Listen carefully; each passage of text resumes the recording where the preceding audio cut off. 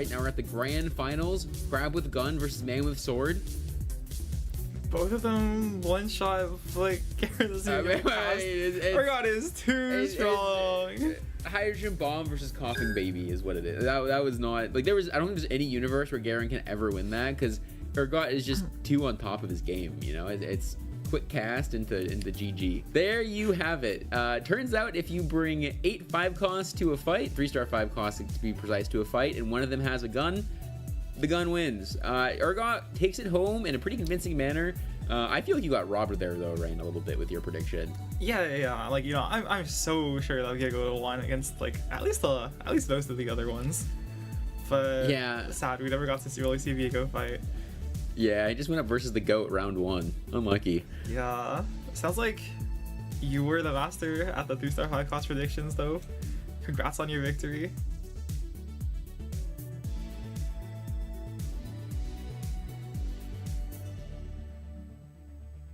Hi everybody, Snoodigo here. I'm joined by Jupeson, Unid, and Lelouch. We're going to find out who's the best TFT artist. We're going to draw TFT terms. The rest of us will have 1 minute to guess, so it's looking like a fun afternoon. So are all of you guys ready to go? Yeah, of course.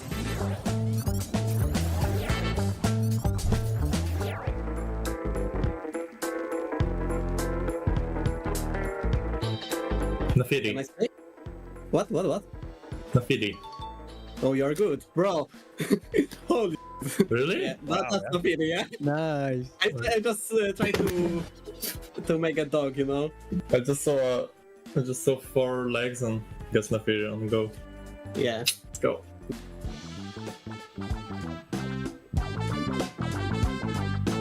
Rich get richer? No. How did this get richer in it? I was thinking about the gold thingy, the gold bag. Oh. I think that's a person. Huh? Aphelios? No. Is it related to only this set or overall to TFT? Or we don't know. Headshot? I just didn't remember how she looks, and that was Morgana. I'm not the best artist, I'm gonna lie. No one does. Well, that's a great idea. I'm gonna use that. Yeah, actually, that's a great idea. Yeah. Saves a lot of time.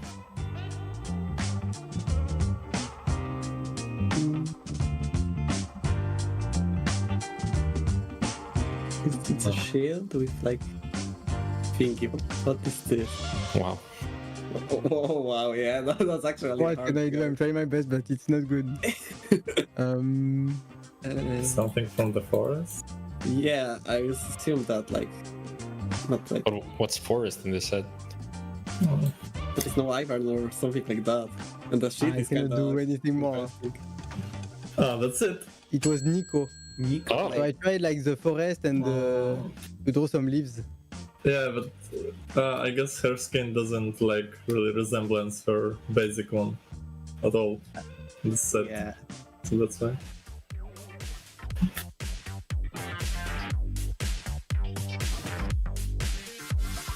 Gold inventory. It's the bench, no? Aurora. Yeah, I did. Oh. Oh, makes sense. Yeah, makes sense. I don't know how to draw units, so I just drew Ah, good three job. little dudes. Yeah, when you like started to draw on the left side, you just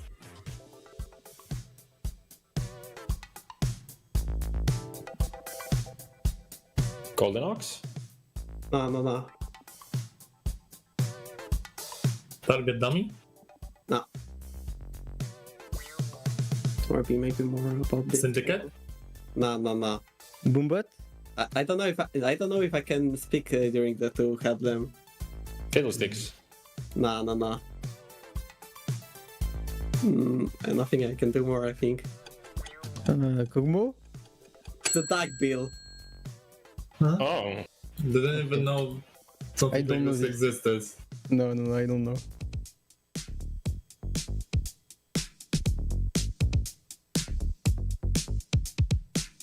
Golden Ox? always worth a try. Yeah. You know the yellow coral. It's a hack? No. No. I think the color matters, but Okay. I'm not sure what. And size matters.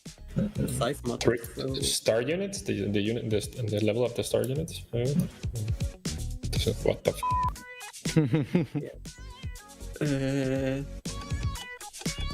Oh. So it was a reference to an anime Clannad, and it was a dango. There's dango. like a dango family. Ah.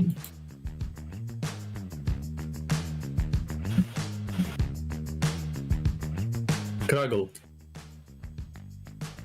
That's actually a good one. Polyhorn. Wait. What was the name of it? I know the Spanish name, not the English. I know the Polish name. Octopus something. Yeah, octopus something. But Come on, try it. holy. Mech Squink, I don't know. Squink. Yes. Quink. Squink. Okay, nice. Good job.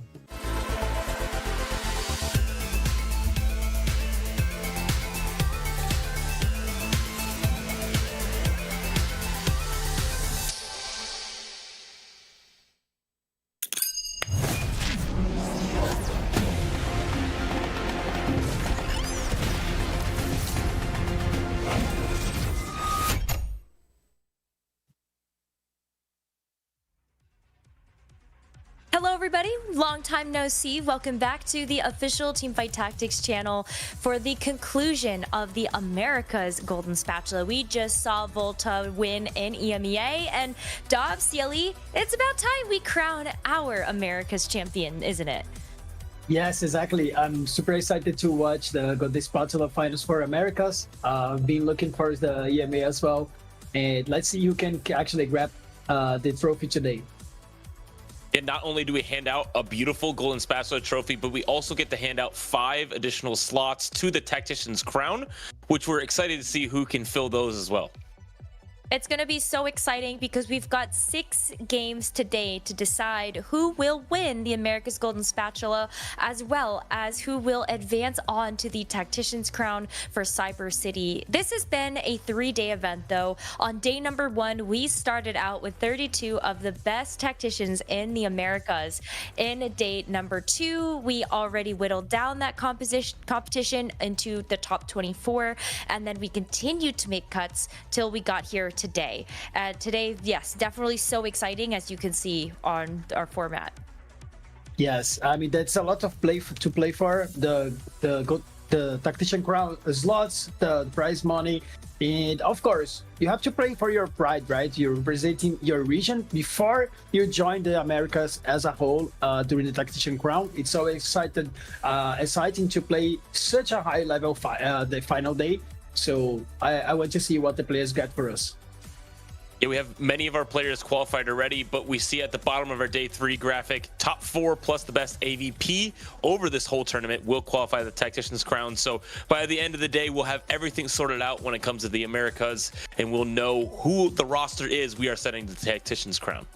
We also have $50,000 of prize money to give away. Everybody that competed at the America's Golden Spatula is already going home with something, but you can see for 8th place, it's $1,300, and then continues to grow from there, with the lion's share of that 50 grand going to 1st place, $14,000 US.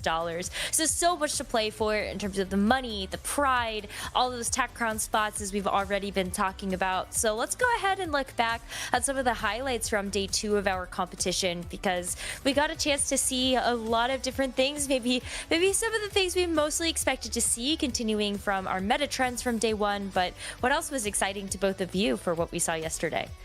Well, I love it to watch the Vapakasa playing that Mordekaiser with the Vanguard emblem. It was so strong. He secured the game without of it. We've seen a lot of players rushing with that level 9 boombot compositions, but this game specifically from the Mordekaiser that got my attention. It was a crazy game. We've seen a lot of Exotech Zeri games, but that was a very unique one, playing around Vex specifically and that Vanguard spat. But we have a lot of great games where we saw people cap out super high, specifically around the Boombots board, and it was just, we had some crazy end games yesterday for sure. What about that Kobuko 3? There was actually a moment where we thought maybe the final fight would be decided by Kobuko 3 versus Garen 3. And I still don't know which way the cards would have fallen if that would have been our final showdown. But we saw some just incredible pop-offs too. I think one of my most exciting things is always looking at how much this means to each player. Like we saw some great reactions out of McMano. Look at Robinsong celebrating there as well. And just everybody really trying their best to move forward.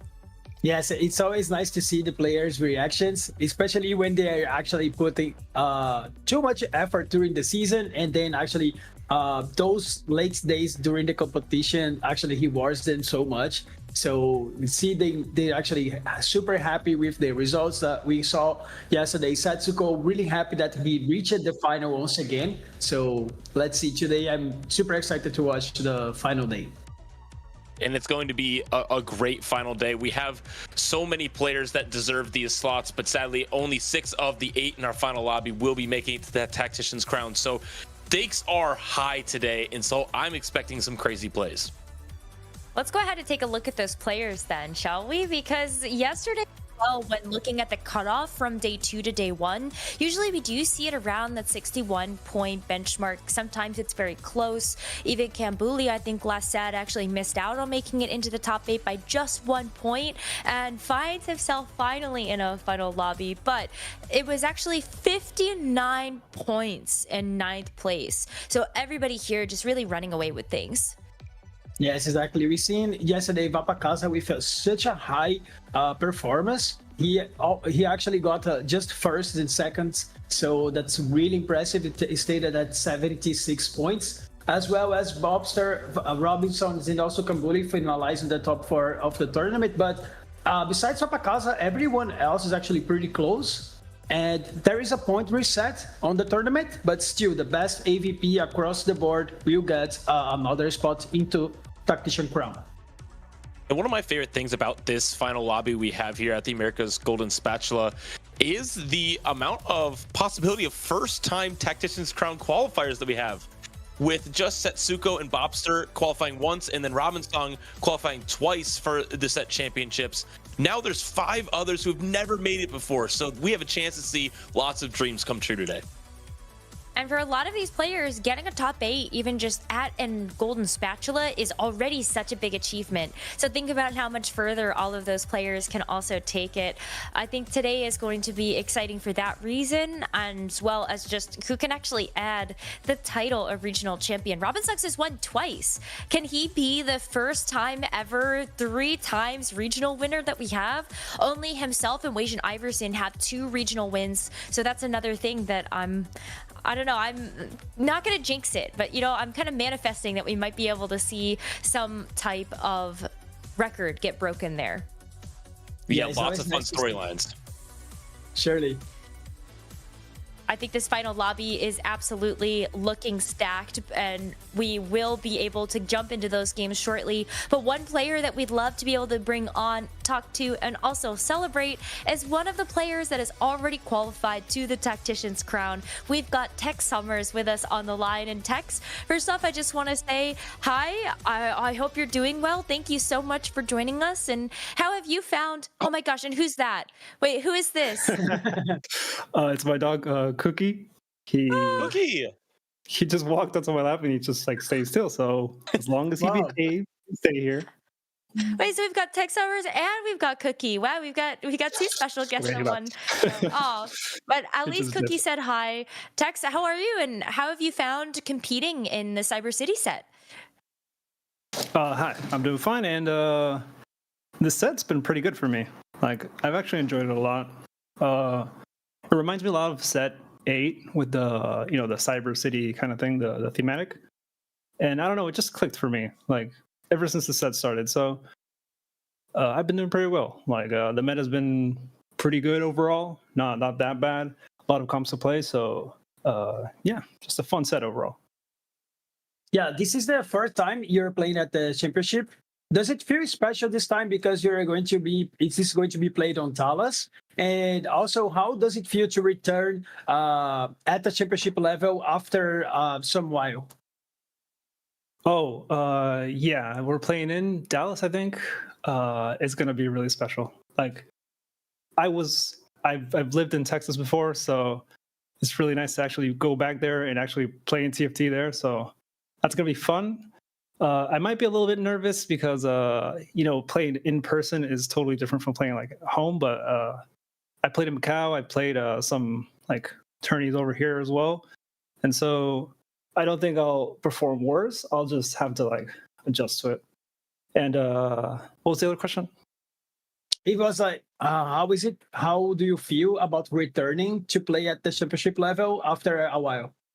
Oh, because I guess your last set it was set 9, isn't it? Yeah. I did 7, 8, 9, and then there was a big pause between 7, 8, 9, 10, 11, 12, 13, 14. It feels good. It feels good to be back. Yeah, congratulations. Thank you. Yeah, congratulations, Tex. And Tex Summers in Texas in the summer sounds like a good combination for me. The script has been leaked for sure. Yeah. But I have a question for you. As right now you are the solo Latin American representative locked in for the Tactician's Crown, how does it feel to have a whole region cheering you on? It feels great.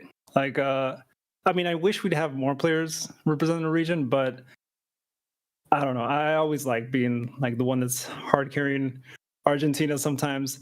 I do feel a little bit lonely, but hopefully we improve overall the next couple of sets. But yeah, it's always a good feeling just being at the top level. And after all this time as well, like I've been playing since set 1 and being able to return after all these sets, it's just that good. Oh, well, we're so much looking forward to how you do at the Tactician's Crown. And Tex, I just want to say thank you so much for joining us as well to chat with us. Before we let you go, are there any people that you want to see some shout outs to or any words to the people supporting you? Shout outs to my girlfriend who's always supporting me, my family who always watches, Solo Gasang that helped me prep for Golden Spatula, and everybody in Latam that always cheers on me. Yeah, that's pretty much it. Real quick, will we see the return of the Tex Summers outfit? Oh, for sure. It's like waiting here. Oh. There you go. It's waiting. You got to bring it to Dallas. Make sure that you show it off. Yeah, perfect. Well, Tex, thanks you so much again, and best of luck to you. We'll see you soon. Thank you, guys.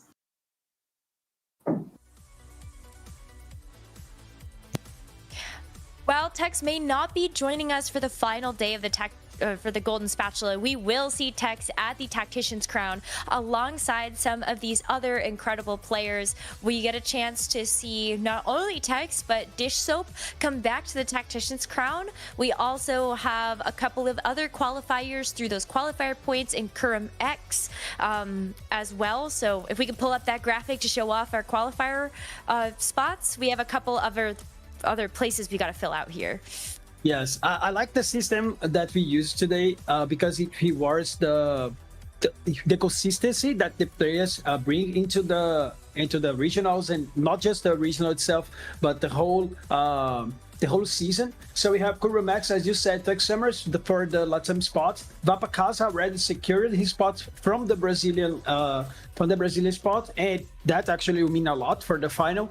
And with the second highest QP, we have Weijian securing his 5th world appearance, I guess. Yeah, but there's still 5 more spots to be claimed, right? We have this great roster on top, and I'm already out there saying that America's already won the Tactician's Crown with even just these 5, but we still have 5 more slots to fill, and that's what's going to happen today. Our top 4 from the Golden Spatula, as well as our AVP finalist, the person that has done the best out of this tournament outside of Vapacasa in this final lobby.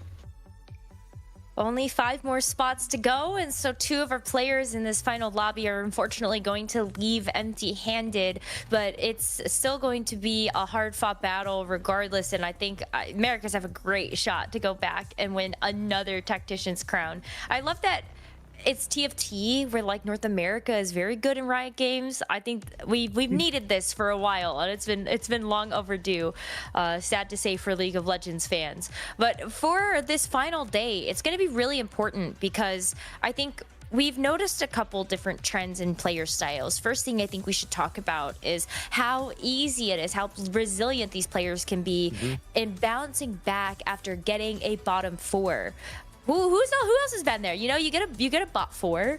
You know, can you actually bring it back? It can be tough sometimes to get out of that mental rut when you know you only have 6 games today to play for. Yes, we've seen that.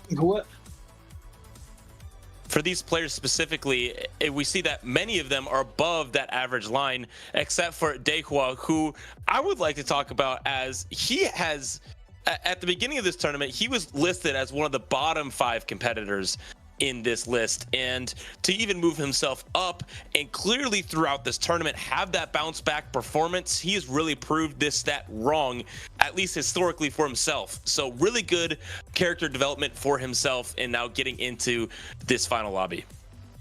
Yes, I was about to say that because when you get these stats, it actually feels so good to see players' development, and he actually developed that right when he needed. Right in the Golden Spatula. So really nice to see the Dehua, how he's performing on this tournament. It's been great because I think like when you can look at the other side of this too, in terms of who is like well above that, you can also see how much they kind of are either consistent or they're able to play very first or eighth. So I think we'll have to see how our players fare after you know, a couple of the first games of the day. But another thing we need to look at is high roll conversion. So how many of these players actually find a spot where they get it maybe a little bit lucky, but they are able to actually convert that over into really great finishes. Yeah, speaking about great finishes, we can see here the average. And with Papakaza having like such a great average across the tournament, because he secured so many first and seconds at the second day, it's a really good performance, as well as Setsuko. I want to highlight that this is the average between the whole season, not just the Golden Spatula. So this is a great performance overall for all these players. Yeah, and specifically I want to call out those who have a lower AVP as well, because going into this tournament, these 8 players have only raised their AVP from where it was at. And so for looking at Cash specifically as somebody who has the lowest AVP in our final lobby, but has performed so incredibly well over this tournament, came into this just a few points behind the second place, and has just really put Brazil back in this tournament. And now there's 2 of them in this final lobby, and excited to see where he finishes up. Yeah, we've got 2 players from Brazil in this final 8, as well as 6 from North America. And so I think even just taking a look at that regional representation, Dobz, you must be so excited. 2 players from Brazil making it. That's a huge accomplishment. Yes, I guess we started the tournament with like quarter of the players, and we arrive at the final lobby with quarter of the players. I guess we have something here. So I respect those players a lot. Both Cash and Papakaza. I know everybody tried their best, but still we have. Maybe we can bring Cash as well to Taxation Crown. So let's see how can we perform today. It's going to be so weird to have to send 2 of our players home, basically, after this final day of the America's Golden Spatula, when every single one of them is the type of player you would expect to be able to make it to that Tactician's Crown stage. So today is going to be incredibly exciting, and we're getting much closer to being able to start off that first game. But before we do that, any predictions? Do you all want to be bold here and predict a winner for today? Well, it's always hard to predict the winner, but I would say that Papakaza is actually the player that has less pressure because he's at Worlds already. But whoever actually takes out the first 2 games can have like can take out the pressure as well, because they will secure their spots at Worlds. So let's see if it can actually change everything. I am personally all on the Dehua train. I think he's going to take it all today. I think he's going to come out swinging, using that open fort strategy to his advantage, and the kitchen is going to come out on top. All right, well, you know what? I'm going to back Setsuko, because I think no pants is the difference. I think he can do it because he is just absolutely that bold. And on that note, let's send it over to our casters to get this first game going.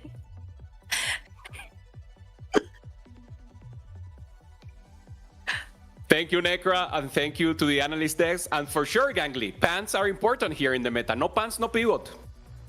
Yeah, I mean, I don't really have a a natural comeback to that. I don't exactly know why you threw that to me, Jupe. Thank you very much. But yeah, no pants, no pivot. I'll double down on it with you. And we'll see. Hopefully whatever's working for Setsuko, keep it up. I'm not here to judge. You take an edge however you can get one. So it worked yesterday. We'll see if it works today. Yeah, also Setsuko together with Dehua, the two risky players that we have on this lobby. So for sure, we're going to see them upper 14, getting economic augments and trying to get the cipher line that has been so amazing. We have to set it up, Gangly. 5 spots on the line today and 7 players going up for it. And as the analyst desk already mentioned, Bapacasa already confirmed playing today, but already confirmed for Tactician Crown. It makes these first couple games very scary for the players, right? Because we talk about this a lot on the broadcast, how not every game can be a first place, not every game can be a top 4, but a lot of what makes a TFT player special is their ability to recognize when the dice is weighted in your favor and convert that into a first place finish. But when you start the game with a bottom 2, with an 8th place, it gets in your head. And we've seen that mental fortitude is such an important tool for TFT players when playing at this level. And so I think every one of these 8 players, the goal right now is to start off strong enough that you put yourself in a comfortable position for the rest of the day to play out. Yeah, and it's not only mental, it's also the time, because you go 8th and then you're just watching the game, you're not in the zone still. So the players have told me that, especially when you're playing live, that time where you're not actually playing, you need to keep focusing on the game and have a chance to do it. We see Philip there just trying to do a little massage and making sure he's ready. So we started with an egg on stage 4, Gangly. Okay. Egg, it's kind of, it's a little bit of spice, but not too warping. I believe the 13-turn egg was buffed in the last, was it 2 patches ago or last patch? It was pretty recently. I know most players for the majority of the set were leaning into the 9-turn egg. That was the most common one that people were taking, and I believe it was buffed for the 13-turn egg. So there's a chance that if someone has a position where they want to sack all of stage 4, that maybe they lean into the 13-turn egg. But I'm expecting most players to try and play around that 9-turn. 100%. We're starting now with Gambuli. For me, Gangly, one of the players that, even though he hasn't made it to a Tactician Crown, he's amazing. He's always in the top in NA ladder. He has been doing amazing. What else can you tell me about Gambuli? I have huge hope for him, and he's one of, at least in my mind, one of the best in NA, even if we haven't heard so much about him. Yeah, I mean, I think if you have really had your ear to the ground in North America the last couple sets, you've probably heard of Gambuli. You've probably seen him have pretty reasonable results, but the biggest thing is going into the regional finals, Gambuli had never placed top 8 in a major tournament before, not in a cup, not in a golden spatula, narrowly missing out in the top 8 in the previous regional finals. This time around, he breaks through, makes it into his first top 8. And I remember, I think it was you that talked about this yesterday, Jupe. We've seen it with players like Dishhope, who have talked about how sometimes just doing something for the first time allows the floodgates to open, right? There's like a confidence that comes with accomplishing a goal for the first time. And if it's any indication to see Gambuli's trajectory over the last couple sets, him finding a top 8 here might actually be that moment in his career that sets him up for the future. Yeah, 100%. Been doing amazing. Also with a good study group together with Zelinsky, I believe. And we see him a good mental. Yeah, JD. And now we're seeing a little of the possibilities. He's been playing a lot of EXO Vanguards mainly, together with Bobster, maybe the 2 players with most EXO games, at least on these 2 games of Golden Spatula America. 2-trick, we haven't seen some good priority here. As a possibility, we see obviously Bapacasa with the Bramble Vest, the best defensive items right now, and we see a little of the rest of the lobby just picking first augment now. Looks like Setsuko did take 2-trick on the right-hand side. You can see he did get a Jax 2 out of that. We're not exactly sure what else. Gambuli taking a lot of time to really consider. I mean, I think it really just comes down to, do you want to opt into worth the wait right off the bat? And he's given Mundo. He does have some AP stuff, at the ready. He's going to be able to make 10 as well. And this is kind of tricky because Mundo reroll is a popular composition, right? There's no denying that. But a lot of that power comes off the fact that you're playing 3-star Mundo and 3-star Seraphine and 3-star Zyra. But worth the wait, it makes it hard to reroll all of the 1 cost because you're going to be hitting Mundo so much faster than Seraphine and Zyra. And there's a question that is essentially, do you still stay on 5 and roll to try and get a stronger backline? Or do you just leverage the strong front line with Mundo and try and play a vertical techie or into the Street Demon line instead? Yeah, those are exactly the 2 options. I feel maybe if he gets maybe, I don't know, 6 Seraphines in one row, maybe he can stay and just ensure a Seraphine. But yeah, it's exactly as you said. Just playing tempo is the important way to do it. Maybe finding this Mundo as a possibility. You were playing Street Demon just now. I was. In the previous, and I mean, it's good for a top 4. I know he's not thinking right now of winning the lobby. So maybe maintaining pressure, making sure he finds a warm-up for the Mundo should be enough for him to at least stabilize and get some good points. Yeah, I would say it's a spot that I'm not particularly excited about, but I don't think the game is over by any means, right? I think it is absolutely playable, and he can still play the game. And I would argue that there's a lot of flexibility in his game right now. I think he gets to kind of flex those TFT muscles and show how to navigate a game that doesn't feel like it's going to play itself. Yeah, we've seen him against Robin 2 Cypher and going for Steady Knights, so possibility for him to reroll, holding a Grapes, so that could be the angle here, but already slamming the Shoujin, yeah, slamming the Shoujin, you're right, doesn't make sense here.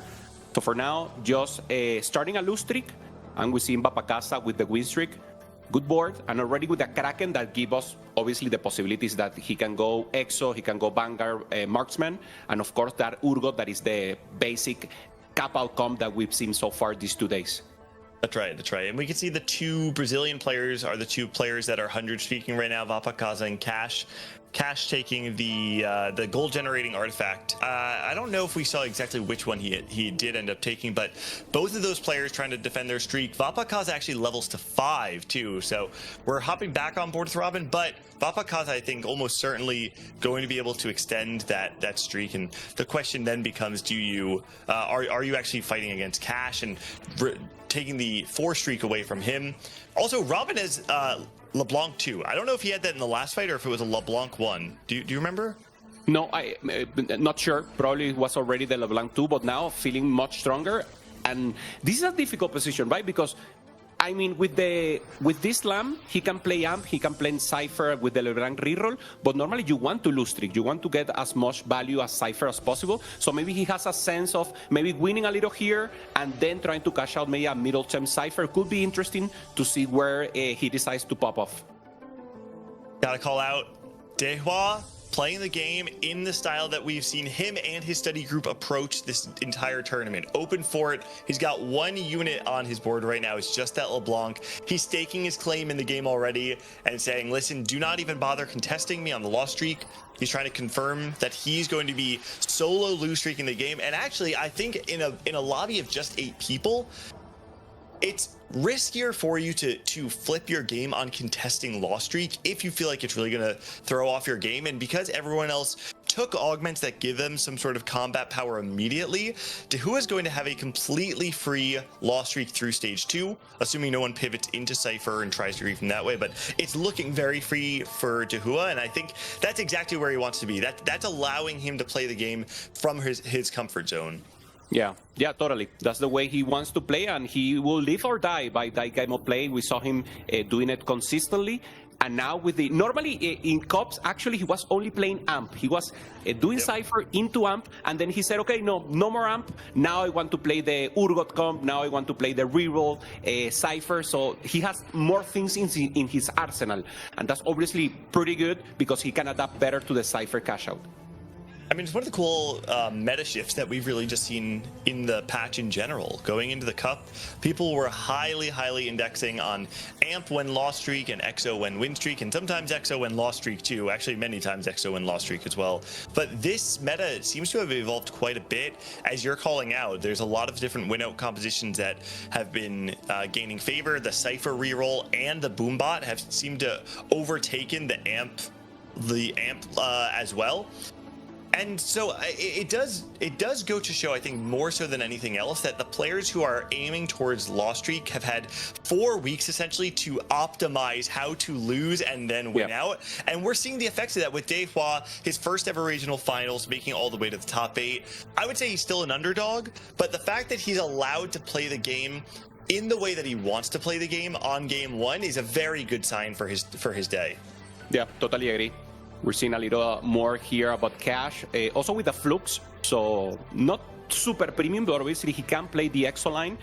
Just to give you a little information, Cash has Flux, Philip also with Flux, and the best possible EXO way or path will be for Vapacasa, who has Pulse right here. So, I mean, for sure, Vapacasa already with the Kraken, that will be his line. We have to wait and see if Cash or Philip also wants to go for that. Dehua finding the Cypher with 60 already, so in a great spot right here to outperform everyone with a great cash out. Vapakaza's board is looking quite good. The Jin 2, I think in particular, is a part of this line that I think even now people kind of underrate how good Jin is in this comp. We've seen people who have hit Zeri 2 and hit Sejuani 2 on level 8 who continue to roll down because they don't have the Jin 2. There's just so much damage output coming through the Jin in the backline, and we're going to see it from Vapakaza. It's going to carry him through this mid game, and it's already looking like an incredible spot for Vapakaza, who's been the point leader up to this point in time.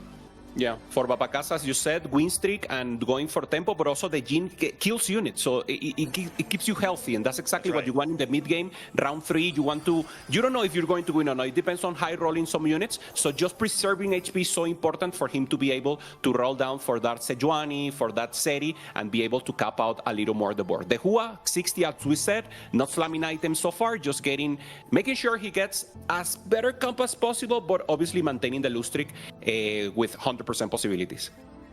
Yeah, his itemization makes it very hard to really play into the Urgot line, but one of the benefits he does have is his augment, the Caretaker's Chosen, I think is the name of it, where as he levels up, he's going to be getting additional items, and the best part about that is because it isn't a component anvil, he'll have the freedom to play into whichever line he wants, and we're starting to see it. He takes the rod there, so he wants to play into one of the AP lines. The 2 options you have from there are Amp, which he's holding the Nidalee right now, or the Cypher reroll primarily around the LeBlanc. I think with his current spot, I would guess he might actually be playing something more ampy. Like having a lot of the front line to me says if you can go 9, if you can find the Zac, you have already 4 defensive components that make him nearly unkillable on just a Zac 1.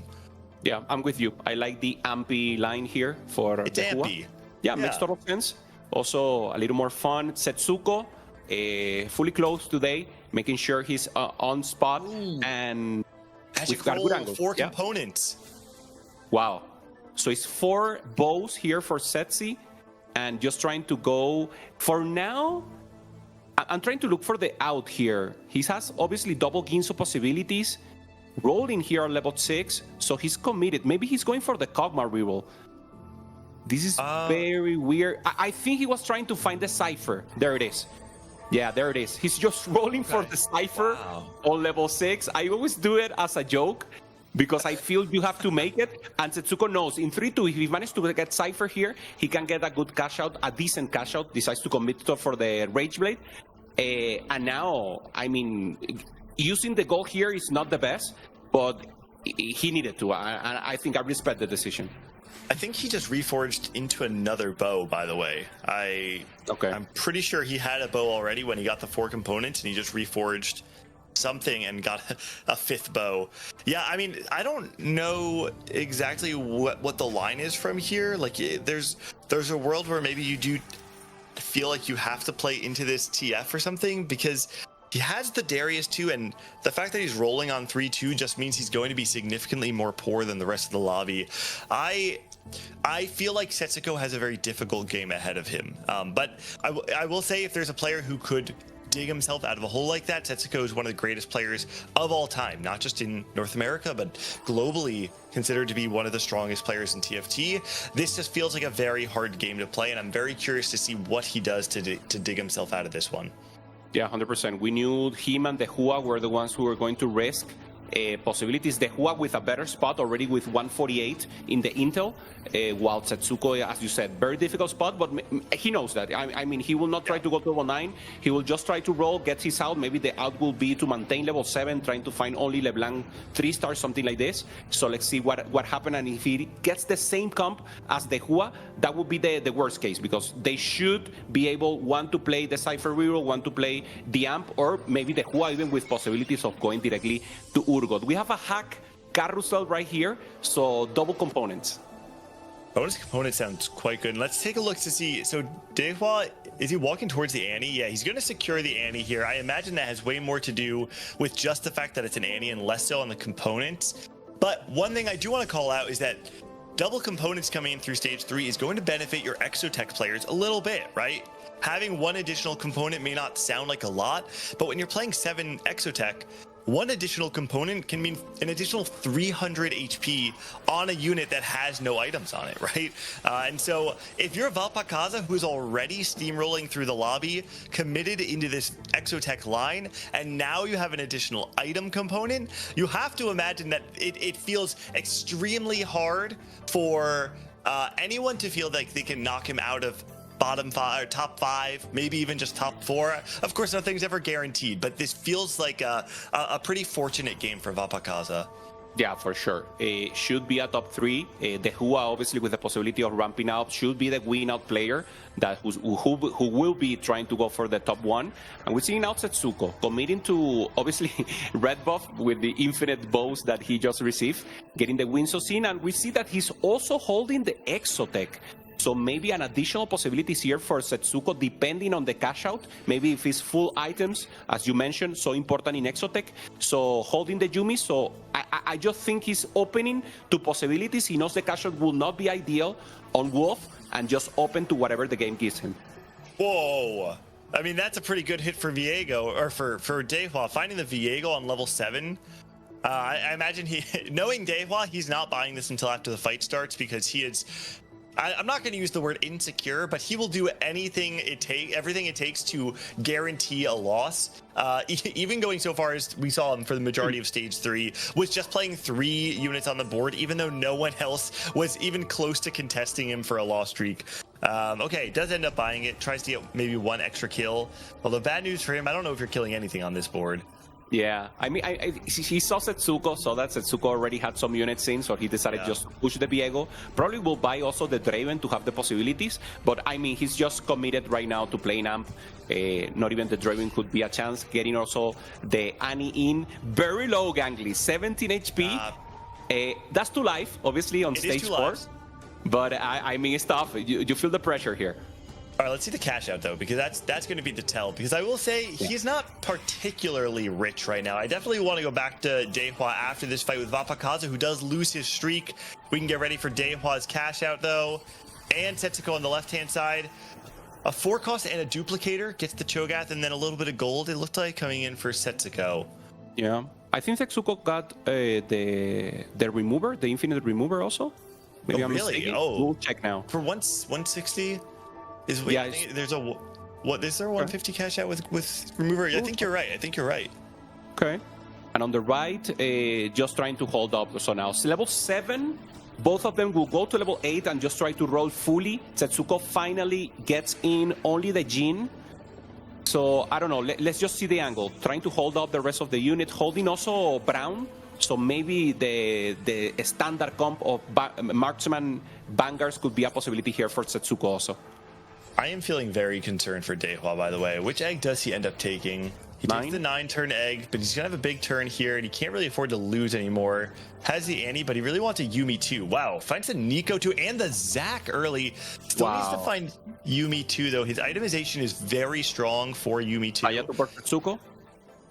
And if you can't get that online, though, and actually, he's going to stop rolling here, huh? Maybe just rearranging the board to make sure everything is looking good. Get some stuff there, but he's going to be playing a Yumi 1 to stabilize. On the other side is Valpakaza, whose board is strong, but 3 items for Dehua. It might be stable enough. I think it's going to be close. Yeah, Dehua will just stack this round, maybe trying to kill some units as a good chance.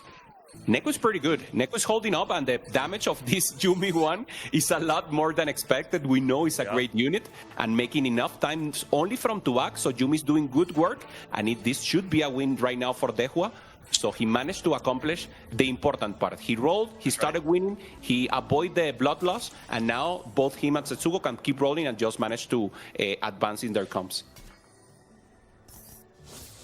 Checking in with Cash, who was one of the other win streakers going through stage 2, also playing into this Exotech line. We know it is contested, potentially 3-way, if that is where Setsuko ended up as well. Yeah, no Seri, no Sejuani here. Very tough. Ooh, 2 very big misses, and misses on the augment selection as well. Wow. You have a little bit more gold, but oh man, Cash just completely whiffing. Finding the Aphelios though, that's not nothing. That's actually that's pretty good. I mean, you have an upgraded 4 cost with the marksman from the Jin as well, right? And so at least you have a very strong item holder. So it's a little scary, but he's got something on board. Okay, and Robin also with the AMP possibilities here. I'm not sure about this. It looking at least having an Ani2, also holding the Nidalee, trying to find also Samira for the 5 amps, but it's like a flexible board. Has the Urgot also. So I think he had like many options in mind here, Gangly, and just decided to do strongest board. We saw him playing like this yesterday. He played like a 6 into a board that normally doesn't play a 6. So I think he's just trying to push lobby and, I mean, get the best, strongest board possible here. I mean, he's Starry Night. I think I don't know if he's forgotten this. This is a very, very strange spot to be in for Robin, and he is on a 5 streak. So I think you're right. I think the play for Robin is not to actually try and win out from this position. It's just to try and save HP, and then take whatever placement you can get. But he's Starry Night with no upgraded units. There's not a single 3-star on his board, and he's playing a contested line, right? He's contesting Dehua on this amp line. I will say Robin Songs is showcasing a different style of play this tournament than I think we've seen, right? While he has been playing pretty narrowly, leaning a lot into the Vanguard marksman, these flourishes of flex play from Robin are just not what you would expect from the old man. Yeah. I mean, he made it work yesterday. Today, I think in the spot that he has, if he doesn't hit the Samira, it will be tough. But, I mean, pretty high in HP already, still. So could be a good chance. This Leona from Bobster is holding up so much damage, soaking up all the damage from Aphelios. And Saya finally falls down. And the Brown from Setsuko looking like just stronger. Access to backline from now on. So a great win right now. Taking the hit, the Hua also with the win. So the ones in the bottom, Gangly, very, very strong. So they should be able to top off in the end. Setsuko at 19 HP is very scary, but I think we talked about it before, how his spot was, oh, hold on. I'm going to come back to this point because Dehua just picked up a Zac pair. He got the duplicator from his cash out.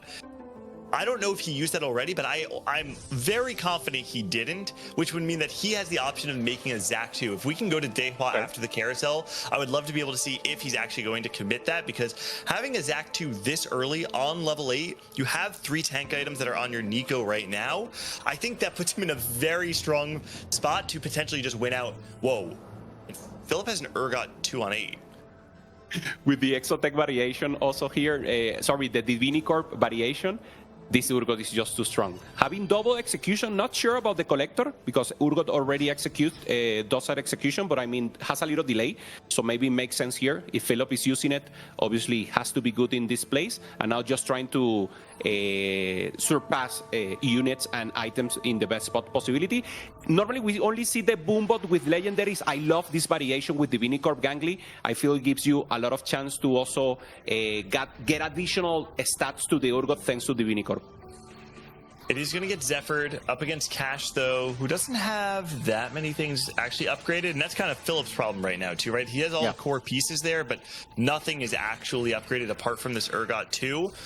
And the Aphelios 2 on the other side is enough to just execute the entire board. And you have to imagine that's just a frontline diff for Philip. And it's not looking good for Philip, I would say, right? If he cannot find the Cho'Gath 2 or Garen 2 almost immediately, as soon as he plays someone like Dehua, he might be out in 8th. Yeah, rolling here, nothing. Yeah, not even getting the pair. And obviously the Garen, he's level 8, very difficult to accomplish. just trying to sell some units, and no, he will have to wait. Maybe pray to surpass one round here, get against someone weak. But yeah, he doesn't have frontline. Damage is good. Damage is amazing right now, but not frontline for him. Doesn't have enough time for the Rage Blade to ramp up. I like the swap to 4 Boombot though, because the only way he can win this fight is by winning it immediately, right? He doesn't have the front line to win an extended fight. This is up against Bobster though, who did find the Leona too. And I just don't know if we're gonna have the ability to kill everything though. Cho'Gath is in the back, making good damage. He's almost... Oh no, not enough. You can see the Leona still holding up. Urgot kills the backline though. Both Heroes and the Xayah are dead. Wow, and Urgot 2 ramping up to the point of no return. Keeps Philip alive for one more turn as... Is that Setsuko that takes a loss? Setsuko down to 7 HP. Okay, and we see the face of coming out. Yeah. Artifacts. Now this can swing the fight quite a bit. Yeah. Already double Windsors of Flicker Blade won't be a possibility here unless we want to see the full cap attack speed Aphelios, but it will be for sure diminishing return. Setsuko, as you said, only 7 HP, so him and Philip from next round, no matter the results, if they lose, it will be elimination, or at least for now, for this first round. And the ones... Yeah. Okay. Yeah, that's the most important, right? 3 items on Cho'Gath, just finding it, and maybe high rolling the Garen should be... There it is. Okay. Okay. Cho'Gath 2, Vex Pair. Is there a way to Griffin Leona? You can play, yeah, okay. Because you have the Skarner in. Yeah. You can play Leona 2. Oh, actually, you know, he can just drop down to 2 Boombot instead. Okay, I think that's a really head to play. Finds the Wit's End, who's going to have a ton of healing and additional damage on the Urgot, and he's going to do some reforging. Honestly, items are not bad at all. If you can throw adaptive on a frontliner for right now, eventually move it to a Vex if you like, and then use his guard breaker. He's going to put on Renekton. And this is Setsuko, right? Yeah. They're one both of those playing to dodge 8th place. Exactly. So one of them will fall 8th here. Access to the backline once again from the Cho'Gath. This is Assassin Cho'Gath from Philip. And he decides to go and ramps out, killing the Aphelios. Great win here for Philip. Not the greatest news, so starting out in the left foot here for Setsuko, taking an 8th. Yeah, you can see Setsuko sinking down to his chair. We said before, the importance of starting off strong it can't be understated in a tournament like this, because you only have 6 games, and you need to make sure that when the games are going your way, that you have enough wiggle room to take a risk. Listen, Setsuko had a hard game. We've been saying it the entire time. I think you put most of the players in this field in the game that he had to play, and it probably is a very similar result most of the time. Setsuko nearly got a 7th place finish out of it. I think if he had gotten a 6 or a 7, he would have felt very good. Unfortunately, comes up short. Philip will live another day and then immediately fight Dehua, who has the Zac 2, 3 items on the Yuumi. I will say no Samira, so the damage might be a little bit lacking, and something in his favor is that this Urgot with Wit's End has a lot of sustain. He's going to be able to keep himself alive, even if he is taking chip damage. So if the front line can stay alive a little bit longer, the Urgot might be able to just take over the fight. Yeah, fully healing, but now all the damage is going for the Urgot. Urgot is down, so Philip is also down right here. Going off 7s because Dehua managed to win, obviously the face-off right here. And I mean, look at the expression. Philip knows he fight it out, avoid the 7, had a good possibility of getting additional points, and he's really feeling it. So yeah, bad 7 right here for him. Just trying to improve, and that bounce rate that you mentioned, Gangly, that is so important. Let's see for Setsuko and Philip if they manage to achieve good results in the next one. HP totals are super close right now. I believe it's 4 players remaining that are all under 20 HP, 2 of which we're seeing right now, Robinsongs and Dehua. Dehua had actually taken a loss too. You see that he's only on a 1 win streak after his win against Philip, which means there is someone else in this lobby that's extremely strong. Not exactly sure who that might have been. Maybe perhaps Vapakaza. And we are seeing Dehua up against Cambule's board on the left-hand side as Robinsongs takes on Vapakaza. Both boards, I mean, honestly, most of these boards look extremely strong. The Street Demon board from Cambule looking surprisingly strong off the back of that 3-star Mundo in the front line. And Dehua might actually be out, though. The Yuumi too. No, Yuumi! The Seeker's arm guard. The Thieves in the end getting a tank, avoiding the aggro, and finding the win. Great news here for Dehua. And Robinson is out. from the Yuumi on Dehua made it tanky enough that even though Samira was in the backline shooting the Yuumi, it didn't have enough damage to kill her. That rocked. That was absolutely awesome. Good call out though. Robin Songs does fall in 6th. Again, a player who we kind of saw was playing for placements, playing from ahead, playing the Starry Night into a tempo amp line. He's not the kind of line you would traditionally see top 4, and the fact that he then backed it up with a reinforcement, so it's Starry Night into reinforcement, tells you everything you need to know. Robin Songs was looking to get his top 6, his maybe a 5th, and get out. I think mission accomplished for Robin. We'll try again next time and see if we have a better spot to really place higher. Yeah, now both very low, the Hua and Cash. So this will be final fight maybe for either of them. The Hua pretty strong, obviously getting additional bloops for the sack. And on the right, very important for this Zephyr of Cash to try to get an important unit, decides to go for the corner and he will get the Brown. So not much damage on the other side. Good placement here for Cash. Executioner Samira is the only real damage threat on the team right now, but it's going to come in straight into the Sejuani ult, and the Zephyr does delay the board enough that the Sejuani gets her cast. The question is there enough damage? You're still on Zeri 1. That is a Mundo 3. No, the brand is going to cast. Cash will fall on the left-hand side. Dehua finds a win over Bobster, who will fall to his last legs. And the top 4 is now secured. Look at the HP gap, too. Yeah, Bapacasa just too strong. Cambuli playing tempo, as we said, with the Mundo and having a brand pretty strong and taking out Cash now in the end. So Bapacasa, Cambuli, we know they're strong. The Hua playing around these blobs is also very cool. And Bobster just playing ramp here with the Rage Blade. So for now, I think Bapacasa and Cambuli with good possibilities, but the Hua is the one who's getting even better with the blobs in the sack. You're right. Absolutely. Dehua is probably the only player in the lobby right now that has the critical mass waiting for him, the point of no return. Bobster playing a pretty standard board, definitely one of the stronger versions of it with a flicker blade, but I think overall he's going to be happy with a 4th and ecstatic with a 3rd. That's my kind of read on Bobster's board. Look at that Aphelios going up. I mean, he just tickles you, but it's so much that it's just pure damage, and now goes out. Dehua lost. We were so busy watching the Bobster and Camuli fight, assuming that Dehua was going to have enough in the tank to beat Vapakaza. We missed that Dehua lost to Vapakaza's Exotech board, and despite what we thought was reaching critical mass with the Zac on the Zac so early, getting those additional blobs, there was just too much damage, too much HP from the Exotech board. Yeah, so we're seeing now Bobster full attack speed Aphelios versus Camboli with the Dr. Mundo. We'll see, because none of the boards seems like they can be improved or better here, Gangly. So I would really want to see maybe positioning, what else is going to happen. Of course, Bobster can believe Bapacasa the final, and Bapacasa hasn't thrown out the win streak. He's still looking strong and trying to hold up. Bobster doesn't find the level 9. 1, 2, 3. No, he doesn't have enough for level 9. 8, so no possibility of Garen. Yeah. Next turn should be falling out. Between slamming and the additional XP and interest, yeah, you should have enough for next turn, so maybe able to hold the Zac and play that. I'm trying to. I can't do math in my head like this, Hupe. This is not working.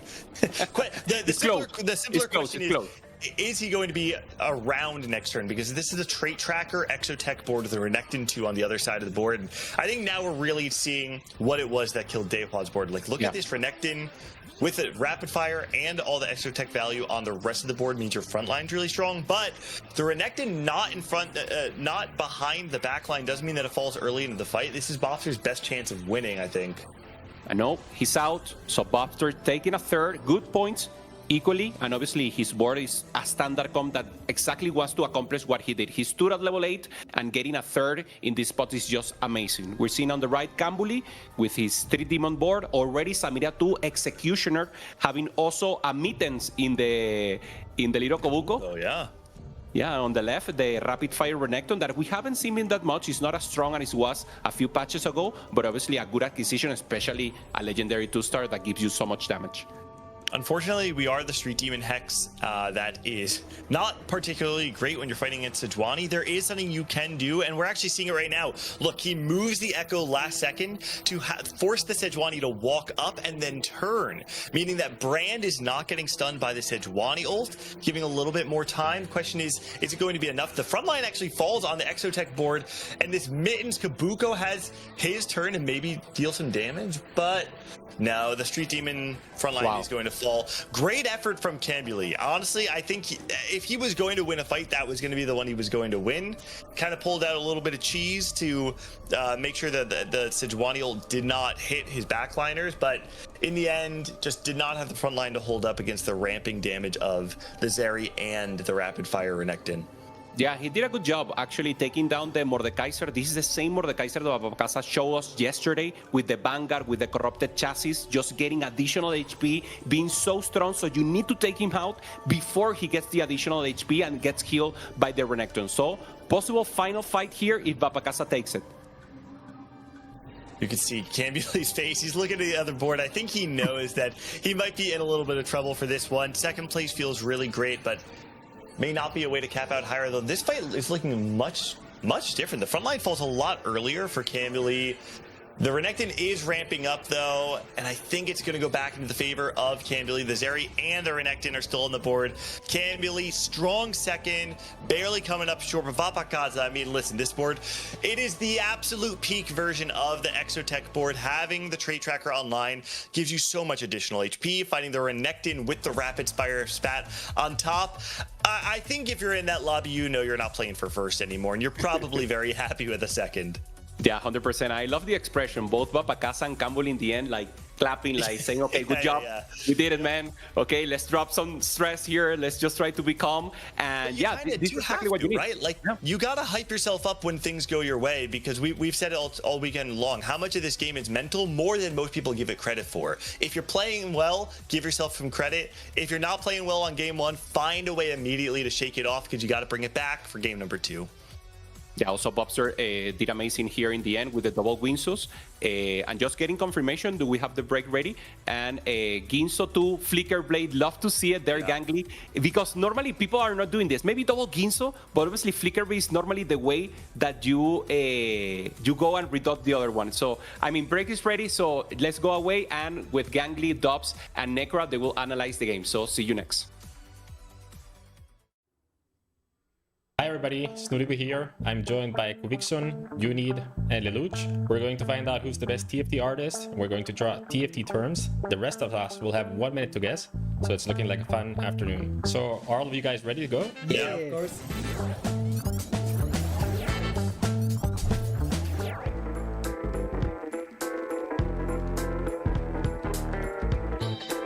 Nafiri. What? Nafiri.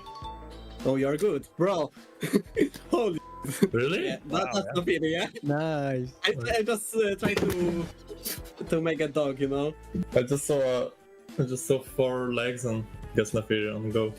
Yeah. Let's go.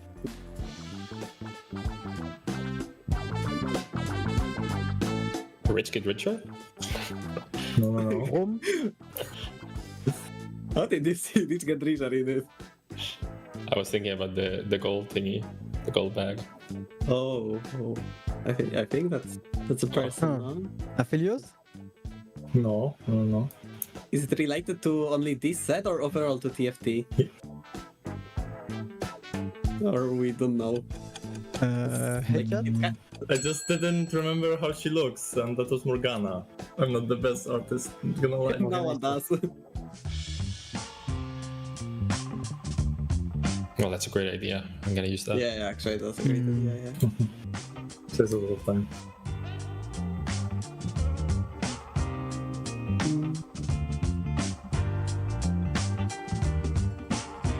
It's a shield with like thingy. What is this? Wow. Oh wow, yeah, that's actually what hard. Can I do? I'm trying my best, but it's not good. Something from the forest? Yeah, I assume that, like, not like. But what's forest in this set? There's no Ivern or something like that, and the shit I is cannot do anything more. Ah, that's it. It was Nico. So I tried like the forest and to draw some leaves. Yeah, but I guess her skin doesn't like really resemblance her basic one at all. This set. Yeah. So that's fine.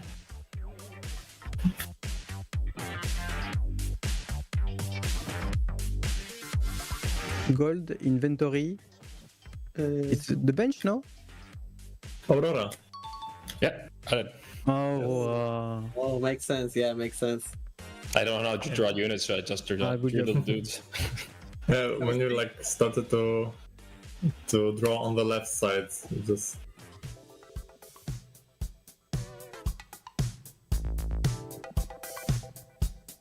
Golden Ox? No. target down. Hello, everybody, and welcome back to the final day of the America's Golden Spatula. We have 8 players that have just completed one of their 6 games. And before we get into that second game, Dobz, CLE, and myself are back to break down what we just saw. I think first things first, we were all sitting there and going, what the EXO? Why are there so many players that want to try to play this line? Yeah, it was a line that was very contested on that game. We've seen a couple players actually trying to pivot into the Vanguard's marksmen as well. But we've seen the Mordekaiser with the Vanguard emblem once again, and Vapacasa was able to take the game 1 with that trade tracker. Really well played by him. I want to highlight as well Kambuli, recognizing that Vapacasa was so strong and who could not beat him, and then he sells the spare Mundos instead, trying to go into that Mundo 4, and then he secures a great second out of that game 1. Yeah, we did start with a lot of EXO players, but ended up with a little bit more creativity. Some players pivoting into Marksman Vanguard. We did have multiple people being contested on Strat Amp as well, with Robin Songs and Dehua ending up there. Dehua going for the win out position does take 2 losses to Vapacasa, which just knocks him out. So the clear final boss of this lobby was Vapacasa, and the clear final boss of this tournament is Vapacasa. He is absolutely destroying this whole weekend.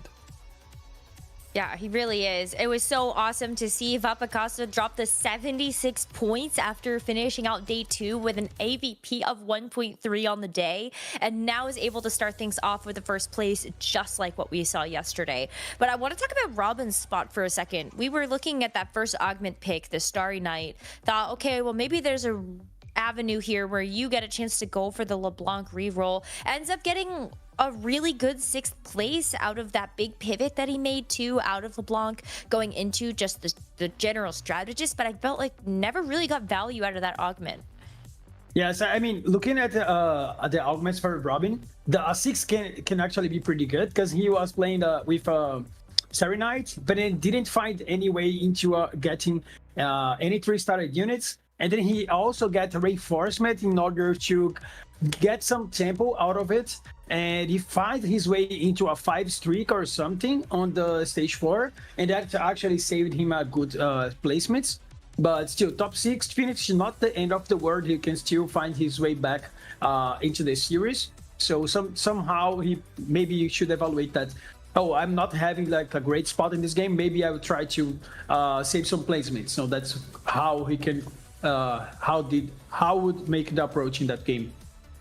One of the biggest takeaways from this lobby, though, with Robin going 6th, like we've talked about, is that the AVP slot has now gotten even closer, and we now have a new leader outside of Vapacasa who is leading in AVP, and that's Bobster, who got the 3rd place here with a pretty classic board, nothing crazy surprising, but just with double Rage Blade and Flicker Blade, too much power coming through. Oh my gosh, those artifacts that got dropped felt like they really helped out some of those players. And so Flicker Blade there, we saw a couple of good artifacts on 1st and 2nd place as well, but this is just the first game. Still 5 more to go, where this AVP race can certainly shake up, as well as those standings. So let's go back over to our casters, Jupeson and Gangly, to bring us through game number 2.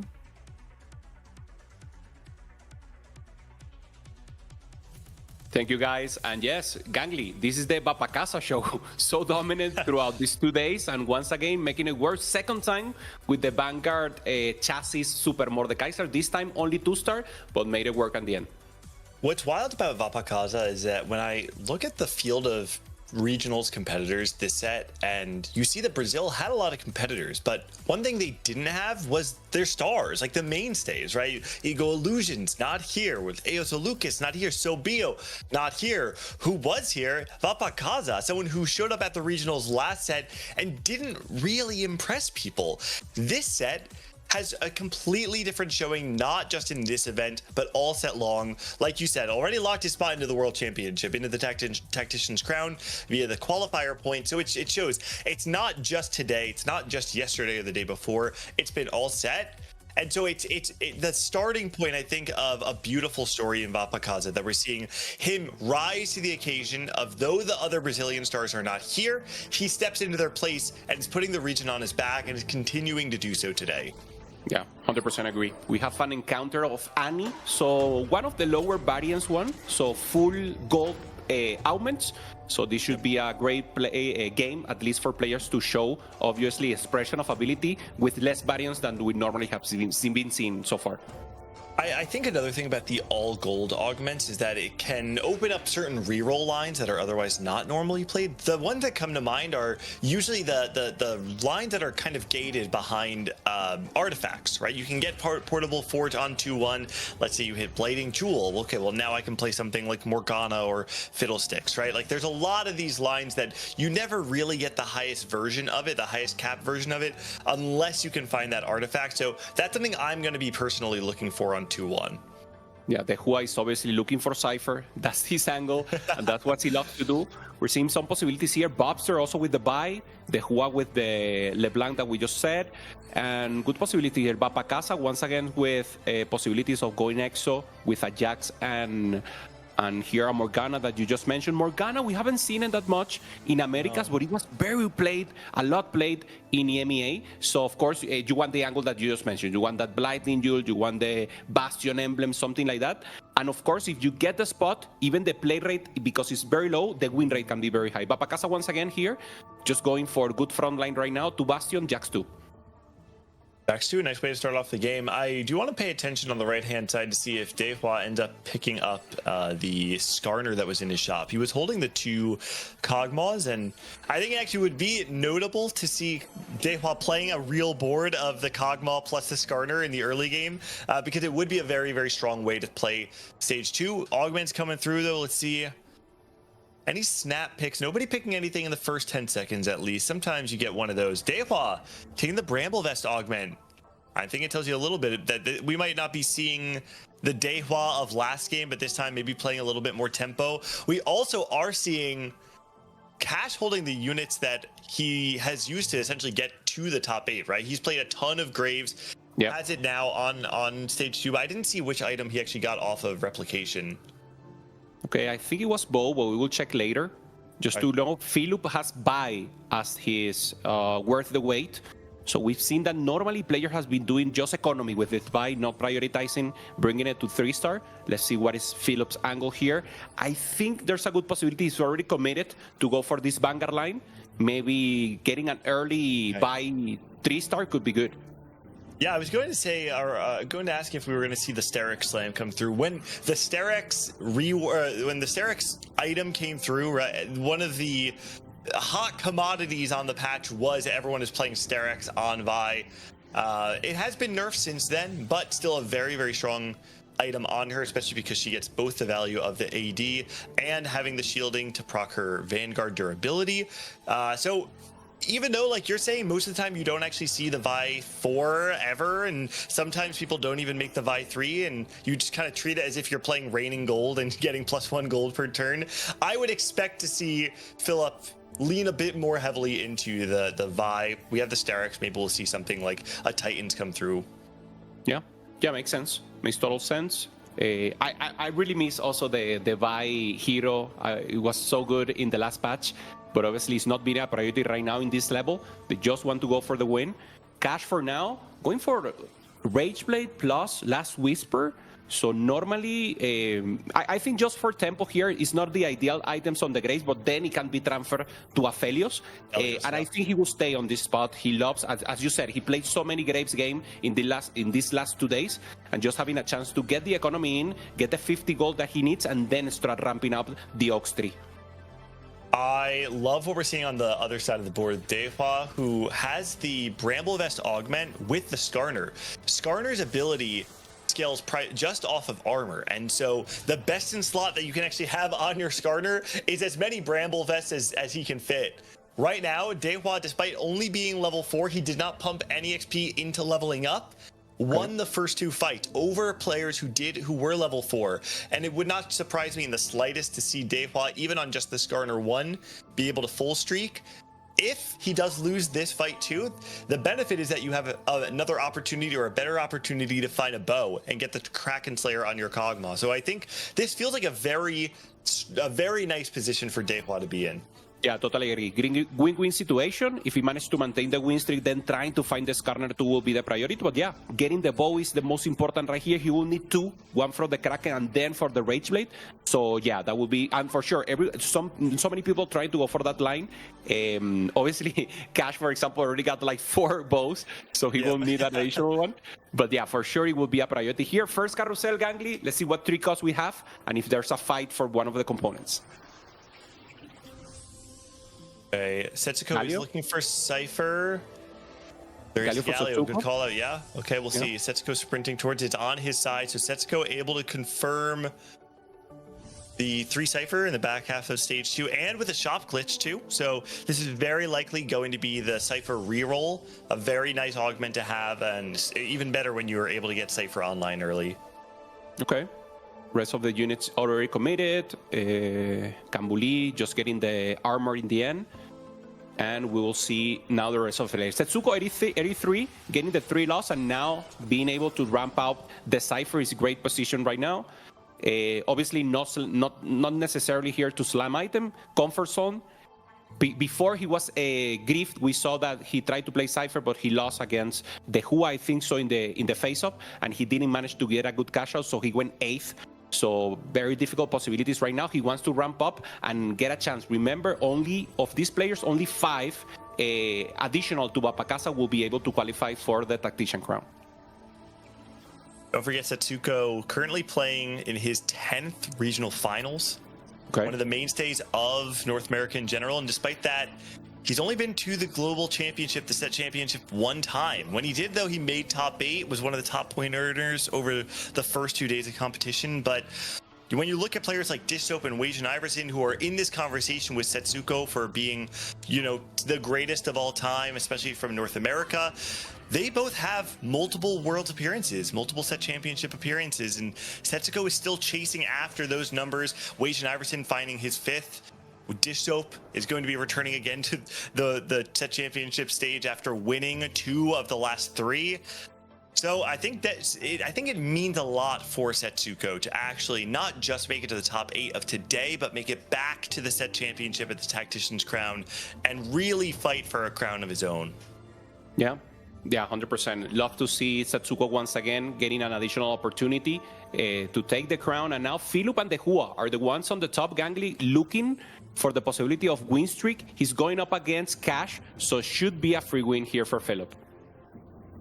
This Graves does have quite a bit of power in it, and problem with the Graves playing it on stage 2 is as soon as one frontliner does die, the backline of the other team will just immediately target him because he dashes through. And so yeah, the Graves is dead. There's no more power there. Phillips definitely going to be able to get the win, and we could see Dehua also getting 5 win streak, and we could see 2 win streakers and 2 loss streakers getting full economy value through stage 2 and into the neutral position. So I actually think if you're Philip, Dehua, Robin, and Setsuko, your game is already looking significantly easier to play than the rest of the lobby.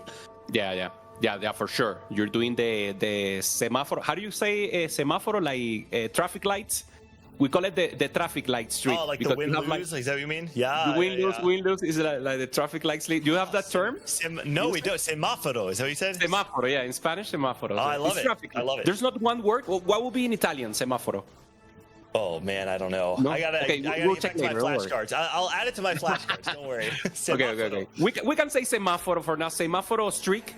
And then we will just adjust so that everyone gets the final term that will be considered. Philip right now already with the worth the wait, getting the buy 3-star. So this is perfect for him being able to just push even more and maintain the win streak. Itemization. Did you see nothing else you can really throw on the Vi? I mean, you could just put the Rage Blade on the Vi right now if you're trying to play some sort of ramping composition. Having the Sterix and the Protectors down, now that I'm thinking about it, I wonder if there's a world where we ever have enough money to pivot out of Vanguards and Marksman entirely and just play Boombot and play something like 6 Vanguard on level 8 and play a tempo variation of the board and then eventually go into Boombot. I feel like there's an angle here. I don't know if that's what he'll do, but I think it's actually on the table. Yeah, for sure. If it's possible, if the economy managed to get there, I think that's totally an option. And of course, it will be the cap board as a possibility. But first, probably we'll try to go. I mean, getting this Jin too early, maybe the EXO is also a possibility. But, so we will check also Philip EXO to have a possibility. And maybe that will be a chance for us to get one of those lines, right? Vanguard Marksman will be the default, but EXO can be a possibility. And of course, as you said, the Boombot with the Graves. With the Urgot.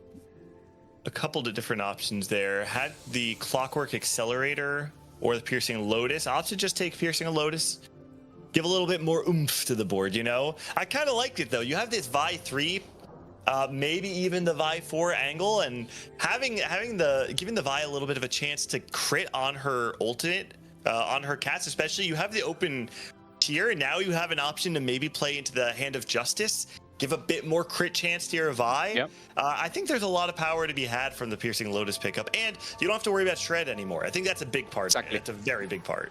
Yeah, 100%. Gangly, we have confirmation. Semáforo in Spanish is semáforo in Italian, but you have to give me the accent. How would you say semáforo in Italian?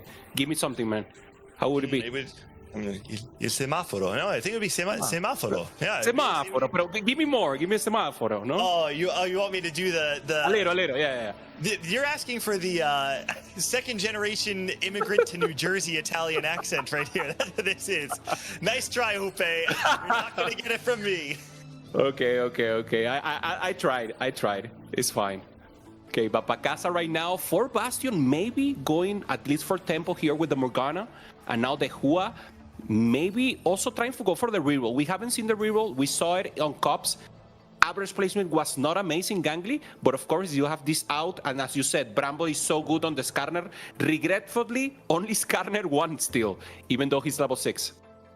Yeah. Having Skarner 1 also, I think it's important to note, taking up the grab bag, I think he really wanted to be able to hit something like the Kraken Slayer there. The Infinity Edge, you just don't get enough value on the Kog'Maw because so much of his damage is coming from auto attacks already, and your auto attacks can crit naturally.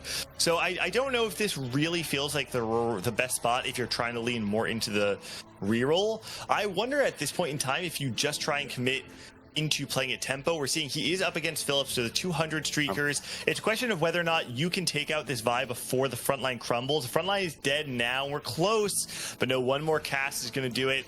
Davewall will lose the streak, and Phillip in a very good position to, I think, kind of just play the game however he wants, right? Okay, yeah. Yeah, makes sense. And also what you say about just the Hua, I think is spot on. I think it's just maintaining status quo during the next 2 rounds. If the game suddenly gives you 4 Skarner, 3 Kog'Maws, you stay on this line, but maybe tempo will make more sense from now on. Let's see, Setsuko is still on that 8 loss streak. Important to note, 37 HP is very scary, and he did take Magic Roll, and we are getting confirmation his Magic Roll was permanent HP on your units. And so that's actually quite nice. Once you do get your cash out, you're going to have all of these units with a bunch of HP built into them already. Going to make your stabilization point just a little bit easier. But it does feel like he's quite far from actually reaching that stabilization. Yeah, the reroll, even though looking better. So now Philip, once again here, trying to ramp out. Maintaining this win streak is very important for him. Just getting the additional economy, already finding a Saya. So that will be good for him, just to make the easy transfer to the Aphelios in the end. And now the face-up, trying to hold down the win streak. Bapakasa, one of the one who's strongest right now, getting additional value. By doesn't able to access the backline. Good position here for Bapakasa to round up everyone across the Mordekaiser, and now access to backline. By is just too strong, so should be once again a win for Philip. Yeah, it doesn't look like Vapakaza has the damage. The Varus actually did quite a bit of work there, I will say. Stunning the Wait a second. Close. Oh, wow. Whoa. Early in the end. This is Morgana the magic too, actually. of the Morgana. Yeah. Doing the work at the end, spreading the damage, and in the end, surprising even Philip. He wasn't expecting this, and he needed that win streak just to make sure that the economy was enough for him to stabilize on level 8 quickly, getting everything 2-star, and then go to level 9 for the Garen. A huge part of that was the Varus in the backline with the Marilla. Nomicon stunned the Vi not once but twice during that fight. And I think the lack of uptime on your Vi, which has so much part of your value in these fights, is the primary reason why Philip lost. I think it actually came down to the positioning that you called out, because he forced the Vi to wrap and get targeted by the Varus right off the beginning of the fight. A heads up play by Vapakaza to stop Philip's streak before he ran over the rest of the game. Yeah, you call it out. The champion, the magic role for Setsuko was permanent health. For Robin was pilot champion, so he just got additional champions. We see him holding also the Exotech line as a possibility. So just trying to maintain that option open, and Seri should be the way for him to go. He decided to cash out only 10, so just going for maybe 1 goal or 2 goal here. There's the big cash out. Gonna get a ton of units. Oh, and it's also shop glitch. Don't forget that. So he just picked up a ton of stuff, and his shop is going to be changing. So you can't pick things up too fast. You also don't want your bench to get too clogged. Oh, he's actually just doing it. Aurora. Oh, he finds the Zed. The Zed is a huge hit there. He doesn't have to worry about finding that anymore. Okay. Yeah, he will stay on level 7 probably, just trying to get everything 3-star. Yeah. And the board is almost there. Well, actually, no, man. I thought he had 2 LeBlanc 2s. He's actually only on 4 LeBlancs and 4 Galio, so he's quite far. Have This some is a tough gold. spot. Yeah, let's see what he does. Yeah, he's rolling. Okay, pair of set also. Set 2 very important. There it is. Right, yeah. Pretty huge, because he's, as you said, he's very far away from hitting everything 3-star, but getting the set, we know the access to the backline is so huge and gives you possibility of maybe winning the game as a, I don't know, like suddenly. Urgot, very difficult to put him in, already having a Skarner, but maybe he can fit it in, I'm not sure. I like that he stops here. He recognizes that if I roll to 0 right now, I will likely not hit everything, and the only way that I win this game or top 4 this game is if I hit actually everything. And so he's going to be playing on a knife's edge. 14 HP. It could be a very bad loss, meaning he could be 1 life on a very, very bad loss. Most likely it is 2 lives, but once we go into stage 5, it's going to be much, much harder for him to survive 2 fights. Yeah, huge win here against Kambuli. Kambuli still hasn't rolled down, still level 7, getting the duplicators, trying to find the rest of his reroll board. He was playing Vanguard, so it will be interesting to see what Kambuli decided to go at the end. Didn't have a chance to check.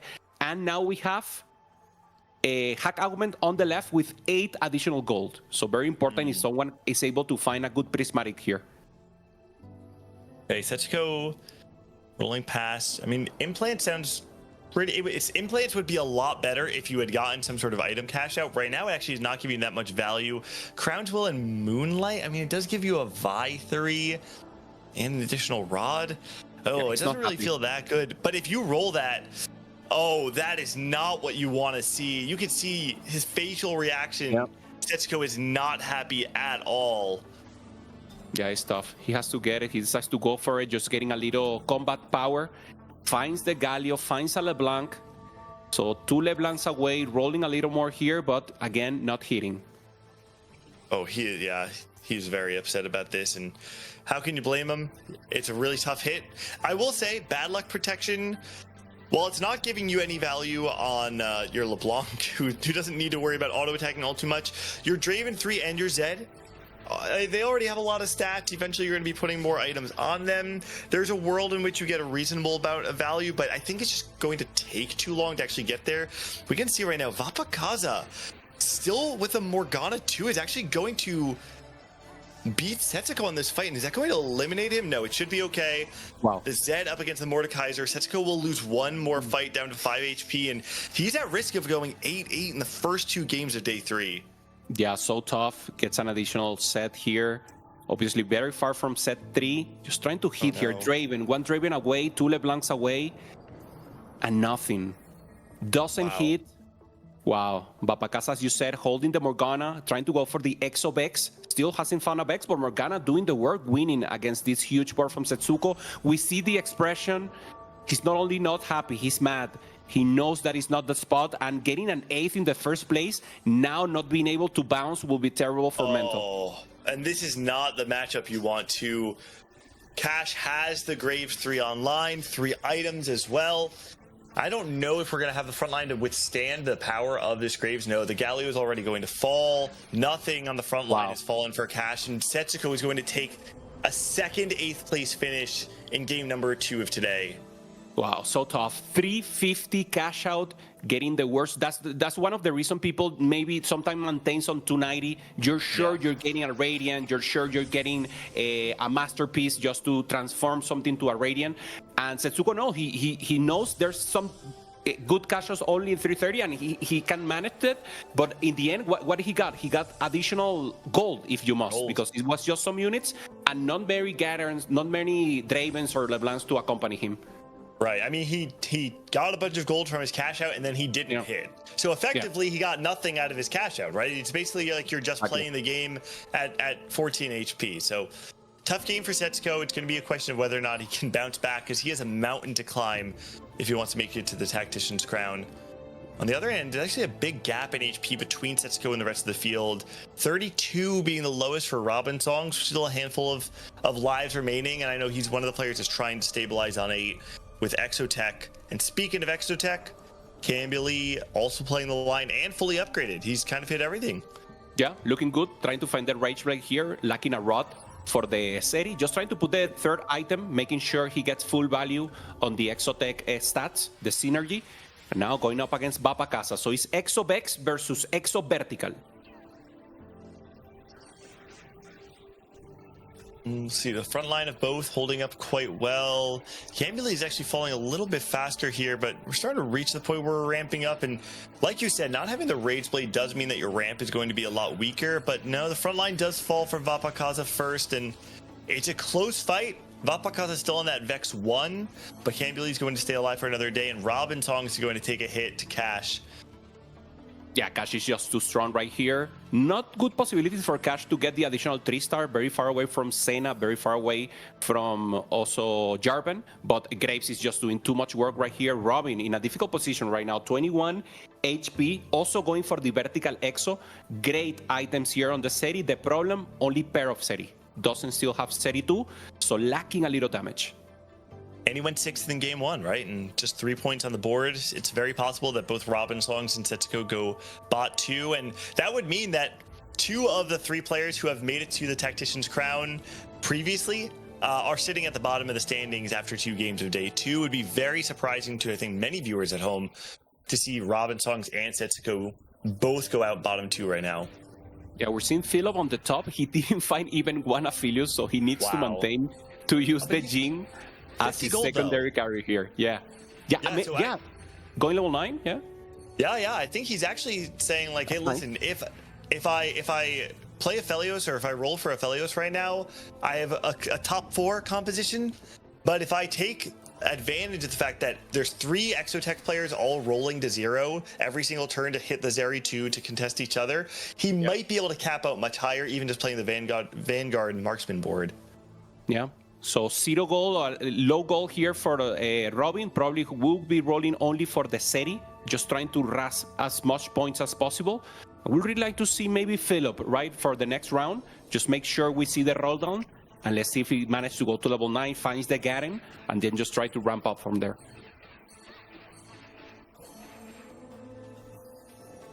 Ash is potentially reaching the point where Graves is starting to fall off. It's very good at punishing the players who haven't hit, but at this point in time, we're getting to a place where players are all hitting.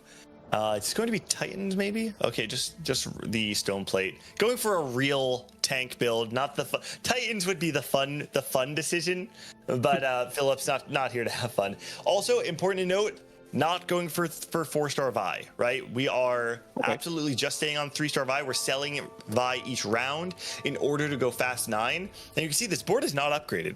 almost nothing on this board is upgraded, and a part of that is one, he's contested, and I think he knows if I roll down, there's a chance that I miss. If I go level 9, I have additional outs. What if I don't hit a Felios, but I hit Urgot, and I can play an Urgot on the board? What if I don't find Leona 2, but I find a Zac or potentially a Garen that I can play a 6 Vanguard Garen? I think I really like this play. Philip is one of the historical 1st or 8th players from North America, and the way he's playing this game, I think, is exemplary of that, right? He's showing what it takes to be one of those riskier players, and I'm very excited to see how he stabilizes this board next turn. Yeah, going up against the mirror, that was Bobster. So Bobster taking the win in the end. Philip goes to level 9, the Hua also level 9, and they are rolling just to find out the rest and the cap of their board. Here we're seeing Bobster away. This is the perfect board from him, and Philip and the Hua will be the ones going level 9 here at Gangly. Philip does find the Leona too. We can see that on the right hand side. Let's see, where did this board end up? He was able to upgrade Leona and then finds one Ophelio. So no Garen, no Urgot. Actually a pretty surprising roll down there. I think missed quite a bit.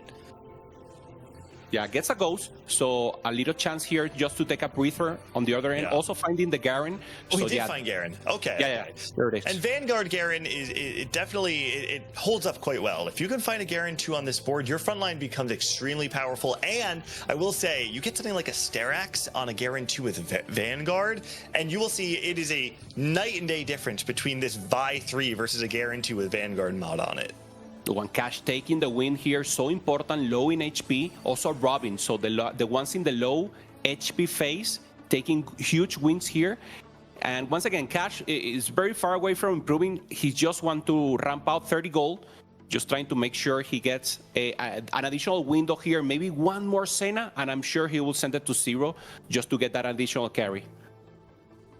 Yeah, also another thing to keep in mind is that he wouldn't have enough gold to pick up Jarvan's and 3-star Senna and make the next Golden Ox proc.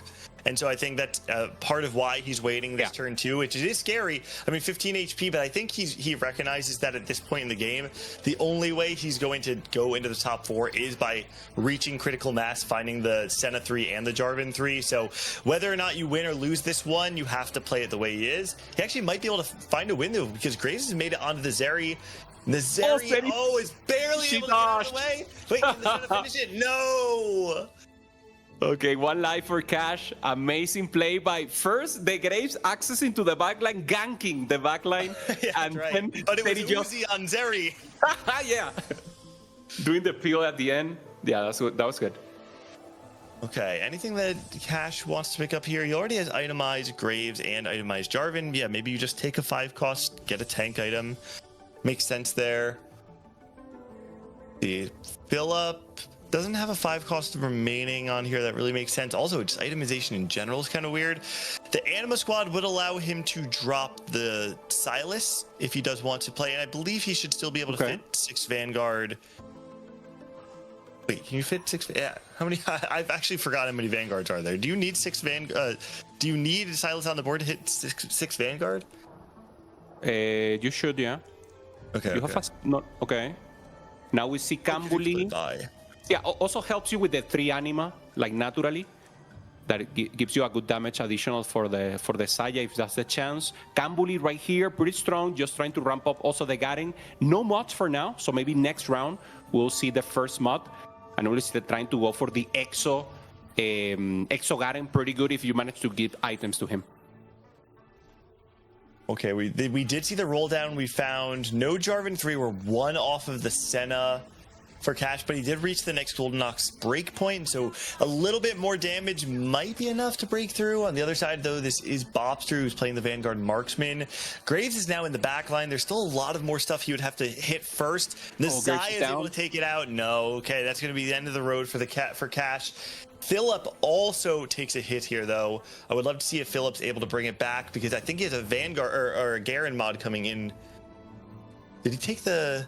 Oh, he removed the Garen from his board and it opted to play 5 Anima instead. Interesting. Not the way that we normally see this. Obviously, Anima gives you additional value. Just trying to get as much possible power here for the Saya. So yeah, pretty interesting here, knowing that maybe Garen doesn't have the time because of the HP to get additional modifiers, mods on the Garen. So just trying to give, I don't know, strongest board as possible here. Yeah, up against Robin, who was free-falling for a little bit, but is now on a streak, is completely stabilized. Great positioning from Philip. Does mean that the Sejuani is not going to hit the Aphelios or the Xayah, but the problem here is that you're still on this Aphelios 1.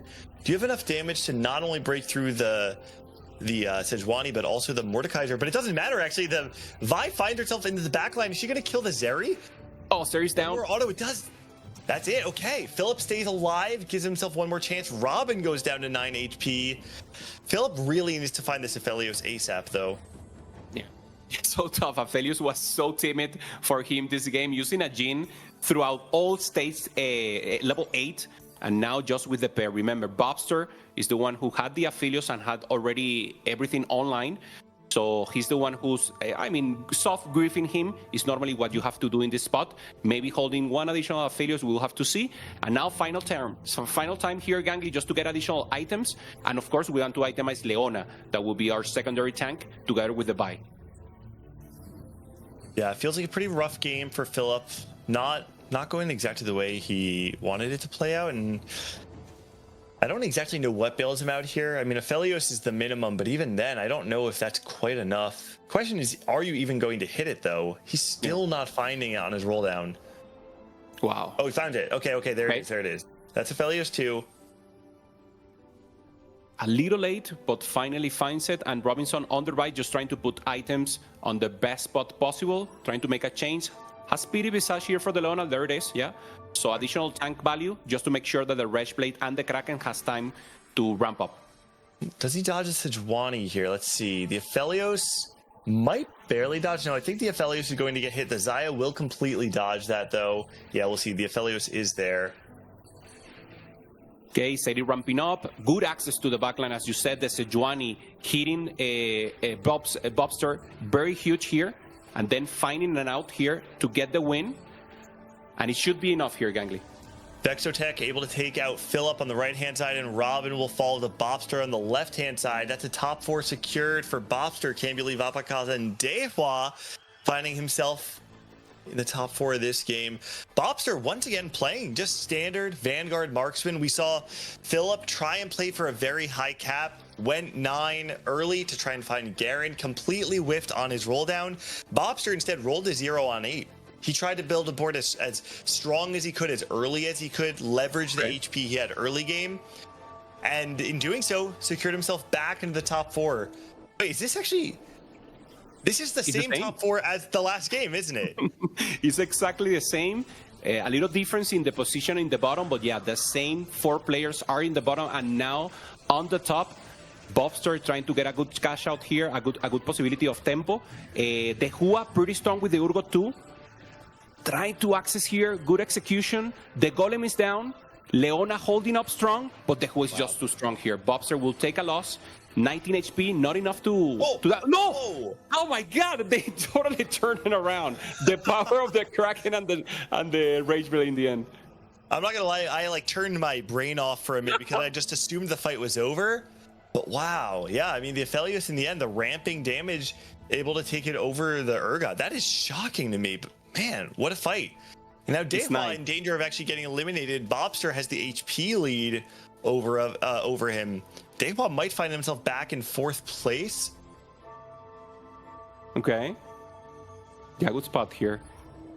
Okay, a little positioning changes here. Dehua, 6 Vanguard, going for Boombots, and this just a good misfortune here, just because of good damage. I mean, why not? Just spread damage just to help with the execution of the Urgot. Access to the backline, falls down. Now the Morgana, so Vex still doing damage. Fantastic on the other split side to dodge the Sejuani. And now the Vex is going to turn onto the Jarvan. Mordekaiser in the back. Mordekaiser takes down the Urgot. There's so much damage there, and one more cast. No, it's actually the Varus able to bypass the Jarvan entirely and take out Dehua. 12 HP means he's going to go down. Another 4th place finish, and you can tell he is not happy about that one. Yeah. First game, playing Cypher, doing amazing with AMP. with a possibility of going first, taking a good fourth, and now once again, good cap out board, but only a fourth. I mean, a fourth is good, but yeah, you have to think about it. You could do so much like more. A fourth. Yeah, it looked like much more. Yeah. Sometimes it's just the way it goes. The Misfortune was a pretty interesting addition to the board, and I don't know which mod it was. Maybe the mod did change things and make that feel a little bit more playable, but we were playing MF with no Dynamo on board, so the cast's not coming through as often as normal. Definitely did lower the overall DPS. But now, Vapakaza versus Cambuli. Wait, I think I know this episode. Isn't this this is what we saw last game? Vapakaza and taking first, Cambuli taking second, and now the question. Wait, no, isn't it? Oh, I thought it's not Bobster. Man, I thought it was actually. Okay, so Cambuli off the back of the Exotech board, still alive at just 1 HP. Bobster is playing the Vanguard Marksman board on the left-hand side up against Vapakaza, who surprisingly with this Vexotech board has been performing extremely well. I don't know if it's going to have the damage to break through this 6 Vanguard front line. Yeah, Bobster managed to skip or avoid the Sejuani ult, so perfect for him. Now ramping up, looking very good there for Aphelios on the top. So on the left should be a win, and Vapakaza taking the fall first in the first game and now taking a third. Okay, I think that might have been perfect lethal too. Very close fight, and Bobster going to get another Garen mod on board. Let's see, what does he not have something on? He can go Anima Squad for the Aphelios perhaps. We didn't get Golden Ox, which is usually one of the stronger ones when you're playing this variation. Picked something. Yeah. I don't exactly know which one it was, but either way, going to be a buff to his board. And on a 6 win streak, it feels like he's running away with this. Okay, changing a little positioning. Sejuani on the right should be close. At least Cambuli is laughing. Maybe something there in the positioning. So Sejuani should be able to hit the Saya, but not avoid the ramp of the Kraken. Remember, now Rageblade is only about time, but Kraken does get a huge hit if you manage to do CC. So now access to the backline here for Rust shouldn't be enough to hit anyone important, but now access to the backline from the Aphelios in the top, taking the win. Bobster. Cambuli falls out, clapping once again, up in the mental gangly. Third place for Bobster in game 1, now getting the first. Bobster and Cambuli, keep in mind, same study group, both part of the PMD study group. Cambuli playing a pretty honest game, I would say, too. Having the heroic grab bag for tempo into reinforcement plus the glass cannon on 4-2. We had a lot of players playing for this extremely high cap and just kind of miss out on them. In the end, it's the Vanguard Marksman player and the X7 Exotech board, which I feel like traditionally you're kind of thought of as your take your top 4 and get out. That proves to be enough to get each of them a top 1 and a top 2 this game. Yeah, it was amazing. So the breakout and all the details of this game will be explained by our analyst Les after the break. Don't go away, still coming up for game 3. Players to the test of TFT trivia to see which of them truly has the greatest mind in the game. Are you guys ready? Yeah. Our categories for today are trait bots, literal definitions, world champs, thrift store finds, name that helmet, and littlest legends. Soju, you're up first. All right, I'll just go literal definitions 400. An opaque white fluid rich in fat and protein secreted by female mammals for the nourishment of their young. North America. Wait, what's the NA part? Wait, I thought this was TFT based. Oh, literal definition. Oh. The answer was milk. What do you mean?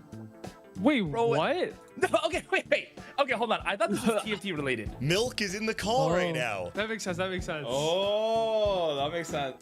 No, I got that. All right, who's next? Who's next? Okay, literal definition 1000. Bro, it's over. No, it's over. A state of utter confusion. APAC. Yoon. Shifting momentum. They're Chinese, bro. That is APAC.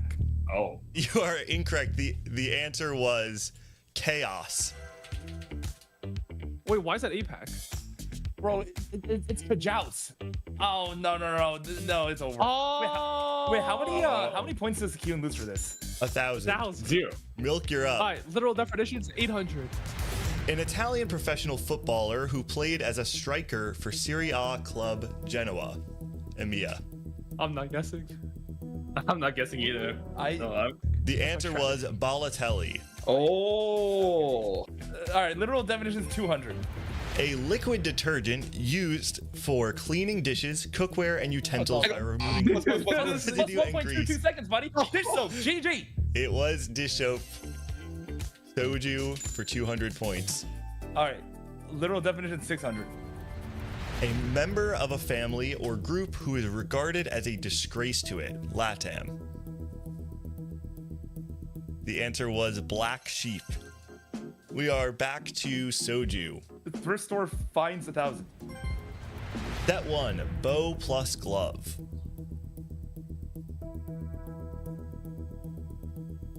The answer was repeating crossbow.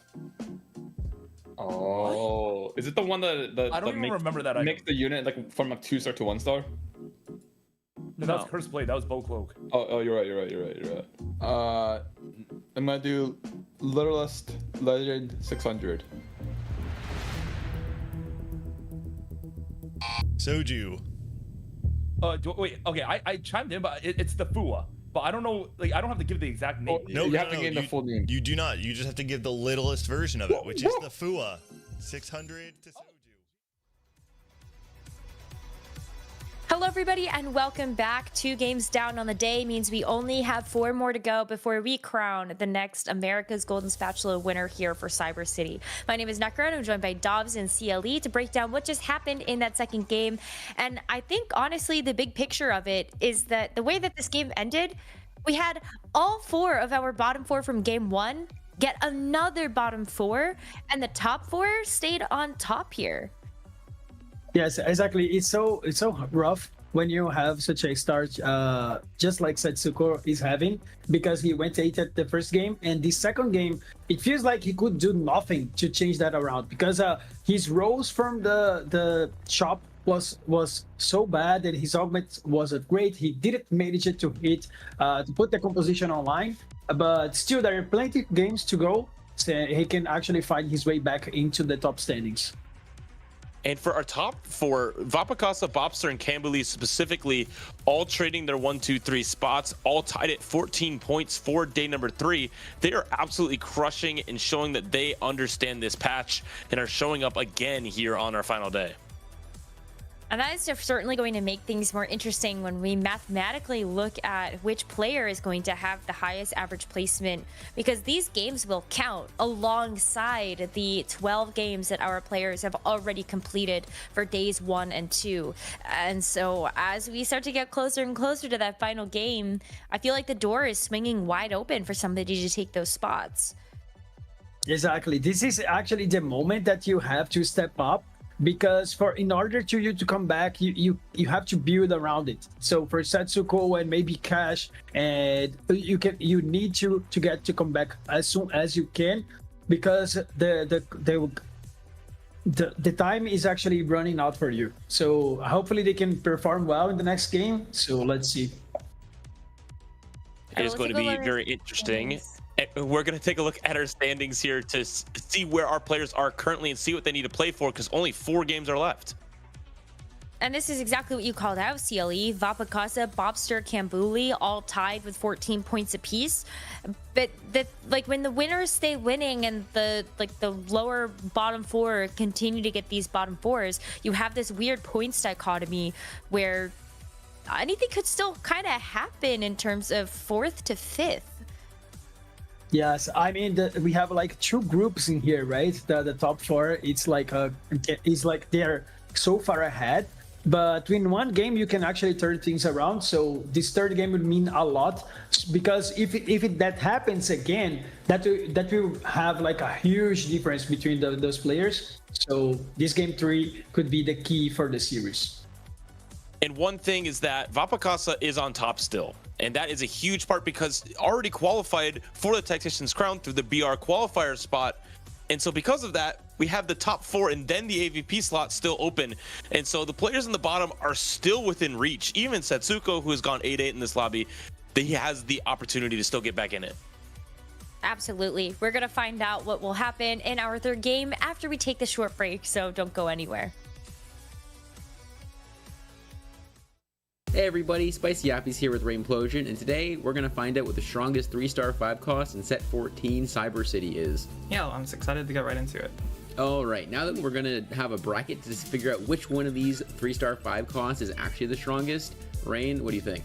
I think I'm gonna put my money on Viego. I think summoning another 3-star 5 cost clone of theirs is pretty good. And like, what's better than one 3-star 5 cost? I mean, that's gotta be 2 3-star 5 costs. True. I think personally I like Urgot's odds. I mean, he's a 50 mana chonker. He has 2 guns. I'm kind of a believer. All right, round 1 we have Samira 3 versus Aurora 3. It's going to be a battle of who casts first. Surely. They're kind of just autoing. These 2 champions kind of have 5 mana. Oh. Samira dodged out of the way. Oh. It was so close. That was like, okay, that was actually kind of cool because like Samira actually dodged left first, and then she dodged right, like out of the way of the worlds, and then she kind of got sniped. Right, and then so the Aurora cast first there too, but the Samira like autoed the things that Aurora brought in to get to the mana to cast as well. Kind of and it seemed like a high skill matchup, but the Samira was like bronze 4 and the Aurora was like masters, so unlucky. Garen versus Zac now. Zac splitting off the blobs. I wonder if they can kill each other. Oh my god. Oh my god. You just got one shot. Yeah. Okay. I mean, that was not Zac. It turns out 2 times nothing is still nothing. He did a whole lot of nothing. Poor guy. He's purple. That's cool. All right, this is gonna be explosive. We're not gonna eat all of his HP at the start. Let's see. Big HP bars. Oh, massive shield. Oh my god. Now, that's the real high skill matchup. When's Kobuko come into League? That is like, that's what I want my top lane to look like. Is Renekton versus Kobuko, and then that's like the level 1, you know. We're going to Viego versus Urgot, which is my pick versus your pick. Yeah, this is way too early in the match. Holy cast. This was like Michael Jordan versus LeBron. These are 2 goats that just should not be fighting in round 1 and are fighting round 1. It's an unfortunate early exit for Viego, but I mean, if Viego summons Urgot with blue buff, like radiant blue buff, like radiant protectors, like I'm pretty sure that Urgot got cast first and then the Urgot dies. So this seems like a variance heavy matchup, but also one where I want the crab to win because he's cool and I'm glad he won. Congrats to your pick. I guess we already know whose pick is outperforming the other. Okay, we are into the first round of semis here. Hello everybody and welcome back. It is now time for game number 3. We are just about at our halfway point here today for our final championship Sunday. Dobz and I are going to be here to cast this next game, and Dobz, we were just talking about Cash and his performance right now. Does still have 6 points, but I think if you're towards the bottom part of our standings right now, this 3rd game is so important to make that comeback. Yes, I mean, for him and Philip and as well as Setsuko, they're actually a little bit behind the other players, but knowing that Papakasa is actually at the top, it's pushing towards the bottom one more spot. So it's actually better for these players to Papakasa keep getting more points, so he can actually steal points from the other competitors. And then, but still, the 3rd game on the series can be key to these players actually turn things around. So it's really important to stay calm and then try to execute the best. It's tough because when you take a look at the lobby that we have here and kind of what these players have wanted to tend towards playing, a lot of them have looked at some of those more cost oriented strategies. So for example, Robin Song's played a ton of Marksman Vanguard over the last 2 days of competition. We also saw a heavy investment from Bobster into playing kind of Zeri, Vex, more also Marksmans. And then same thing with Cash actually playing quite a few of the Marksman Vanguard line. Dobz, do you feel like that's a consistent strategy to try to aim for those 4 costs? Or do you feel like you're, with Urgot, maybe that changes things a little bit, but I still feel like 4 costs are pretty consistent. Yes, I mean, Vanguards is actually a line that is pretty standard. You can play out of almost any game. So that's why it's so common to players to go for it. But actually, we're seeing a lobby with the Urgot encounter. So this encounter can actually mean the game is going to be really different from one another, because we can't expect what the game is giving to us. Maybe it's a spatula, or artifacts, or a lot of gold, and that can change everything. Oh, imagine if you get dropped an artifact. That opens up a lot of different compositions that our players would be able to get, but I feel like since it's Championship Sunday, Dobz, I don't know, are you in for some chaos, or would you be excited about that? Yeah, I mean, I'm always down for a crazy game. So let's see. I mean, not that crazy, because sometimes the players end up facing a Kobuko 3, you know? It's good for the caster, but not that great for the players sometimes. I mean, you actually end up losing a lot of placements out of a Kobuko 3. So maybe an artifact can actually get things spicy. Maybe we didn't see any Shaco in here, at least. It's a great comp that you can play out of artifact. Maybe that can even enable a Vagar. That's not that common as well. So I'm down for an artifact opener. Well, I guess we're about to find out if there's anything fun that gets dropped from Urgot as we finish out our final minion stage for stage 1. And so, Dobz, let's cross our fingers. I guess we got to see the augment first, and then we'll see if there's an artifact. Yes, the players are actually have to be aware that if somebody actually select the augment, then you have the reward from the encounter. So it's important to scout those. So that's why they actually keep holding their choices so they can see. So that's probably what the Kambule is actually doing right now. Maybe if there is a spat, he can get cooking pot and get some wild opener out of it. But if it's not, he can change everything. So it's important to note what is the loot. Couple of good options coming through here for our players. Tehua is going to pick up Shop Glitch. We also have a couple of different leveling options. Bobster took Salamin, so using those components is going to get you those levels faster. Vapakasa also has Patient Learning.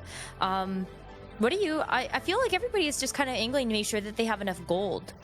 Yeah, I mean, this is I want to highlight that we have the third worth the wait in the third game. In every game we had one person getting that. Yeah, and I guess they top forward both of games, if I'm not mistaken about the last one. Actually, the Vi 3 didn't top 4, right? But yeah, but still a decent augment as well. But you've seen players, I guess everybody besides Cash got an augment selection that leads into a more economy-oriented way, an economy augment. But Cash actually got the item 1. I wonder what he chose. Oh, he actually chose got Gold Collector. Gold Collector. Yeah, we're gonna give him some extra gold as well. But it's really powerful when you have a Jin with 3 items already in the early game, so that can lead him into a great opener. Yeah, should be able to win streak with that, especially because you already have some of those big upgraded units. The Alistar being 2-star is certainly going to help you with this, but as you see Vapakasa's board also starting to take form, you've got yourself an opening to try to go Cypher. You have the Vi as well as the Draven. You're just missing the Galio here, or I guess you could also find a LeBlanc. Yes, with Patient Study, you can actually aim for that Cypher and then push levels into a legendary board, maybe an Amp board. It's really good when you add Cypher into that, because extra losses will mean that you have to gain extra XP from the augment, so it's pretty good. And a composition that we were talking about was 6 Vanguards, and Cash actually it's aiming for that, as he has these items on the Jin. Pretty good on Zaya late game, and he can pass the game so for the Aphelios. So it's such a great opener. Oh, here is the Shaco. Yeah, Philip got dropped Shaco for the worth the wait. So you're going to have to try to make good use of that somehow. Dobz, how do you like to build around this? Because I feel like you can kind of go down a Slayer route with this, but are you going to try to re-roll for the Senna also? I mean, for Shaco, it's all that matters actually having a great early game, because you need to keep going, keeping getting the takedowns, and that will mean that you get extra AD out of it. when you have worth the weight Shaker, you're guaranteed that you're getting the Shaker 3 pretty early. And then you have like a tons of options out of it, because you can snowball into 6 Slayers and put some Splash Legendaries on the board. If you kind of, during the mid game, you find extra copies of Slayers, you can re-roll for it as well. We got dropped homes. Well, this is crazy. This specifically, this one, I don't like it to play because sometimes it's hard to get something that you can actually play around. But definitely, we'll have some players changing the decisions after taking the tome. Oh my gosh! When do you open this? Are you trying to save it to tail? Oh no! We're just gonna. Oh, so here he goes. Right away. He just chose. Yeah, he just opened. Slayer emblem. I mean, the way that the tome works right now is actually it counts 25% of each of your traits. So if you have 2 traits working on, you have 25% on each one of the emblem that you have. So sometimes it's actually worth it to pop off really early, because you can play around. So let's take the Vapakaza board as an example. He chose to open, and now he has Boombot, so he knows that he's going to aim that Boombot line later on. So he actually helps him to get direction. Yeah, having the Boombot spat so early is going to be nice. Bobster also took the Executioner spat. So we will see Exotech from Cash. That's going to be so nice to go down the Zeri line. And Golden Ox for Setsuko. Yes, I guess the worst one that I'm seeing here is the Bobster one. Not the great thing that you could expect out of it. The rest of players seems that they got great things. So let's see how Bobster can pop things off out of his. I at least feel like for the Executioner spat, you can use it for an Urgot setup. You already have the Rage Blade, you've got the Infinity Edge, which might be very nice to have. You can drop the Vex, maybe that allows you to put in something that might be a little bit more beneficial. Or maybe you find a Reforger and you decide to roll your dice and see if you get something better.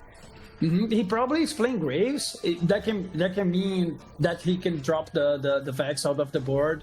Maybe he will have a better window during the mid game, or maybe even finding that 5 Executioner. Who knows? Yeah. Ooh, Kambuli got dropped the Executioner emblem. Also, looking at the Rengar hold on the back, you had the Executioner emblem onto the Senna. Mm-hmm. So there's a couple of things. Yeah, I think maybe you could actually just give vertical Executioners. What do you like for 5? Do you like playing around vertical Executioners? I mean, it's difficult to have 5 Executioners working on this meta right now, but one early Urgot could mean everything. But I guess for Graves, at least, he's going to play just more Divine Corp at the board. But unless he actually finds an early Urgot, I guess it's hard. It's rare to see 5 Executioner. Let's see what the Urgot drops. Looks like it was an item, I guess. A component, yeah.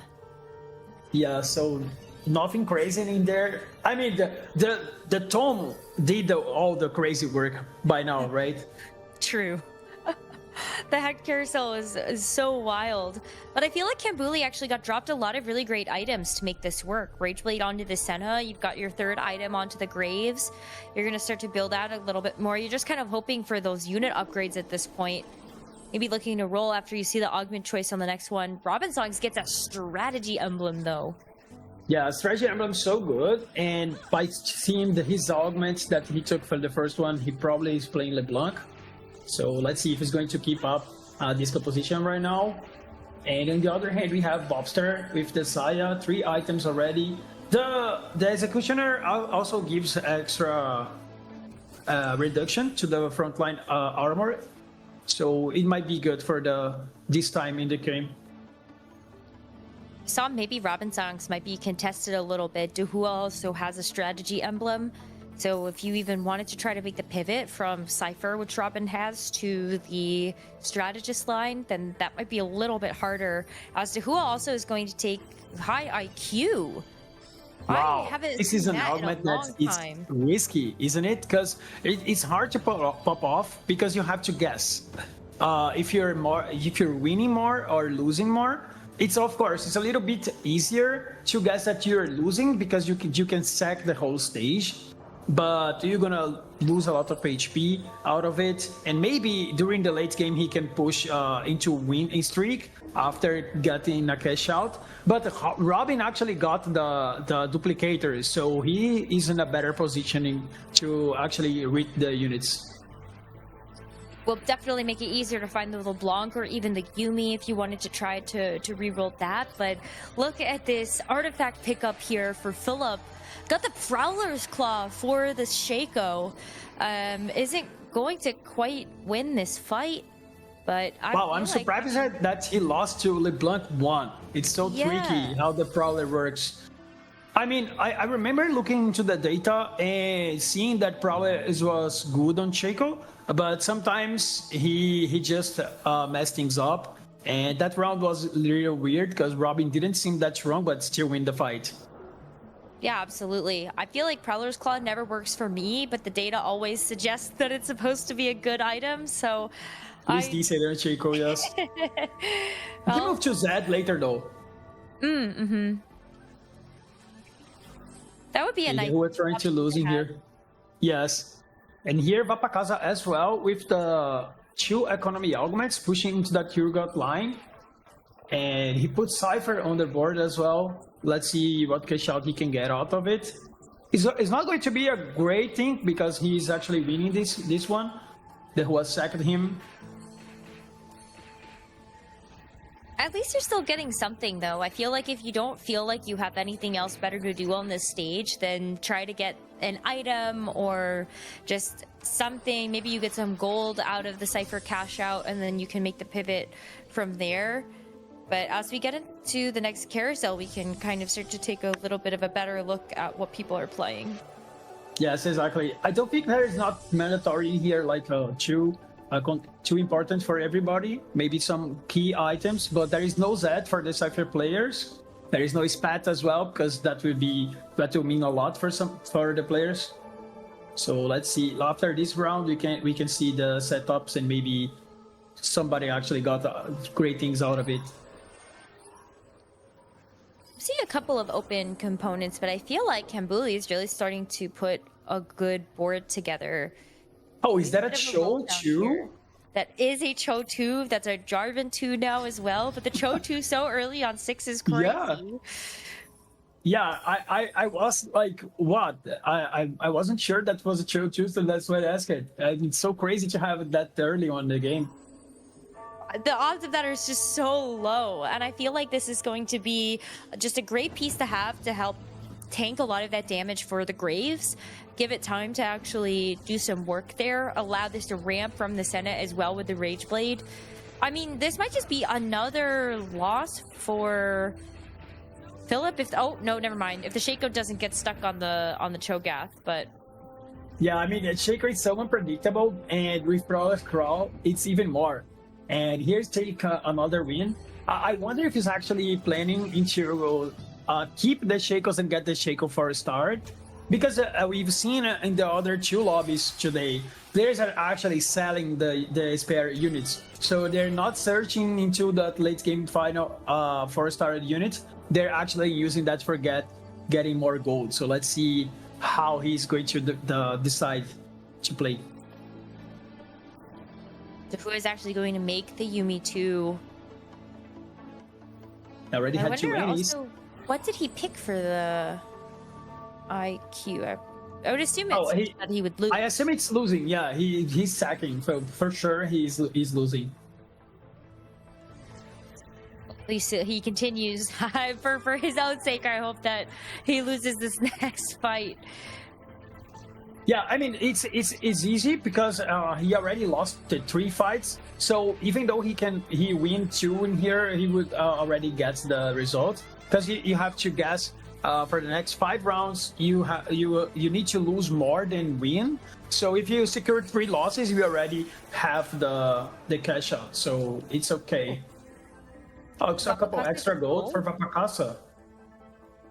And also the gold remover is pretty good because you can remove a lot of your items, and also you're gonna get a new reforger out of the game, so you can maximize your item results. Oh, that'll be nice. What if you get Thieves Gloves as well? Being able to have the golden remover to kind of tailor the items for a specific champion is also super You're totally nice. right. And there is a couple of reforgers, so Yeah, he will have a ton of it at the end of the day, because every time he would get a remover, instead he's going to get a new reforger. that's fun. Oh, a spat. Oh, Dobz, I think they just all got dropped a my spat. god. Okay, so we're having the... Okay, he has Boombot spats. If he wants to make okay, he got it. Here we go. Wow. I'm not sure if anyone in this game can actually make it into that 10 anima or 10 street demon, because I didn't see anyone playing these lines. So I guess who the player that has the better spot for using the spats actually Vapakasa, because he has Boombot spats. Such a great synergy to have extra emblems.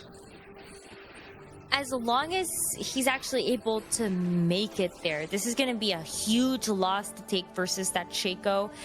You can see Philip is actually holding on to a couple of the copies, but the last time we checked in with him, it definitely didn't feel like it might have been the best thing to hold on to it. But after Philip got the Syndicate emblem, I feel like that might be even better.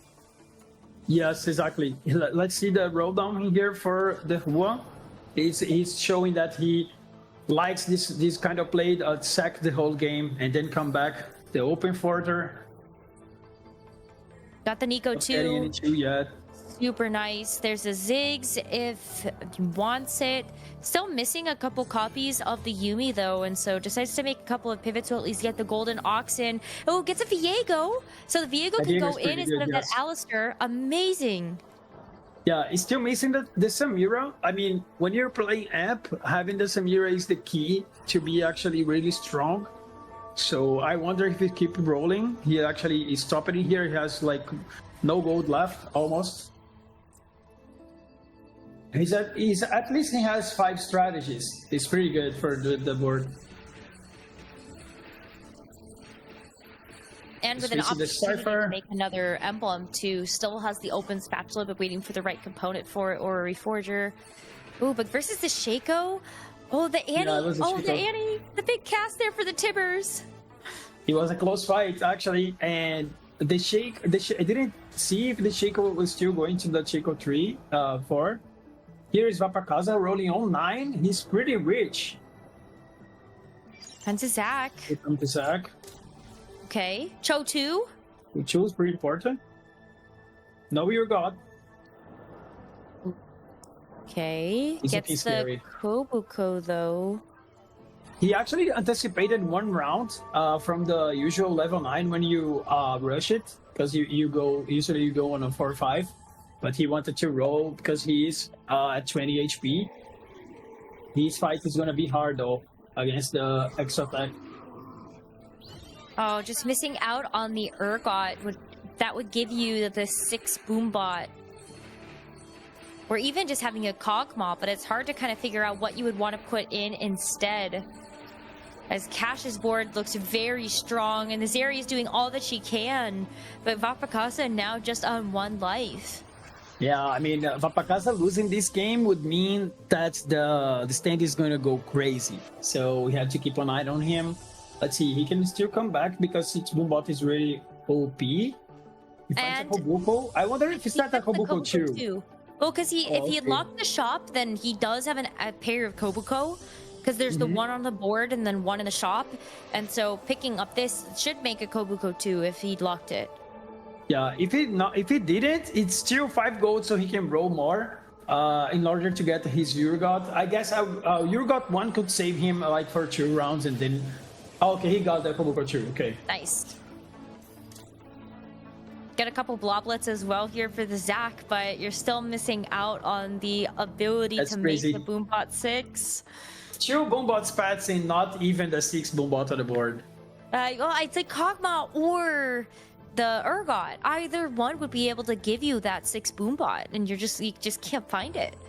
Yes, he also reforged the item that he had, the Draven items, in order to try getting something better for the front line, but he actually missed it. He's facing another Zeri, he's looking scary. Because this Zeri also has the Executioner emblem, and there's the Urgot that Vapakasa would have loved to have. As the Urgot continues to wail away, this Sejuani's gonna get a big lockdown. It's gonna leave Vapakasa's own Zeri alone, and that is an unfortunate 8th for Vapakasa to take after having such a strong start to the day. You can see how disappointed he is with finding that 8th right there. Yeah, half game he took so many risks rushing into that level 9 without having a Kog'Maw, and then Kog'Maw never showing up, neither Urgot. So, but he has he has a lot of points to come around, and he is the safest play in the field because he's still qualified to the Tactician Crown. So I'm sure he'll take time and get that better for the next game. Now, I know he still really wants to win the Golden Spatula, though. So I know everybody has their sights set on that title. But let's go ahead and see how everyone else is doing as well. Robin Sox is actually going to stay locked into the Cypher line. Decides not to go into that strategist at all, but it also has the duplicator, so I think he's just missing out on 2 copies of the Draven, and then you've got your full board online. Yes, I mean next round he can roll a little bit more. He still will have some extra rolls, free rolls. So maybe find a Draven on free rolls would mean a lot because the Draven doesn't have many items still. So not want to spend all your gold on a item-less units. Not yet. Maybe I'll get something good here. Kambuli is also going to be another player that is in the danger zone. As 18 HP, still 1 copy off of this Senna, and also not able to get any additional executioners in for this Graves reroll. Yes, it's really, when you're playing Graves, you really rely on artifacts to be even stronger, but you can perform well as well if you have extra units, 3-star red. You got a lot of gold. Let's see if it's enough to get the Senna. You got it? Wow. Not too many rolls required for that either, so you get a chance to hold on to a lot here. Okay, he pushed levels. Put the Kragas in, a little bit more front line. Get an extra Divinicore buff as well. Yeah, Divinicorp as well as Bruiser, so it's really good. Ooh, and the Aphelios. So you've got your 4 Golden Ox with the Rage Blade on it as well. Yes, I mean, his board is way better right now. Still Jarvan 2. I guess he's not getting Jarvan 3 out of this game. It's important just to look at the Graves. Oh, he got into the other way. This matchup with Graves against Vanguard is really difficult because sometimes it's lost a lot of time. But that will be enough. He still wins the fight. We can see Setsuko in there, like, complaining. Yeah, I mean, Setsuko's had a couple of rough games to start off the day, though, and as Setsuko got back-to-back 8ths, this 3rd game is going to be so important for him to turn his fate around. So I can kind of understand the expression, the pressure that you must feel to have to try to get it back in your control now. This is where it counts. Yes, you're totally right. But Setsuko is in a good position for this game. We can see that he's at level 9, has plenty of gold still. He is not with the Aphelios 2, at least, but he has plenty of gold, and he has a lot of good 5 costs on the bench. It's important to see that he can still find these units, and he has a lot of HP to work it on. And so many 5 costs, just kind of ready to go. Even if it's not for his own board, it's really nice to be able to have for griefing other players. Yes, having a pair of Zac means that he can stack Zac a little bit and then pull the Zac with the Aurora. It's one of the options that you have at this composition. And in here we can see Robin rolling down a little bit more. The Graves is level 3 by now. Had to use the duplicators, I think, to get there, but at least you are able to get the Renekton. Yeah. He's not... Oh, he has a Strategist Emblem on Draven. Really important fight though for Setsuko and Robinson. Setsuko actually got the Aphelios too. Let's see if it's enough. Robinsons is at 15 HP though, and so is hoping that this LeBlanc as well as this Draven will be able to get through enough of this front line before this Aphelios really starts to take off. But the Galio is having to heal so much in order to stay strong in that front line. But if Draven can get one more cast off, then that is good enough. Setsuko is going to take another loss as Robinsons keeps himself in this. And Dobz, look how close together this lobby is from 3rd to 7th. Wow, this lobby is so close, and that fight actually meant a lot to Robin. And his position, it was key to win that fight because he actually put the Draven alongside the LeBlanc at the same side, and he could actually focus fire on the front lines of Setsuko and was able to secure the fight. Philip takes the Divinicore emblem, which looks good. Already having the Renekton and the Rust and Senna in, just gonna get yet another Divinicore stack. So I feel like that's Philip has so many spats on his board. So it's actually playing a Shaco that it's busted. I mean, it's so strong because the Shaco has the Syndicate emblem. So you have another free unit, and then you have also have the Fun Corp, also a Slayer on a Renekton. So it's not a regular Shaco. This is a really great one. And you could see actually only 3 copies away from being able to get the Shaco 4-star.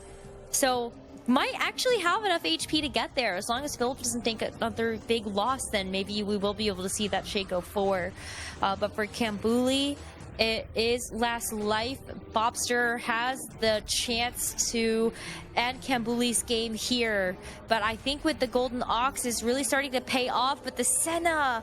It can't get through that Zeri 2. Another unfortunate game here for Kambuli. Yeah, not enough, and this is going to shake things up. As Kambuli had so many points, and he's going to bottom 4 this game. So, as we were talking about, Game 3 is still in the middle of the series. It can change everything. Yeah, Kambuli, Bapakasa, both at 14 points, going out in 8th and 7th. That's really going to completely open up this door. And so we're literally looking at like Robinsons, Philip, Setsuko. These 3 players with the ones to actually try to change and turn their fate around. Philip is only on 1 life remaining, still 2 copies away from the Shaco 4, and having to go up against Setsuko's board, who is also really hoping for a good game as the Shaco's starting to take a bit of aggro, but it's actually able to jump around and get some more of these tanks. I think maybe Philip has done this. Setsuko's gonna take a hit.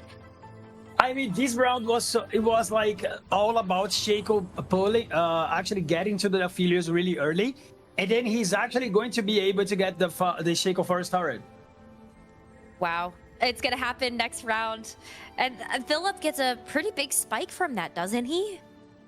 Yeah, I mean, I've not seen so much of the Shaco 4-star, and I'm pretty sure that it doesn't feel that it means a lot, because the Shaco actually just needs to focus the right units. Of course, being 4-star, you have more AD and more HP, so that can mean that he'll tank a little bit more, he can kill a little bit easier. But if he manages to go into the back line, it doesn't change anything. He will just smash an Aphelios or a Zeri.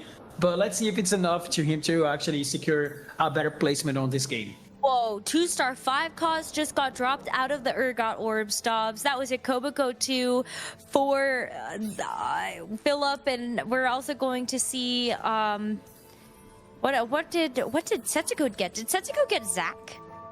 Yeah, I'm not sure what he got, but we look at his bench. He is going to Zaya and Leona 3.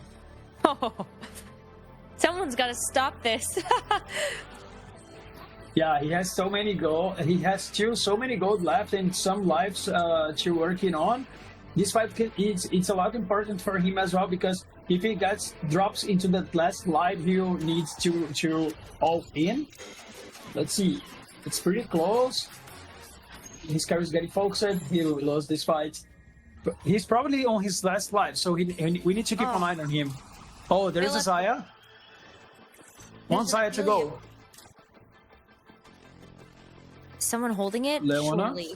Oh my god. He's one for each.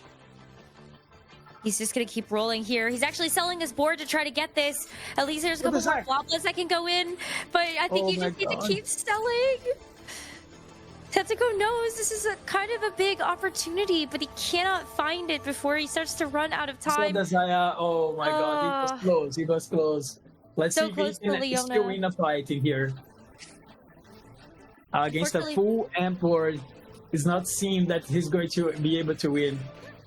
That's a really tough board to have to face down, especially because that Yumi is going to be firing on all cylinders with that blue buff, healing up this front line. There's so many awesome opportunities for this Annie to also activate the Tibbers. And it's just that Aphelios left, but there's a lot of gold generation here. Dehua knows, though, knocking out Setsuko means that there is going to be a top 2 secured for Dehua and Bobster. Setsuko, Robinsong, Philip fell in that last round previous, but we've got our top 2 here, Dobz. Yes, exactly. I can see that there is Dehua is actually going into that Nico 3 as well. He's 2 off. Oh, there's no possibility for Bobster to be able to hold any of those units either. So you can't really stop it from happening if there's enough gold. But both Dehua and Bobster are on win streaks. Only one of them can keep it here as we go into what could be potentially that last fight. Dehua on 19 life against this enormous board from Bobster too. Well, I mean, look at that Urgot. It's not a Urgot you see very often, but definitely a really strong one. Hyperfangs also floods, but not enough to take down the amp board. Amp board looking so strong right now. I mean, when you have a 10,000 IQ, it's so hard to predict, but when you do predict that well, and you're gonna get so many items out of it, and the encounter actually gave you so much resources, and then Dehua made a good board out of that, getting the Zack and the Samira too as well. So he's really strong. Let's see who is going to take the first after this game. Looks like it's all eyes on Dehua to see if Bobster can even stop this from being a first place for him. Can't find the Nico 3, but I feel like just with everything else falling into place, so many extra blobs, had 25 bloblets going into this round and has found even more on this roll down. Dobz, I think Dehua's gonna take it. Yeah, I mean, from last fight, we can tell that Dehua was stronger, but let's see if it's a matter of positioning. The Yumi gonna get to be stunned, but the Samira is really on the good side in here. Let's see if it's enough. Oh, the Samira is able to just weave her way back there. The Urgot is still pretty safe with Zack bouncing around. It is going to get a brief stun onto the Urgot, and that is another win. Dehua on a 13 win streak as Bobster now falls down to just 1 life remaining. Yeah, the fight is not being close, so it's hard to predict that. It's hard to say that Bobster can turn things around. So he doesn't have much gold left. If he could manage to get into the next stage, maybe the encounter could give like tons of gold to him to search for a cost or to restore it or something. But I think the game is solved already. So let's see the last fight. We got close to seeing a Nico 3. Still 1 copy away, but also could just be the last fight to end it all. Dehua now has the Yumi on the right side, so the Sejuani doesn't actually get the stun onto it. And last time we saw this, the Yumi was just able to absolutely pop off. Samira goes in for another big cast, but this time around, there's actually some big backline carries, but Dehua knows. After seeing all of them fall 1 by 1, Dehua takes this game number 3. And Wow. what a time to do it. Yes, I mean, look at his reaction. He's so happy out of that win. It was really important to him because he held a little bit the Bobster, because Bobster was tied before this game at 14 points, and he secured a second. He's probably leading the tournament by now, but Tehua is actually really close as well. Tehua actually pretty good on the finish. His finish as he's got 3 top 4s already. So let's see the standings later on. Well played by them. 3 games down, only 3 more to go, and one way to find out how they will end. We're going to take a short break, and when we come back, we'll have the second half of our games here on the final day of the America's Golden Spatula Cyber City. These set champions and making them rank the best set championship runs in TFT history. The only catch, they don't know which 5 runs are coming, and once you assign a run a placement, you can't take it back. Are you guys ready? Yes. I'll rank that probably around 4 because it was really long ago. It was like the old TFT ages. Oh, I feel like that's got to be pretty hype. It's the first one ever. I'll go. But since it's EMEA, I'll go 3. I don't know. I think it was the first competitive set, and I think it was a cool set. But I will not put it first one. I think I will put it 3. I mean, I must rank that first because for obvious reasons. But the thing is with like replays run, I feel like he was like a turbo underdog, and since it's the first NA one, I'll give him 2. Okay, so the set 8, it's not my best set. I didn't really like it. I was not very excited about the hero augment, so I think I will put set and the Repair force. I think I'll rate titles around 3 because I have something in mind for 2. So yeah. Wait, damn, this is all hard. Since Title took out my boy Weijin, I'll put him at 4. This one I will put it first. I think Title is the best player in the world. I respect him a lot. And when I watched him win his first World Championship in set 9, I was really impressed by how he was playing. And I remember he did the insane plays with the X-Stall and everything, and yeah, it was just impressive to watch. So I will put it first. Yeah, I'll put Malalas at second because it was like a really crazy full set for him. Yeah, I'll give myself 1. Yeah, I think the like run in set 10 was pretty insane, so I'll still give myself 1. Set 10 Milala, I think I will put it second because he won Vegas as well. So the fact that he won the Open in this set and also the World Championship, I think is very impressive. So yeah, I think I will put it second. Yeah, I mean, I think I made a perfect list actually. I'm sorry, Tish Soap. If I could redo it, all the NAs would be 1, 2, 3. Yeah, so I will put it 5 because I don't have the choice. But of course, I have a lot of respect for Dish Soap as well.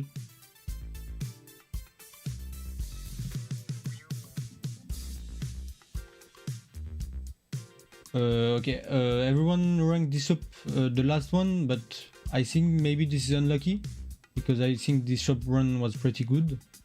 Wait, everyone put Dish up last. Yeah, I feel like you just got unlucky with like. I feel like if you're last, like no one wants to be the guy to put anyone like last. So if you're like last in the order, you just got screwed and then they went last. I would definitely have Dish Up over a double. Welcome back, everybody. We're halfway through the day. Gangly, CLE, Jupeson here on the desk to break you down what we saw there. Thing that stood out right off the bat, though, right? We had the rich kind of continue to get richer. We had Bobster and Tehua on top, and Vapakaza and Cambly take a bot 2 there. Or it was Cambly, right? Yeah, Cambly and Vapakaza at the bottom 2 going 7 and 8 in that game, Jack. Yeah, really bringing them back down to reality for Cambly and Vapakaza, but Tehua is Tehuing it. He is at the top. He did take that top spot in the lobby with a crazy game of open fort with no cipher until what, 4-6 or something like that. Yeah, normally he was going for that ampy line, but decided to go for strategies. In the end, 5 strategies, 5 amp, huge board, so impressive, and actually taking the win at the end. Bobster also 7 exo with the +1, Urgo exo, Seri being executioner. So just getting the full value out of what the game gave to him. Philip, one of the players who took worth the wait on 2-1, and it felt like he actually was set up to have a really good placement and bounce back after 2 rough placements in the first 2 games of the day. We've talked about it all weekend long, how Philip making top 8 after 3 previous regional finals appearances, making it to the top 8, but right now he's sitting toward the bottom going into the last game. I believe he and Cash and Setsuko were the 3 players on the bottom. Setsuko finding his way back into the top 4 will allow him to bounce back, but Philip and Cash really need to start picking up the pace. And remember, where we're at right now in our tournament, we are thinking about top 4, but in reality, it's top 6. Yeah. 6 of these players will be going to the Tactician's Crown, and Vapakasa already securing his spot means that he will be there no matter what. But there's the top 4 and then the AVP slot, so avoiding that bot 2 is the huge part. Yeah, Robin also with the 4th. We saw Setsuko, as you said, Gangly ramping up again to 8th and now getting a 3rd, at least getting a breather, right? Getting that possibility of getting on that top 6 that Jack just mentioned. All right, standings coming in. We can take a look at where the points will lie. And we're starting to see a bit of a gap for him. Bobster going 3-1-2 in the first 3 games. I mean, I don't know if it's actually guaranteed that he's already into that top 5 or so, but it looks like a great lead. And at this point, it's just don't choke the last 3 games. Philip, Cash, and Setsuko, though, at 9 points and below, you only have 3 games left. And at this point in time, you are running out of time, because if you don't have a high roll opener, you're not going to have a great position to find that first. You have to take every point you can get. Obviously, those top 5 are very important to watch, but those bottom 3 are almost more important because we're trying to get out of that bottom 2. And so for 3 of them, it's so incredibly close. Yeah, that will be the fight for the bubble, if you will. So everyone very close. And of course, there's still a lot of games. We're exactly at the middle. So game 4, 5, and 6 is still pending. So anyone can come off. They want the crown also. They want to be the champions of this America, the regional champion. And of course, everything is still on the line. And the big chunk of the $50,000 prize that we have also for this tournament. Yeah, there's a lot still at stake, but I think the things to keep in mind too are you have Vapakaza, who took bottom placement there, but because of the strong start, does have the opportunity to kind of disrupt the standings, right? And so we're saying this top 6, but there's a world in which 6 is not actually enough, right? Because if Vapakaza does fall below that threshold, then all of a sudden he doesn't take up one of those slots, and you actually have to be top 5. And the thing that's starting to be a very scary reality that we're approaching, Jack, is that Robin Songs, Setsuko are 2 of the players that going into this top 8 are kind of like the 2 heroes, right? There's like the star power to their name, 2 of which have made it to the set championship alongside Bobster in the past. And I think it would be shocking to pretty much everyone if these were the 2 players that found themselves on the bottom. And one of the interesting parts about that, you say about Robin, he's won this thing twice. And so he's looking to possibly do that again here, and he's not setting himself up well to be the first 3-time regional champion. Yeah. All right. Well, if you're going to do it, it's got to start here. We're halfway through the day.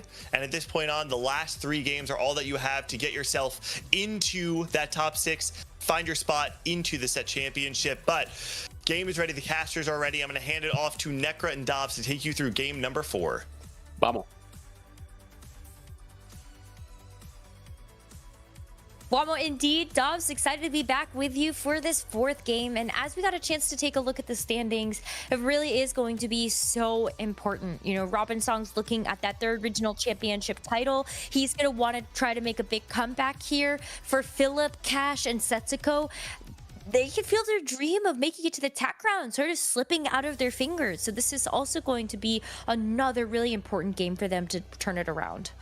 Yes, we are approaching into the second half of the series, so it means it's ending. So the players are actually defining a lot of things on this game 4. It's really key that they can perform really well. And here is the encounter that we were talking so much about yesterday. The Zac encounter gives 3 prismatic choices out of the elements. Triple prismatic. Dobz, we got so many spatulas last game, and now we're gonna have a triple prismatic lobby. Things really getting wild, but that means that we really need to turn our attention to those players that know when they get a high roll, they can convert it over. And we had talked about that a little bit, but I feel like something that maybe we saw a lot of yesterday was sort of Vapakasa staying on top with lots of first places, lots of second places. I feel like that's a player that really does take these types of games and turns them into big firsts. Exactly. In the last game, he also could make into a good first, but it was all about not getting into that 6 boom bot. It had such a great spot, but sometimes it happens. You just don't. You actually miss what you're planning during the early game. So it's important to know that the first augment in this game will mean a lot for the players. Maybe they can have an economy augment that can lead them into a Urgot line that is one of the most consistent lines in the tournament. So it's all about having a great opener here. Let's see. Yeah, we saw a lot of players taking Hedge Fund yesterday. That was a really big favorite after seeing that offered on the first Prismatic Augment. And I kind of feel like maybe that is a good direction to lean into. Yeah, but it is. That also I mean, had a lot of Cypher. So. It is good because out of Hedge Fund you can play almost everything because you're gonna be so rich. And look at how many Kog'Maws it was on the boards across the board. It was many of them. Oh, here is the combat one that's really good. Players like this Void Swarm, I guess. You have the ZZ Rods, Empowered. And after 10 combat rounds, you get another ZZ Rod. So really standard combat augments. Maybe playing some Exo Attack. We have an Assault Adventure for the Hua. Yeah. Oh, it's going to be Skarner, Vhagar, and Jhin as the 2 costs to try to 3-star. Wow, this one is so tricky because Jhin is actually a unit that is really good. But when it comes to the meta, every single person in the game wants to hold a Jhin because there is tons of players that are going to play X Attack. There is also players that are going to play Vanguards. And during the mid game, they also hold Jhin because it uses well the items for Zeri and for Aphelios and Xayah. And it's going to be hard. Let's see if it chooses to get the Vhagar, but the Jhin would be safer. It'll be a little bit safe, but who knows what he's going to choose. Also, it kind of depends on what the game is going to give you. Because if you find a lot of Jins, then that's much easier to lean into. If you find a lot of Vhagars, then maybe you just try to build the Vhagar, then you sell it, get some of your gold back, and then try to rebuild a better board around what you still have left. Yes, exactly. We've seen also Setsuko taking the Flexible. It's such a great augment that you can. It works similar to the Trade Tracker. Trade Tracker is so good with Zeri because the Exotech have so many great things out of it, and maybe with the Rage Blade he can also play that. So it's important to note that he can go to that Exotech line. Maybe you can see his attack items to be sure. That is weird though, because the Executioner emblem, like out of all of the things you could have been dropped, I feel like that's the least flexible for Exotech, unless you were trying to play the Vex line with the Executioners. I mean, for each at the end of the day, we'll have like 4 emblems, maybe 5. I guess 4 emblems is just like random items for your Exotechs. And the Executioner, it's a little bit good on Varus, at least for the early game. You can put that on Jhin. We've seen actually the last game, Bobster used that on the Zeri. So maybe it's good enough, and you still have more emblems to go. So it's always gonna be good on a trait like Exotech to have extra emblems. We'll see what the second one gives us then, and if that does continue towards that Exotech direction.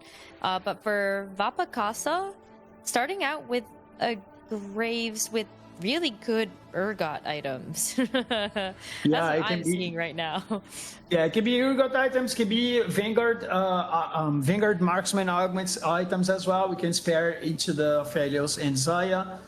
And also having an early game with Alistar and Graves will give him extra Dox stacks, so pretty good for him for later. No Spat on the carousel. Nothing crazy in here. It's going to be hard, though, because Philip is also probably going to lean into the Marksman Vanguard. Got dropped a Vi from the Build Bud. And I don't know what else you would play around with the Vi outside of something like the Cypher, but has not held any of those units to actually put Cypher in. Yes, I mean, if he gets an early Cypher units, he can get a cash out really early and keep going into a strong board. But the Vanguard line sounds more flexible for him. Another Cypher on the board here for cash. Strong augment that he got. Oh, I bet he's playing LeBlanc out of it because he's holding Cypher, and he'll get the Gambler's Blade. So he's not holding a TF. So that would be another opportunity, another comp to play. So maybe he's Cypher reroll. Okay, I think that makes a lot of sense. I'm not super familiar with the Shimmer Scale Essence Augment, but oh yeah, I guess you always know you're getting the Mogul's Mail and the Gambler's Blade. Yes, totally. I mean, it was an augment that was great before. There were so many great comps that used that, maybe the Kog'Maw back in set 13. But for this set, it actually was really good back in the early patches, especially on TF. But for this patch specifically, is not one of the greatest augments, but let's see if we can actually pop that off. I wonder, do you ever try to reforge something? I like to play about reforging, but just later in the game. In the early game, you can use both, but later, especially if you have like tons of reforgers, you can keep reforging. Maybe you have to have three of them. You can always find something good. But if you have just one, sometimes it's kind of risky to reforge it. Yeah. Still have a lot more of this game left to go, but our win streakers right now are Philip as well as just Philip, actually. I thought maybe Kambuli was able to hold on, but unfortunately does take a loss there in that combat. And then Robin Songs is also going to be the other streaker in our lobby with a 5-loss streak after stage 2. Yes, Robin took a hedge fund, and getting to that lose streak is actually one of the things that can ramp up your economy pretty fast. He's going to push that 100 gold soon, and he's probably either playing Amp or playing Urgot. That's both the compositions that can cap pretty high. He's holding a Yumi, so that's a hint. That's playing Amp, but let's see. Robin Songs is actually one of the players that played the most Amp out of our entire top 8 field. Played 3 games between days 1 and 2. Otherwise, mostly played into the Marksman Vanguard line, but certainly has a lot of experience being able to actually chart through the Cypher going into strategists. It's just kind of missing out on another tier to be able to make something like a blue buff, but you've got Hextech Gunblade, and you also have pretty okay Samira items if you wanted to make those. Yes, I mean, I'm impressed that he actually rolled it, and I don't feel that he rolled it. He got a good result after that, because he had to roll so much after the LeBlanc. But let's see if this Cypher cash out that he gets will pay off. So another stage, Bobster already holding a bunch of those Boombot units. Still pretty weak, all things considered, but was hoping to string together a good loss streak, and this win from Philip is going to extend that. And so Philip is going to maintain this undefeated streak as our only win streaker in the lobby, as we get our second prismatic choice. I love that you instantly reroll Endless Horde. Here. Black Market, it's so spicy. But he's 100 HP. I don't think he's getting that. We can see it in there. Okay, he changed it. Maybe a Titanic Strange. Final Ascension is not even that bad for Vanguards because you have so much time. Yeah. Here we go. Final Ascension. Not the greatest thing you could get, but at least it's some good combat augment, generic one. Oh, I like this one from Cash. This one's pretty good. It's gonna help him because he wants to put on a unit as solo front line. So a tons of healing and extra mana and damage for the LeBlanc. So I like the choice that he got. Already pretty good items as well, so just kind of hoping that this is going to be the combat that he's actually take himself through this stage 3. Yeah, look at Setsuko. He has the Vanguard emblem. Yeah. Maybe he's playing the Mord. Not have the chassis though, but still be the Mord with the Vanguard. So his ultimate will help him. So he actually re-rolled one of the emblems, so he has Bruiser now, way better than Executioner. For sure. But how do you like this Hollow Bow being the second Exotech item Setsuko is going to get dropped when he gets 5 online? Oh, the Hollow Bow is not that great, so but still, the first choice that he has is the Lantern, and the latest choice is actually Pulse. So when you have Pulse and Lantern, you're totally fine to play Exotech. It's a great combination, not the best, but it's a great one. And having the extra emblems will lead him into a good game. And as well as his second augment is really strong with Exotech because it gives you percentage of HP and also gives a shield. And then you have such a great combat out of that second augment as well. So it will depend on him actually getting the composition online. That can be tough to do, especially because there's already so many players that are trying to angle towards these 4-cost carries. But I don't feel like there's going to be too much overlap with maybe 2 players so far trying to go towards the marksman with the Vanguards. Oh, 2 spats and a pen. That's something. And Bobster actually is playing upward mobility. Let's see if he gets the Spatula. He's not going to. Okay, he could get a Boombot Spat or something because he pushed into that level 9 with upward mobility, but he decided to go safe in here. Let's see who can get a Spatula. Setsuko did get one, right? Setsuko did get one. Cash is going to take the pan, but it's so wild that everyone else left the spatulas on the carousel. Like, you never expect that. Like, in my own games, I feel like I never, if I'm in, like, 1st to 4th position, will ever see that spatula come back around. Yes, it's weird, right? But for Setsuko, it was great, as he's probably playing Exotech. And not just the spatula can be great for him, he already have a BIS for the Zeri. And this is a composition that you can put any emblem in that will work. So even an Exotech emblem would be great for him. So let's see. Exotech opens up the possibilities for extra carries. Like, we saw that Exotech emblem onto the Urgot in just our previous game, and maybe we could see just another big power spike from that. But being able to get dropped a couple extra components by Wolves coming up soon is certainly going to help open up those possibilities. Yes, exactly. Seeing that Cash is actually rolling for the LeBlanc, and he's actually playing that Cypher that we mentioned. Phillips is still winning. It's important to note that as well. He can enter on a 10 streak. It'd be great for him. Tons of extra gold. And for Robin, didn't win a single round yet, but it's at level 7. Pre-level to 7 actually, but 130 gold. So he's probably pushing that level 9 straight. That's kind of what Robin wanted, though. You already see the Yuumi items built and just needs to be able to push to try to find the rest of those strategists. So keeping the streak alive, it's really dangerous, though. Having 33 HP before potentially taking yet another loss here, this hedge fund is really going to have to pay out. Yes, it's a risky play, but as long as you get the composition online, you can actually come back pretty well. This is a strategy that you've been watching the whole weekend.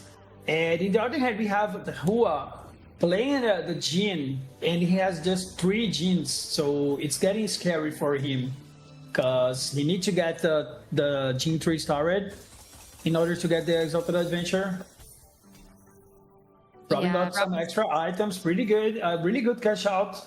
It paid off the rolls that he put it on the 3-1. Has that duplicator too, so it should be much easier to be able to get this comp online. Yeah, let's see. The roll down has probably rolling maybe next round or on the 4-2. Important to note that. Here come a rocket drop, because we can see that robot in there. He was glowing. Some extra loot. Oh, a lot of loot for Robin. He actually pushed him to that level 9 the next round. It's possible. Oh, he's rolling on 8. Rolling on 8. Okay. All right, he found another brand, another Yumi. Trying to roll on 8 to at least increase the odds of being able to hit this Yumi as well as all the other 4 stars. Finds a Viego as well as that first copy of Annie that you need. Has 2, and with the duplicator available, should help make sure that you can get that 2-star if you roll all the way down and don't find it. But Robin doesn't need it. He just gets the Annie 2 right out of the rolls. Yes, I mean, I like this play because he didn't have much units, so he doesn't want to lose these fights, and he can still make it to that level 9 later on. So let's see if he's going to push after this. Yeah, of course, it's a matter of him winning those next fights, and of course, as well as his next augments. Moonlight is always great for this comp, and this is a prismatic confirmed. So let's see.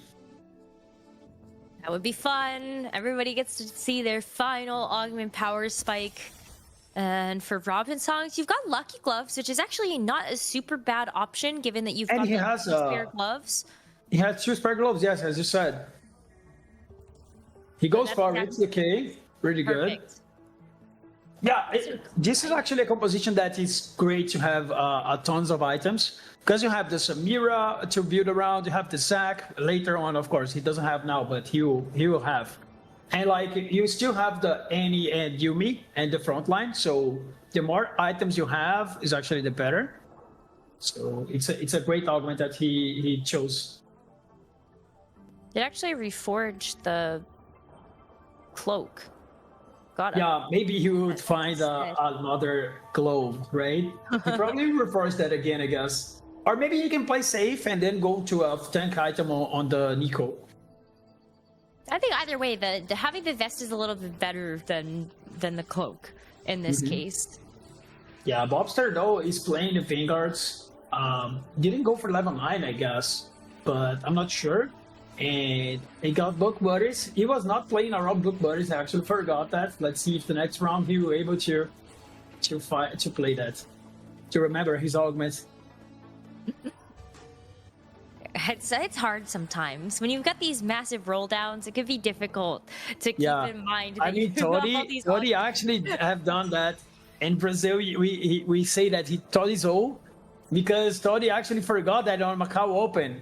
It was such an important game, and he didn't. He got an augment. He got like 5 rounds in a row without proccing that. It was sad, and we do jokes about that all the time. But yeah. For Vapakaza not looking that great. He's still playing on Kindred 1, so it's looking very bad for him. It's tough after such a strong start to the day as well. Being able to get 2 top 4s back to back, 14 total points, goes 8th in that last game, and now looks to be on the verge of another 8th. No Aphelios, the Zaya 1. This front line is also not looking super great.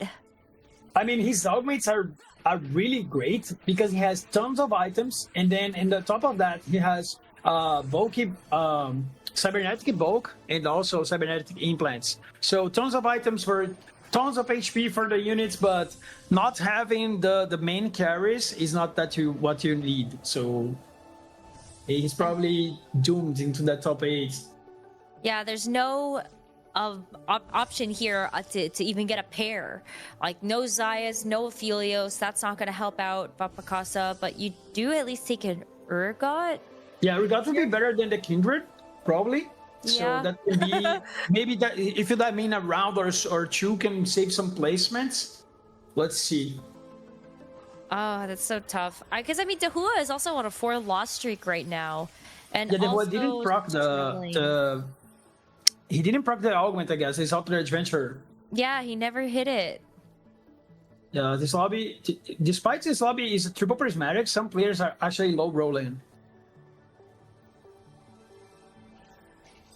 Here comes the rolls. Try to find the LeBlanc. Still not the LeBlanc 3. Okay, Vapakasa got the Urgot instead of the Queenbread. A pretty good upgrade. 1 cost to a 5 cost. Let's see if that enough. This fight can mean a lot. Oh, actually, you got the cash out. You got the cash out. But Dahua is still kind of free falling in terms of the HP that he has remaining. But for Vapakasa or Dahua, neither of them can really afford to take another hit here. But with the Urgot, you're at least helping to get a bit more damage online, knowing that you've got the Kraken's Fury as well as this Rage Blade to keep amping up versus the Skarner. There isn't really a whole lot of other power here on Dahua's board in that Jin 3. And so Vapakasa actually does take a placement here, knocking out Dahua. He was so close. He was so close. Actually, Dahua took Vapakasa out. Yes. No, he was so close.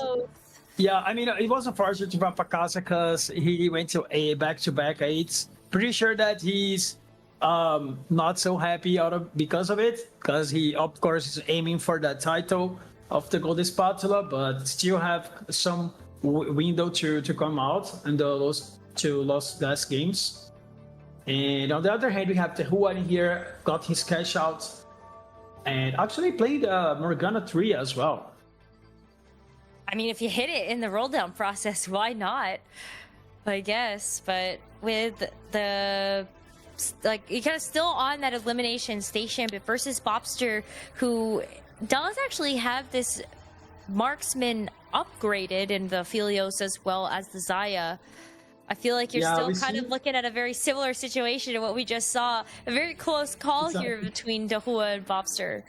Yes, it was so close that last fight, but we took the different result this time because Bobster actually have the upgrades on his side. And here we see Setsuko with such a great position. He doesn't have a single Zeri, but he actually playing Exotex Zaya. He actually griefed the lobby because so many players were trying to find the Zayas, but instead he finds it and he got like a really good streak, and now he can go into that level 9 and maybe find a Zeri and then pivot into that. But actually saved a lot of HP by getting this higher. Letting Setsuko get the Spatula on Carousel is probably one of the worst things that this lobby could have done. Also gets another Exotech item, if I saw that right.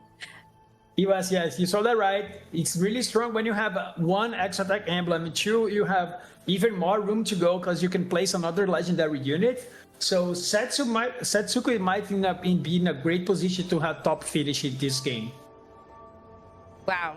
I can't wait to see that board as we get later on into the end of stage 5. That'll be exciting.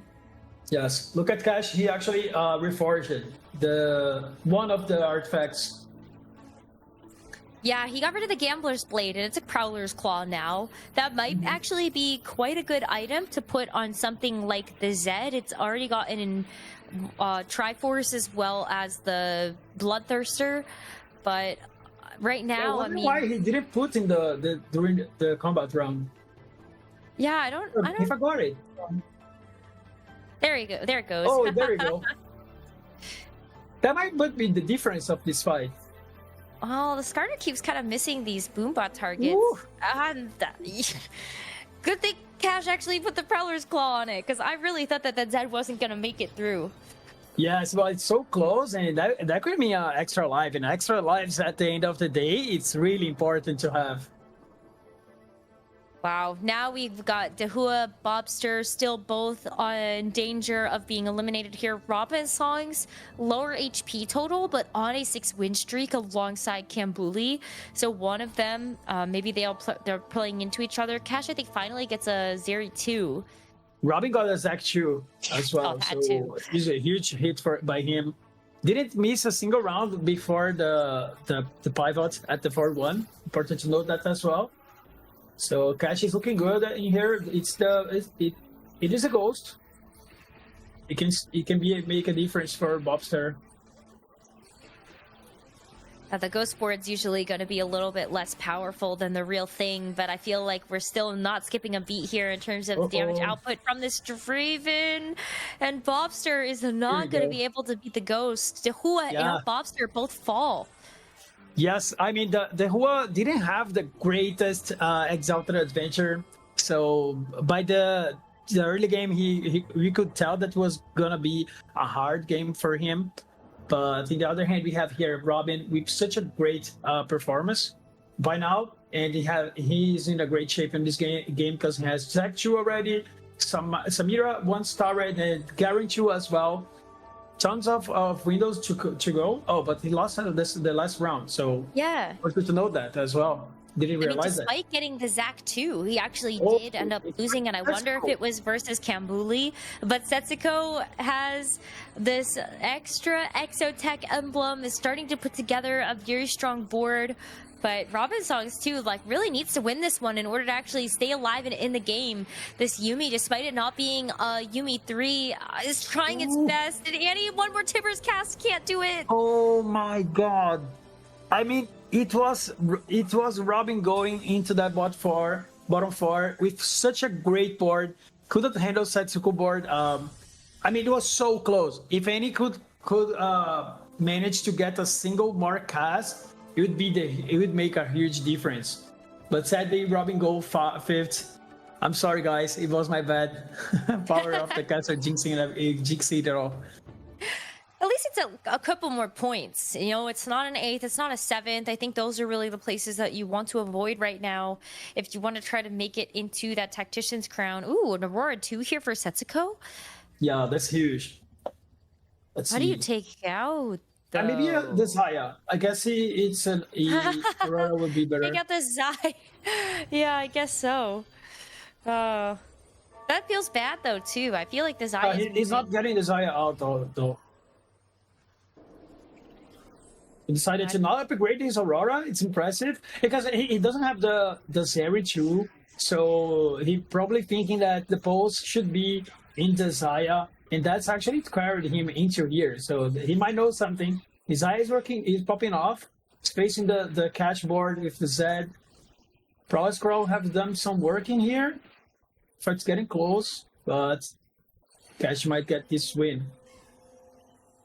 Yeah, I mean, this Cypher board is just starting to get really strong. Having that Draven 3-star is always very nice.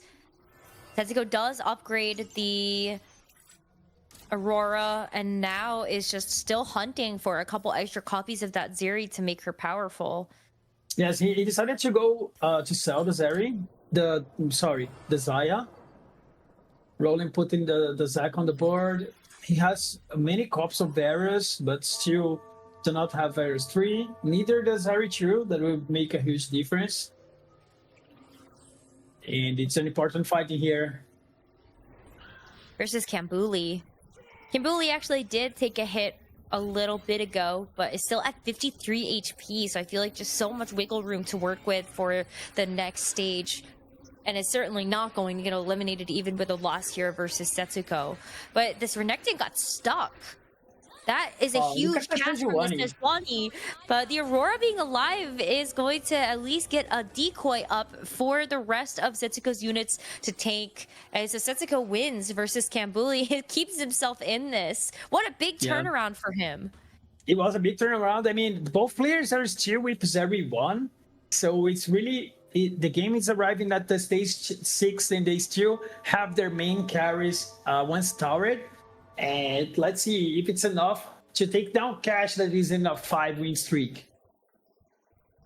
Yeah, I mean, Cash is just so strong at the moment. I think Kambuli as well with the Exotech board. If you find the Zeri, it'll feel very, very good. Also has a lot of gold, so with 60 gold to work with, you can go up to level 9. You can also use all of that to roll. Setsuko is going to find a Syndicate emblem out of the Flexible. And that is going to be hard to use, but it's at least a stat. There's not something that you can fit on his board right now, but at least it's a little bit more of HP.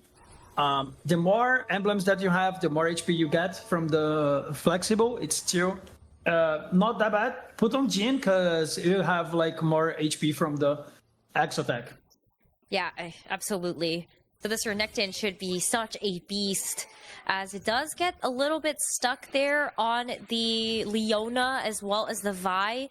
And with a big cast for this Sejuani, it's going to keep this door wide open for Setsuko to walk through it. This Zeri is really ramping up here, as you still have to deal with this Jinx, which does have quite a bit of power behind her as a 3-star. But Setsuko wins yet another combat, really starting to string together this win streak. Yeah, so another mark for Setsuko. It's really important to know that that can change everything. Sometimes when you reach a certain level of getting more mods from Garen, you actually reach such a high power board. Another pair for Zeri. Maybe he can sell the Varus. Let's see. He decided to go for it. Yeah. She wants Zeri away. All the Varuses are gone now. It would have been nice to get that 3-star, but I also kind of understand needing the Zeri more instead, especially and his against another Zeri. For him if the Zed can get the Zeri one. Well, the Zed is still flitting around the board, gets stuck by the Sejuani, though, as he does get stuck in the ult. The Zed is now onto the Varus, and with the Zed also attacking the Jhin, this Zeri is not too far behind it.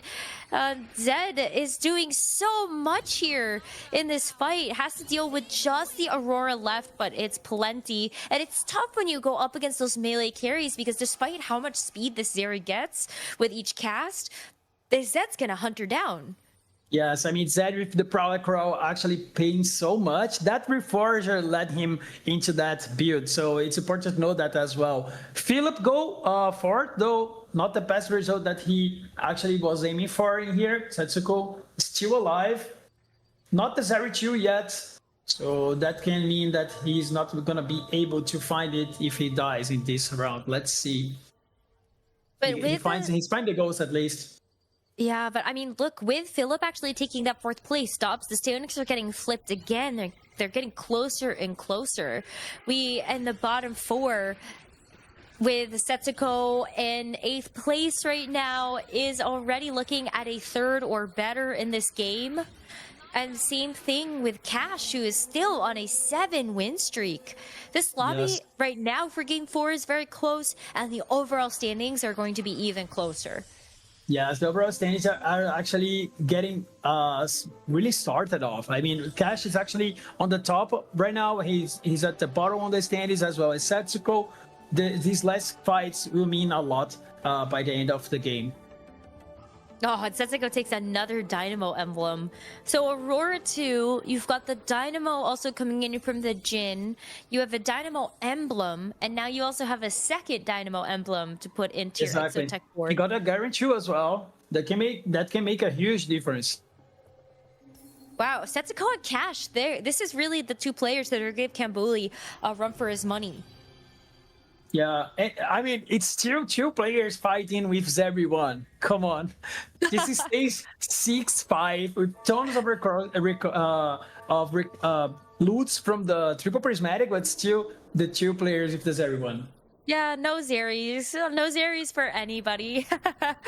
Kambuli is going to go up against the Ghost of Setsuko, while Setsuko faces off against Cash. This is where Cash's Cypher board can really start to show us what it's made of. If Setsuko can get through this, I feel like Setsuko is going to be the one to beat. But this Renekton still firing on all cylinders. It's about whether or not you can actually deal with the Zed this time. And the Zeri is going to be outrunning the Zed a little bit, but Zed versus Garen, I think Setsuko knows this Zed just has so much punch in him with all of that healing regeneration. Wow. And it's a double kill. Cash wins. Yeah, I mean, I wasn't seeing that, the double kill, and actually that Prowler Claw was so much good for him. I mean, that Reforger actually gave him the game. That's awesome. Wow, congratulations to Cash, a much needed 1st place after only going into that game with 9 points. And with Bobster, Dehua, Vapakasa all towards the bottom of our standings. Dobz, these points are going to get really messy, as will that AVP. We're going to tally all of those up, and when we come back, we will show you those final standings and then also go into our game number 5.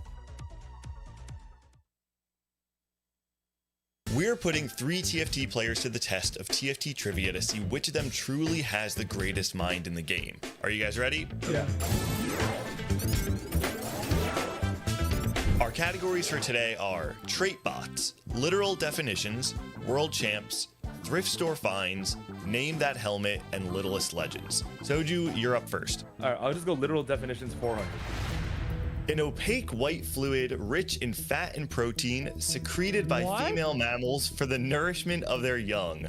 North America. Wait, what's the NA part? Wait, I thought this was TFT based.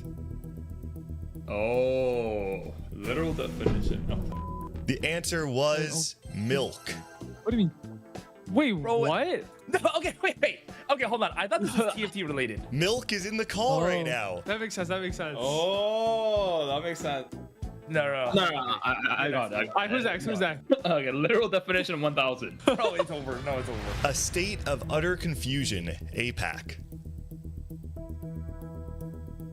Yoon. Shifting momentum. They're Chinese, bro. That is APAC. Oh. You are incorrect. The answer was chaos. Wait, why is that APAC? Bro, it's Pajouts. Oh, no. No, it's over. Oh. Wait, how many points does Kyun lose for this? 1,000. 1,000. 0. Milk, you're up. All right, literal definitions 800. An Italian professional footballer who played as a striker for Serie A club Genoa. EMEA. I'm not guessing. I'm not guessing either. The answer was Balotelli. Oh. All right, literal definitions 200. A liquid detergent used for cleaning dishes, cookware, and utensils by removing residue and 1.22 grease. seconds, buddy. Dish soap, GG. It was dish soap. Soju for 200 points. All right, literal definition 600. A member of a family or group who is regarded as a disgrace to it. LATAM. The answer was black sheep. We are back to Soju. The thrift store finds 1,000.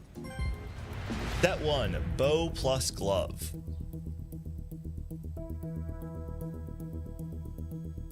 The answer was repeating crossbow.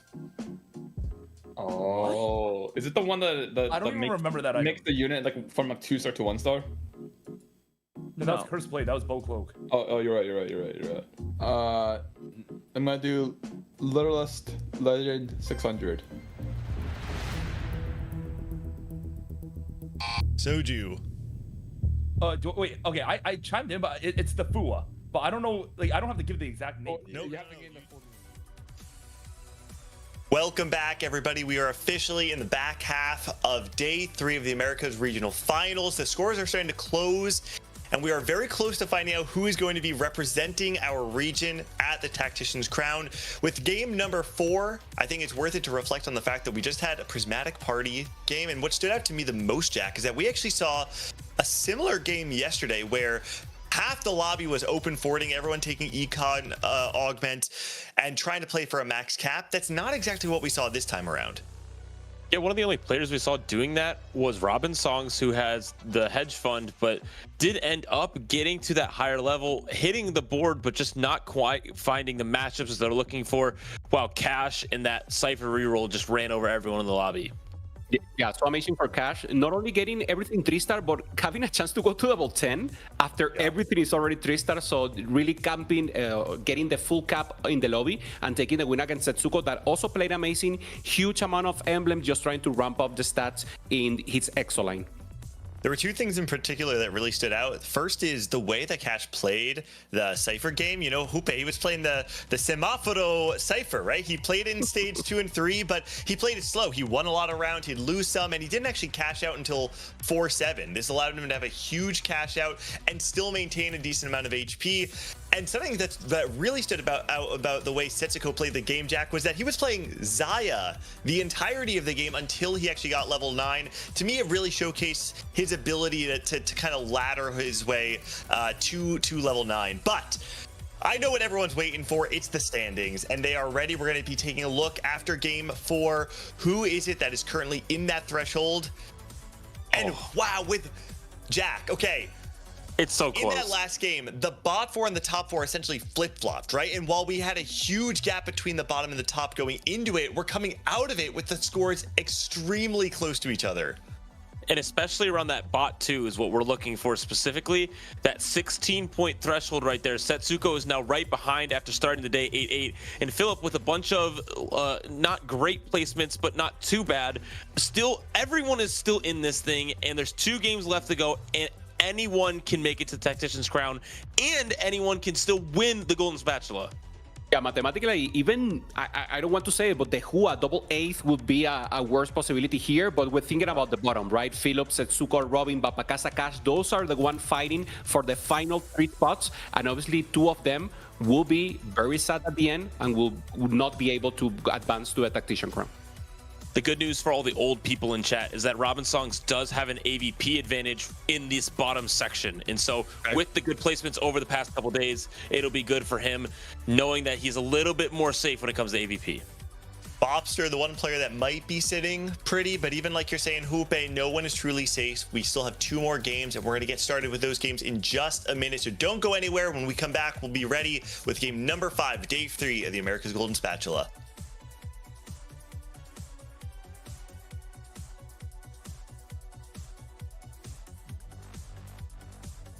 Going to see who is the best artist in TFT. We'll be drawing TFT terms, and the rest of us will have 1 minute to guess. Is everybody ready? Yes.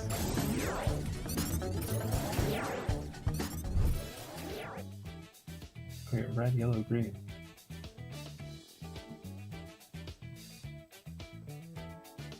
Just a fate. Just a fate. Just a fate. Am I like a green card? Just to make no green cards now? No, I mean, this is blue. It's probably something wrong with my. Yeah, it's blue. It's blue. I just. It's blue. Is it blue? I mean, it's light blue. I should click the dark one, but yeah. Right. Chicken jockey. Dango. No. It's one of the new ones, isn't it? I don't know. What's the Jinx one called? Is this like a strategist? Right. Okay, he can say it. It's Cho'Gath. It's Cho'Gath. It's Cho'Gath for me. He was close. I can see it. I can see it. It looks like Mike Wazowski. Yeah.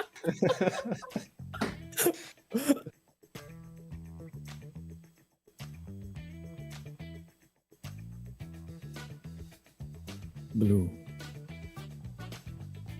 Fill that up. No, not like that. Yeah. Go on. Malphite. No. What is this? Hanger. I said Hanger. Rengar. Yeah, Rengar. Yeah. Yeah.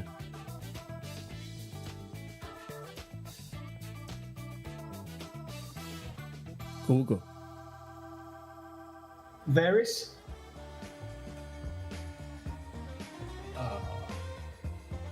Brown.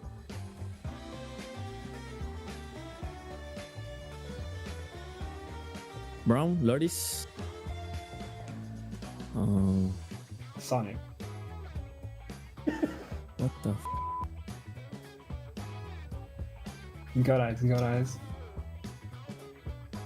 Not Shaco. This is a shell. Oh, Yasuo. No, wait, Yasuo not in set. More reference? You have a crown, or is it spiky hair? It was Garen. Garen. Oh, that was Garen. Oh. I was trying to draw the mobs. Welcome back, everybody. Game 5 is nearly here. As we get ready to bring you all into it, we've got a quick second while the players are loading in. It's time to, I want to hear some predictions, because the standings are close. There's no doubt about that. So Jack, Jupe, as we get into these next 2 games, who are you expecting to see clutch it out, and who are you expecting to see flame out in the final 2? I said at the top of the show, I am all aboard the Dahua train. I think he's going to win this thing, and he's got a good shot here. Flaming out, though, I don't know. I don't want to say that. I believe they could all do it. All right, correct answer. Good job, Jack. I love how Bobster is playing. He's not going for the risky play, rolling an 8, and he's being so solid throughout today. And I feel he has it locked in. He's just going for a Vanguard, trying to play fully solid. And I feel he's just in the spot right now. So I think he got it. I think that is actually a moment of character growth for Bobster, too. To be honest, when we saw him have this Cinderella run in set 12, it was largely off the back of his very high top 1 rate. He was playing for wins, he was playing for high cap, and when he came to the Golden Spatula and the set championship, it just didn't work. This time around, he's playing consistent, he's playing slow, and we're going into game 5, and it's going to be Scuttle Puddle. So coming right off of the Prismatic Party from the last one, we're going to have a very resource heavy game for game number 5. Yeah, accelerates the tempo a lot. Also allows people to hit those high caps in these games. You can hit 20 gold between these neutral rounds even before we hit stage 2. And so this can get absolutely insane. We do know that Robin Songs is prepped though. We did see him in our loading screen putting in his eye drops. So he's ready to go. Starting here with Gambuli, what do you have here on him, Gangly? Well, we talked about it a little bit earlier, but I'll repeat it again, just in case anyone's new to the stream or just joining us. The big thing about Cambuli is that this is not only his first time making it to top 8 of the regional finals, it's his first time in a top 8 ever. He has never placed in the top 8 at a major tournament, despite coming very close multiple times, and quite frankly, has been one of the rising stars of North American TFT over the last few sets. I think many people would see his performance today and think, wow, it's kind of surprising to see a player like Cambuli in top 8, but the players who really have been paying attention to him have known that he was due for this for a very long time. We're now watching Dehua, the favorite of Jack, and I mean, so faithful to his style, representing also Brosev that got 9th, only shy from getting into this final lobby. Upset Max, Chonington also, that big study group that just want to play open 4 into Cypher, into big boards at the end, and being very faithful to that opportunity. Dehua with a good chance also to advance to Tactician Crown. We want to keep an eye on the right side of the screen to see if anyone full sells their board. It does not look like that'll be the case. So no one will be making 20 gold, but there is a hacked crab here. So those we know can bring, again, more resources or HP, and it will be more items. Okay, item also good. Always Bobster has been playing also the possibility of Exo, getting the Exo Tex Crest early. Obviously, if he has good items, could be a great possibility. No. So maybe trying to go, okay, worth the wait, and he gets the Morgana. Having 2 poppies here and the poppy 2, pretty good spot, I think. There's a lot of good stuff there. I mean, obviously, playing 1 cost reroll is always a little bit scary when you're playing something like Scuttle Puddle, because the cap on 1 cost tend to be a little bit lower unless you find the conditions that really amplify it. So I think it's worth it to keep Bobster in mind as we continue forward, but guaranteeing himself a Morgana 3 is certainly going to be a lot of damage in the late game, as long as his front line's able to hold up against the really strong boards from the other side. We see Vapakasa taking replication as well. We see him on the other side now. Curious what he did get. It looks like it might even be Bow, which is one of the most popular ones if you're playing around AD. You can get to that Urgot. You can play around these Vanguard Marksmen. It is a very, very good option if we do get it. Yeah, very nice. Already slamming the Krakens. Robinson also getting an artifact here. We'll check later what it is. Cash, I believe, is Meditation, if I'm not mistaken. The album. Clear Mind. Clear Mind, yeah. So having that possibility also to ramp up levels and get into that level 9 and maybe play the Urgot game. And one thing we've seen is this too much value board that Dehua is playing often revolves around this LeBlanc reroll idea, and so maybe we'll see some Cypher reroll once again from Dehua. It's something that he's loved to play. Wait, what? Cypher reroll from Dehua? Jack, are you Dehua is going to play Cypher reroll? I, for one, am shocked. He's probably going to Dehua it again. I wouldn't be surprised. Oh, wait a second. Hold on. Wait a second. Now we're just stacking rerolls. We're stacking. Wait, he's slammed. I think you're right. I think this surely is Cypher reroll. I don't think we're expecting a Vayne reroll anytime soon. It's almost certainly just getting the rerolls in, and yeah, you can see he is holding the Vi on the bench there. So Cypher reroll, most standard line with this augment. I think a very strong comfort spot for Dehua. And what he's shown more than anything is that comfort is the highest priority, right? More so than anything, he would rather play a worse spot that he's comfortable with than a better spot that he's uncomfortable with. And it's worked for him up to this point. Yeah, he's holding also the jacks here, getting a Jin. So we already saw him that Cypher is not the only option when he pops out. He can even play EXO like Cypher. Obviously, Cypher always, but it could be into EXO. Holding these jacks gives me a little possibilities here. So Dehua, he's known for that, right? In Cups, he only played Cypher into AMP, and now he's playing Cypher into anything, obviously with the priority of re-rolling the same unit. So I think he could be able to cook here and maybe impress us with an Exotech that, even though it's not his comfort zone, it's actually pretty easy to play if you already have the components. Very curious about Setsuko, who did take this Vanguard crest. Wondering if he's going to play around Vanguard Marksman or around Exotech. We've seen that be so incredibly powerful, specifically paired with Chassis, if you can have that on the Exotech, on the Mordekaiser. We don't know that quite yet. We do see him currently with Vanguards and Marksman, so probably playing pretty flexible. Really taking Salvage Bin. We've seen actually a lot of really cool Salvage Bin play over the weekend. The one that does stand out was when we got to see Dehua play that Cypher Salvage Bin game into a Fast 9. I mean, yeah, Salvage Bin is one of those augments that it's an execution test, and it does reward the players who are able to keep track of multiple things. It's like a juggling game to some degree. Carousel comes, no Cypher unit on, at least no 3 costs. Yeah, no Cypher unit at all. And so Dehua is not going to be able to find that. I don't think anyone else is really angling towards Cypher, though.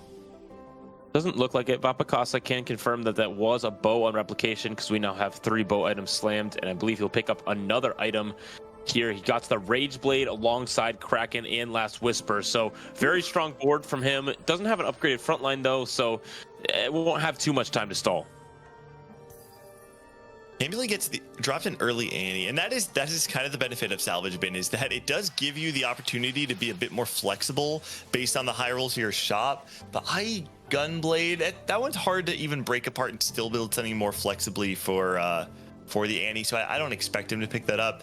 This is Vapakaza, though, does find the Kog'Maw 2 now, so despite not having the upgraded front line, at the very least, you have this upgraded Kog'Maw. And I will say that if I had to pick one, I would actually pick the Kog'Maw, because you have 4 different outs that you can upgrade in your front line, right? You find Silas 2, it feels good. You find Vi 2, it feels good. Skarner, Braum, whatever it may be, your front line can be pretty flexible. But with these items in particular, the upgraded Kog'Maw 2 is going to give you way more value for the entirety of the stage 2 and 3. Yeah, totally agree. Vanguard is one of the traits that, I mean, just getting the units in so many shields, especially in the early game, gives you that fleshy front line that is so impressive. Already 3 items on the Kog'Maw. Pretty good option here. And Vapakasa, one of the most flexible players. When we see the data, he hasn't played a comp significantly. Like, he's playing Cypher, he has been playing Exo, he can play the reroll Kog'Maw, he can play anything really. So actually just using what the games allow him and being prepped for any scenario. We see Philip and Robin both on the 4-win streak here. We're going to follow them along. We do see Philip with a 3-item tank in the front line, this Mundo that we see be incredibly powerful, but staying on level 4 and staying as rich as possible. Well, Robin goes level 6, wanted to secure that win streak, and guess what? Man. They won't even fight each other, so Robin spent a lot of gold for no reason. Wow, Philip playing Gorilla from this spot feels amazing. Not only is he able to get a really strong item in the form of the Mogul's Mail for the Mundo, but the fact that you're able to 5-streak while staying level 4, he's going to be incredibly rich. We can see on his bench now, he has 7 Seraphines waiting in the wings, the additional Mundo as well. There are so many ways for him to cap out. And while traditionally Gorilla is not thought of as a win out composition, I would actually make the argument that playing it in Scuttle Puddle makes it a bit more of a win out. The reason I'm saying is that normally you don't have enough gold to hit everything on level 4, everything on level 5, and still get to level 9 and 10 and play around Viego 2. This is one of the conditions in which you actually can bridge that gap, and Philip, who desperately needs a top placement in this game, feels like he finally has the setup to play for a higher cap.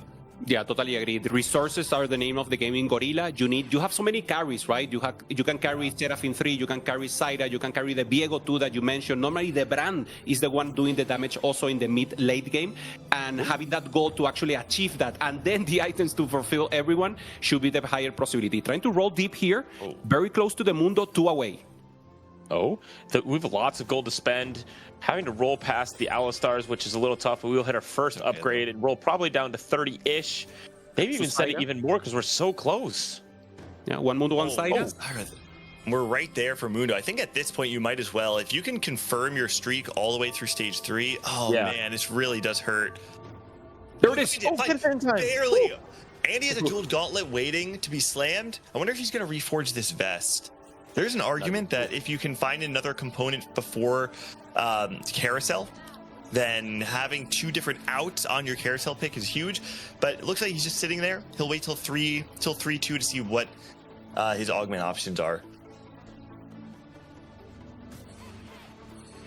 Too good right now. Setsuko talking also to the screen, making sure he's mentally still on stage. He has the Vanguard emblem here, so good possibilities. We already saw this also on the Mordekaiser as a priority, but obviously he can just keep going on the Marksman Vanguard line and then trying to find on level 8 a high-quality unit such as Garen without the necessity of going level 9. Oh, Ascension high voltage sounds pretty good here. It sure does. We do see Dehua picking up Sword Overflow, so maybe he's not playing around Cypher reroll. I'm not quite sure. Forward thinking for Kambuli, though, is a very good one. We will have another augment that he chose as well that we can't see. These are very interesting ones because sometimes these prismatics can absolutely warp your board, but double gold can give a lot of power. Yeah, really taking his time on this one. Blazing Solar Ascension with the high voltage ends up taking the high voltage plus Ascension. I personally like this pick. I mean, he has enough stall. What he's really lacking on his board is damage. And so being able to get both the MR Shred and Ascension just to give additional damage to both Zaira and the Seraphine makes a lot of sense to me. Totally. What do you saw? This board is crazy because now he has items for both of his carries. He's already got the LeBlanc completed. Now he has nearly full items for this Draven. We're just missing those important frontline items, but again, 12 rerolls on board because of too much value. Also stacking that Cypher. He's going to go for a huge roll down here later on, probably at 4-1. Yeah, total sense. Also, utility, very important in this comp. Trying to find wounding, trying to find the armor or the shred here in Magic Resist. So let's see what he gets. As you said, Jack, very strong right now, having the death play also for the Draven. And just making sure that he dies with the least amount of units possible from the opponents and getting sure that he gets a good spot right here. So I think this is very good. 86 Angli and 51 HP. I am very curious to see if he takes a similar approach to this game that we saw Cash take last game. We called it the Semaforo Cypher, right? This is on level 7. He has all of these rerolls. If you use them, not only do you have a good chance of hitting Galio, you have a chance of getting Zed early. And even if you do start to win, by saving HP, you'll be able to take a longer cash out till the end of stage 4. It did work out for Cash. However, it wasn't in a Scuttle Puddle game. So it's hard to know exactly where the line is because you want to be able to play for your highest cap, but I mean, Dehua can tell you more than anyone else that HP is a resource that you have to use wisely. Down at 42 is not too bad at this stage of the game. We're at 3-3. We don't want to be down at 1 life, though. That is the big marker because we're hoping to stabilize with 2 lives left. So if somebody hits something crazy, we're able to survive. Yeah, interesting thing here. 4 costs, obviously the Leona priority. There's some misfortune there for Cash. Just getting good value and good components. Mapacasa Felios, also interesting.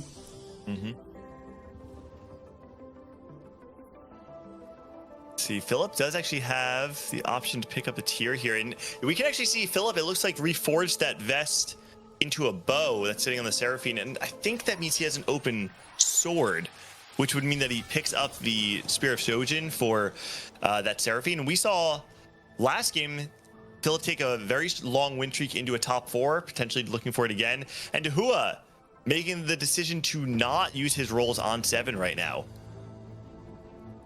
Yeah, he definitely wants to continue losing, wants to get more Cypher stacks. So I was worried that there's probably someone in this lobby who is weak enough to lose to.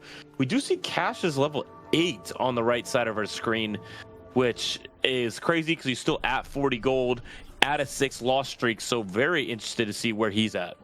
Yeah, we'll check him later. Now, Kambuli up against Philip. Philip, very strong, trying to hold up for this huge win streak, making so much goal. And you mentioned it, Gangly, not only the Scoroporo goal, also getting this additional goal regarding win streak can enable him just to go level 8, even level 9.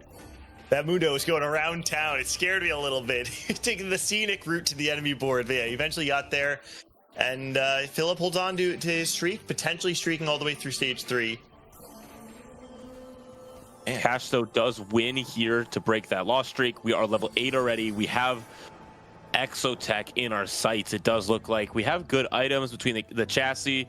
We have Pulse, and we have Repulsor Lantern. So a good... huge roll down. Oh, man, we're doing this here on 3-6. At least our free rerolls. Yeah, actually, you know what? Just does it. I think he recognizes 32 HP means that if I can upgrade everything to just 2-star right now, then I will minimize the amount of damage I'm taking. The goal here is to end on something like, I don't know, 26 HP, whatever the stage damage is, right? Like if you can minimize your loss to just 1 or 2 units here, you could potentially be 3 lives, which is a huge difference maker when you're playing Cypher. Yeah, very interesting. And yeah, and if you look at the rotation, he had Setsuko, who's strong, Philip, who's in a win string, and Cash, who has just now formed this huge Exotech line. Seri, of course, should be able to ramp up here. If not, very bad possibilities. But now Mordekaiser seems to be falling down. If it's out, it should be a good way. Yeah, perfect. So the Hua managed to only lose by 4, almost winning against the Mordekaiser. And now should be the huge, almost 290 cash out. Cash also rolled all the way down to 13 gold there on that round. The lesser duplicator cash out. This is the perfect cash out that he's looking for here. The Hua. He's doing it. Oh, Zach. Okay. This guy's so good. 60 gold to use, finding a sack. This is so good. And the fact that he's doing it on neutrals, which means that he has additional time to roll, and he's still getting the additional 2-cost rerolls every turn, which means that this Zach is going to have potential infinite scaling. I'm learning a lot right now. Learning experience here with the Hua. Okay, it is a high roll, but I don't think we should understate that this is actually still a hard position. There's a lot of things to do, and there's an order of operations that needs to be taken care of. Otherwise, your bench is going to get locked, your board's going to be a mess, and you're not going to be able to fully stabilize your board. Even now... Yeah, he's full sack. It's easier for him to play without the sack, and this will be the decision. He prefers to just be sure that he maintains and hits the 3 costs, the 3-star. He is hitting so many things here for his board, but no 3-stars yet. We do have so many duplicators we could use. We could make a Galio 3 right now, but it seems like we want to be patient, knowing that we might be strong enough on 4-1 to make it another round win. So he has 2 off Galio, 3 off Draven, 3 off LeBlanc. So that's 8, and he has 4 duplicators. So he needs to hit 4 more copies total, and then he should be good. Honestly, man, selling the Zach was probably not an easy decision, but it reads to me like a snap decision of saying, I don't want to throw this game because I think I'm in a good enough position otherwise. But man, you have to feel like that does lower the cap of his board a bit. Yeah. Yeah, obviously the synergies looks perfect now on level 7, and he maybe didn't manage to cap out on the next one. Huge goal here, a rising, and now we will see from Kambuli level 9. And there's the roll down. Just trying to find that Urgot, trying to find the full cap board. There's the Urgot. Wow.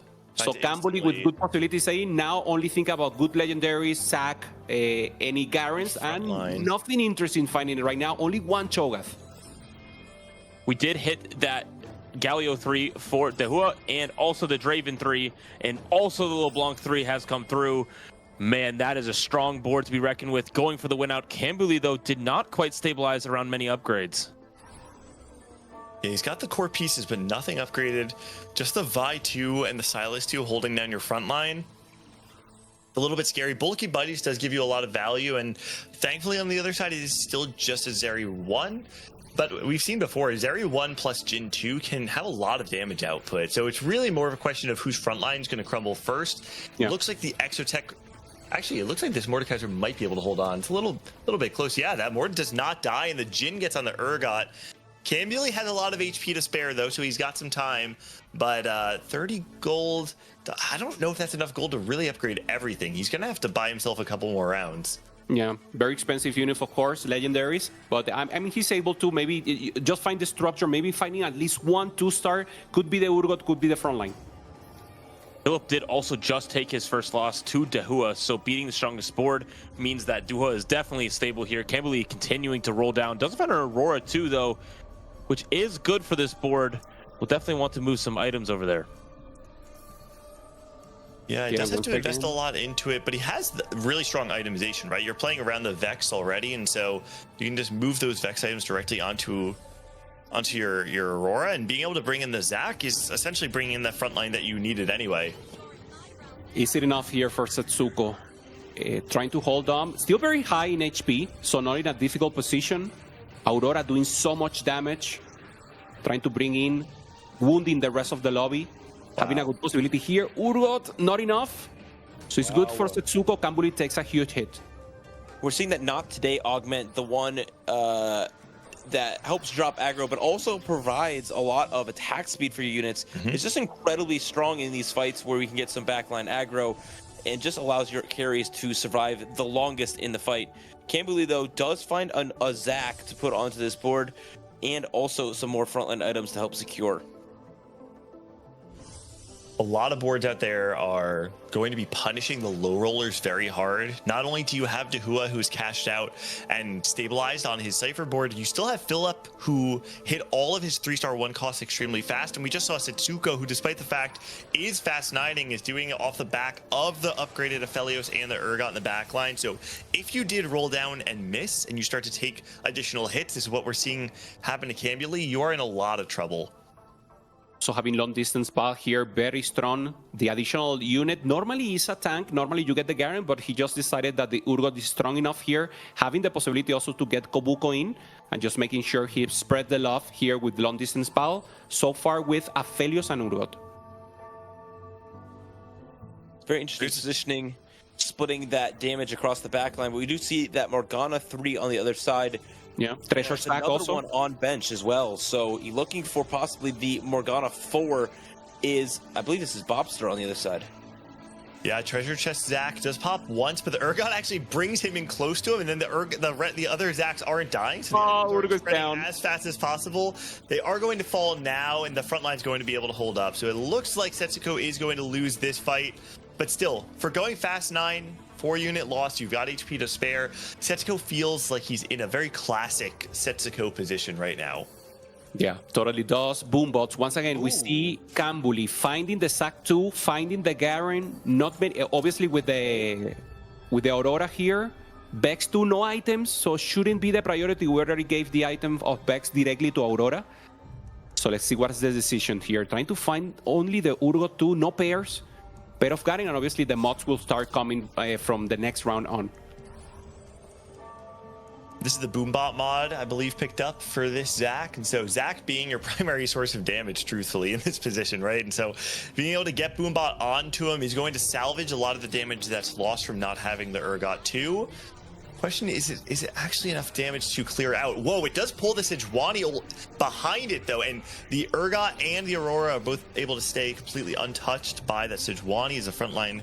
He's going to fall for Robin. It's a close fight, though. Yeah, Robin Songs does not have a 2-star Zeri, which we're going to see be the difference. Oh, no! The last Varus cast does actually win that fight. You see Robin popping off in the top corner. 3 blob shop, though, is great for Cambuli. And here's the problem, is this board can just go on a crazy run if he's able to get a few more upgrades or a few more blobs.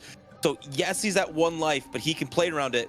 Someone else who can probably not play around it is Vapakasa, who's at 50 gold, 3 loss. Yeah. 3 loss, managed to get here for the next one. And Cambuli, I mean, if you're going to take the loss, you want to take that loss, because now we're going to stage 5. The damage is increased, and even if he wins, he still only had 1 life here. So I think it's a little high roll, but obviously you didn't want to lose here. Additional anvils here, so final components, level 9 on the left for Vapakasa in his final HP. Getting good possibilities here, trying to find the Urgot. Urgot 2 and Kabuko coming in for Cambuli. It's a huge hit. And Viego too. Bunch of blobs. And Cho'Gath too. He's hit everything, actually. The question is this actually critical mass? Do you have enough blobs? Garen 2 comes in as well, and you'll have additional items to start itemizing something. He's going to redo his Zac items. Let's see what he does here. This is exactly what I'm talking about, is that all of a sudden this board can go absolutely nuclear, and then no one will be able to beat it. We do have all of these 5-cost legendary upgrades, and let's see if there's anyone that can stand up to it. Bobster's board with the Morgana 3 is quite strong, but on the left side we're seeing the double Urgot being played, which we know is incredibly powerful. The Aurora pulling it in. These are so close. Yeah, access to the backline right now, so Kambuli taking the win here. Bufter taking a chunk, and Bapakasa seems like he's winning, but the ramp of the Kraken and the... Oh, it's close. Rage base. No, again, once again. Taking the loss here, so Bapakasa is out, and now will be on that danger zone to... Well, not actually. He's already qualified for Tactician Crown, but he will be on the lower side of our table for today.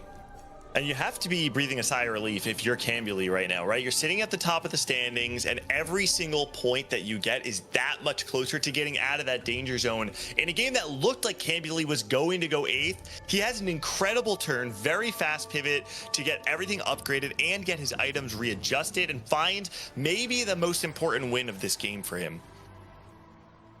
Philip did level up here. We have a Koboko 2 now alongside this really, really good board with 6 Techie, 4 Bruiser, a lot of golden units on his board, and a very, very tanky Gorilla in the front line. Man, Tetsuko's board is disappearing versus all these Techies.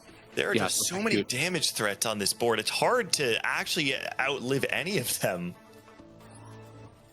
Yeah, Tetsuko takes a huge loss, going from 3rd now onto the bottom 5th.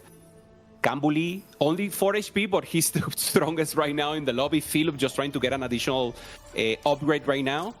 And we see him, Kambuli, just stacking blobs once and again. He had 15 at the start, should be at 20 now. Keep in mind, again, Philip is in 8th place going into this game right now at 76 HP, with 2nd place being 28.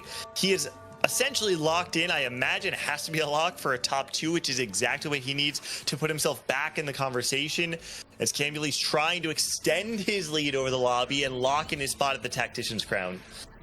On the left, we're seeing Cash, who could possibly die here, playing Exotech, and then Kambuli on the right side playing against the current win streaker in the lobby, Dehua, who is playing that Cypher reroll, who is still going to win against Kambuli. Kambuli will fall out here, and so will Cash.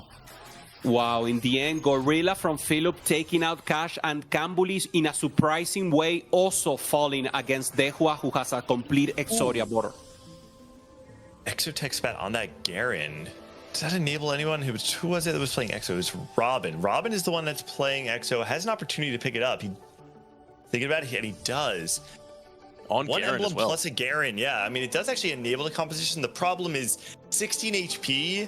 You don't really have 2 rounds to sacrifice in order to get the mob from the Garen. One thing to talk about that is quite important is that Cash did go 6th there. He's currently somebody that was sitting 1 point above, like he's sitting in 4th place, 1 point above everyone else. And going 6th there is huge for his chances against Kambuli as well. So not the worst result for him, but for Kambuli, that brings him right back down to center, and it's going to get even more interesting for our game number 6. Yeah, Setsugo taking a little of advantage against those that are also in the bottom table, and only 1 HP. He really needs to go 3rd, 2nd to have a little breathing space here, Gangly. Oh, it is going to be a ghost fight, though. This could be huge up against Robin's Ghost, who is another player that was free-falling the last couple of rounds.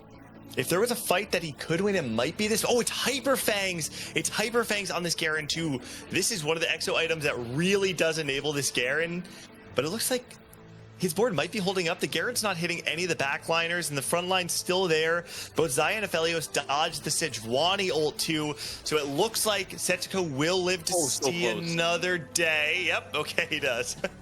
Robin takes the big loss, but most of that's because of a lack of Zeri 2. Still stuck on Zeri 1 means he just does not have enough damage to kill these tanks. Yeah, he rolled to 0 once again, not finding it, dancing there with the Jhin. A little stress. He knows it's not on his hand, so he's just trying to get a good Sejuani ult here and maybe win enough time for the Seri to ramp up, and of course for the Garen to do additional damage, as you said, Gangly, with the Hyper Fangs. looks like they're going to be playing against each other right now. I think it is going to be the heads up between Setsuko and Robin. 16 points for Robin, 15 for Setsuko. Two legends of North America just fighting for their spot at the Tactician's Crown right now. Good positioning for the Sejuani. Should be able to get the Krakens on the Saya. Yes, Yeli. They're within 1 point of each other on the standings as well. So this fight will swap them places if whoever wins does come out on top. So for Setsuko, this Aphelios is completely untouched. Sejuani touch is big, but it isn't able to move. That artifact slows them down so much, and because of that, the old man and the slow Sejuani falls out in the bot 4. Huge breather there from Setsuko. Yeah. Yep. Exactly. I mean, I'm feeling it with him. I'm leaving the game with Setsuko right now. Oh my gosh, yeah. Okay, now another crab's coming in.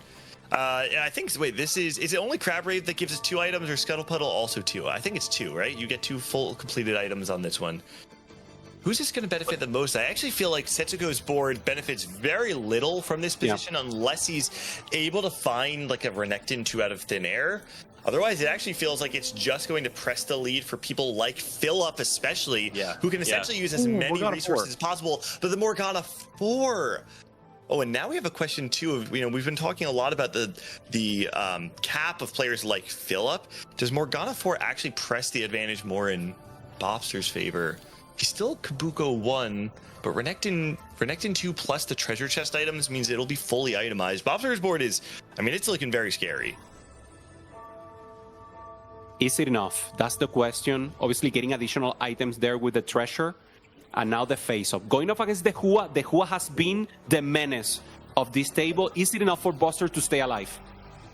And also, we see Philip's board on the right side, so many items, but that Draven is absolutely deleting the board here. We want to keep our eye onto this Renekton 2. It will fall down quite quickly as well. Dahua's board is too strong. Setsuko also falls out.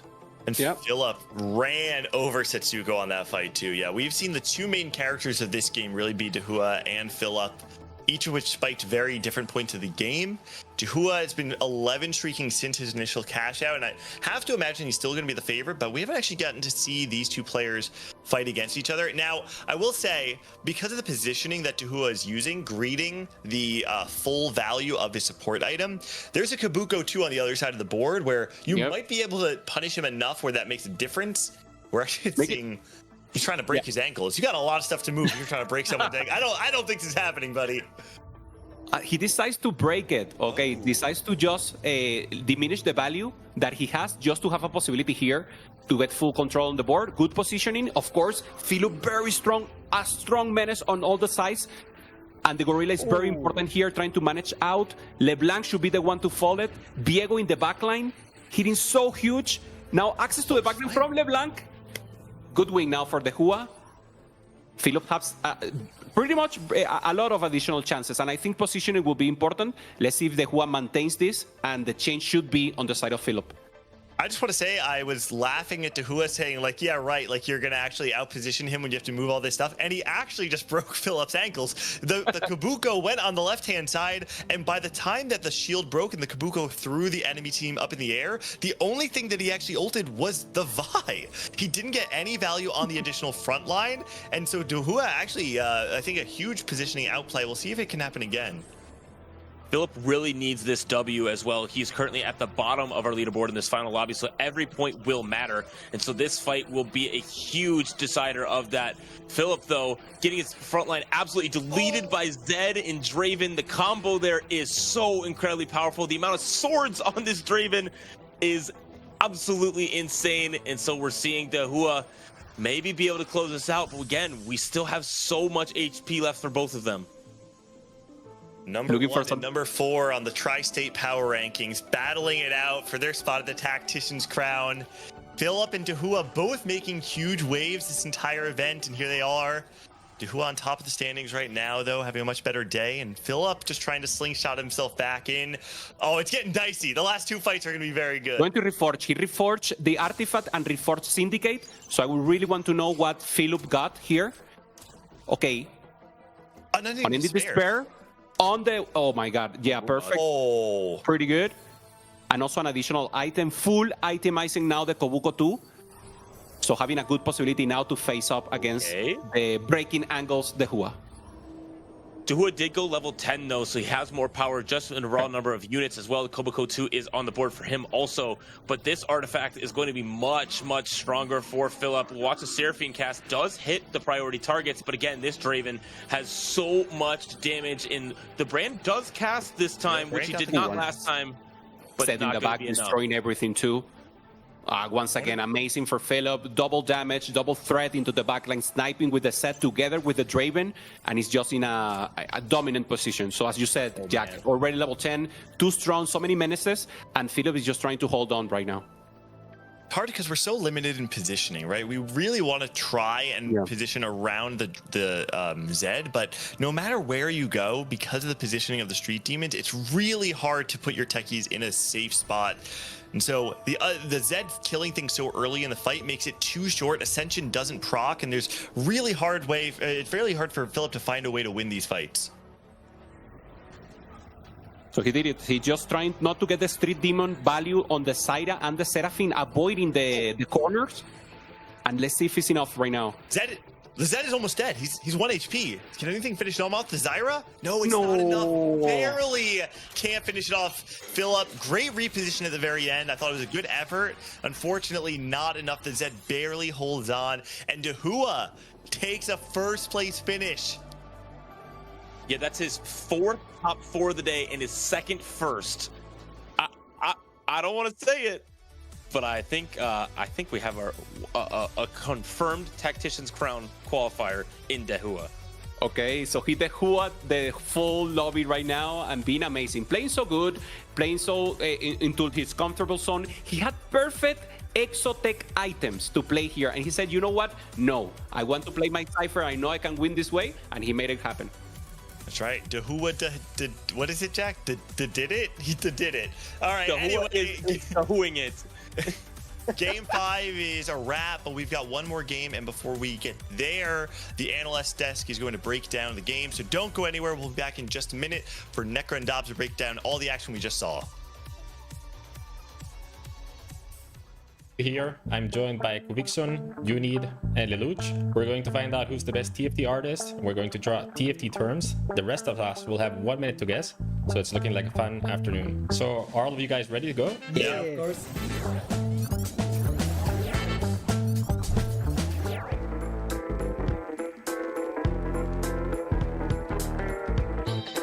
Nafiri. What? Nafiri. Oh, you're good, bro. Holy. Really? Yeah, that's Nafiri, yeah. Nice. I just try to make a dog, you know. I just saw 4 legs and guess Nafiri on go. Yeah. Let's go.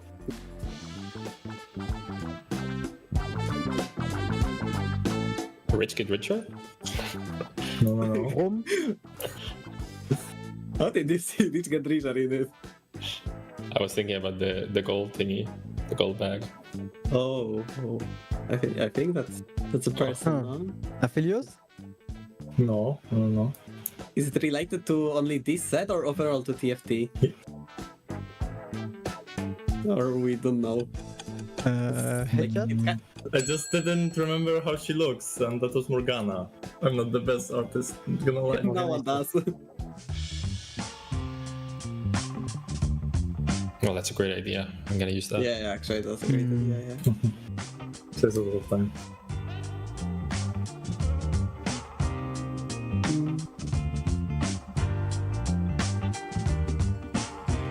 It's a shield with like thingy. What is this? Wow. Oh wow, yeah, that's actually What hard. can I do? I'm trying my best, but it's not good. Something from the forest? Yeah, I assume that like not like But what's forest in this set?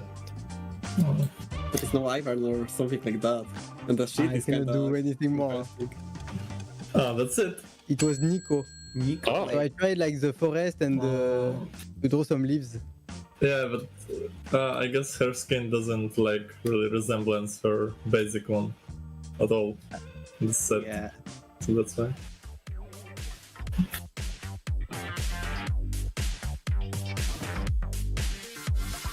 Gold, inventory, It's the bench, no? Aurora.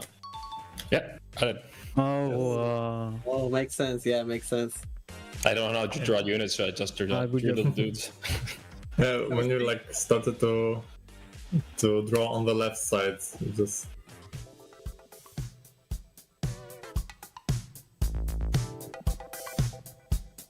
Golden Ox?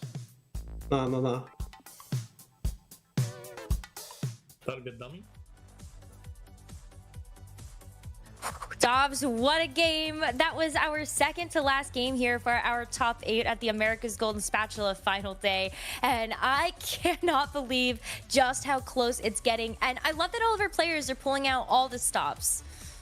Yeah, I mean, we've reaching the final game and everybody can still make it. That's impressive. We still have a room to any player on the lobby to find their way into the Tactician Crown. But looking to the Hua, after this game, that sword overflow was such a great choice. He could get so many swords to build even his Draven as well as the LeBlanc. That's not something that you usually think, but LeBlanc is actually good with sword items as Shojin and Hextech. And then he was able to ramp up a lot with that Cypher line and secured the win. And of course, he probably secured to Tactician Crown as well. So well played by the Hua, securing them for top 1 in the game. And Philip was such a great second place. We got a chance to see that roll down that happened at the end of stage 3, and it was amazing to see Philip hit everything right then and there, and it just really helped him catapult, save a lot of gold, actually get to a point here, was able to actually contend with that board from Dehua. And everybody else, I mean, Dobz, the fact that you say everyone can make it, I mean, we definitely have to talk about even the players that were towards the bottom of that game. Cash, Vapakasa, Robinsongs also taking a bot 4. They're within striking distance of each other on the standings, and if any of them take a first place, they're good. Yeah. They're in the TAC crown.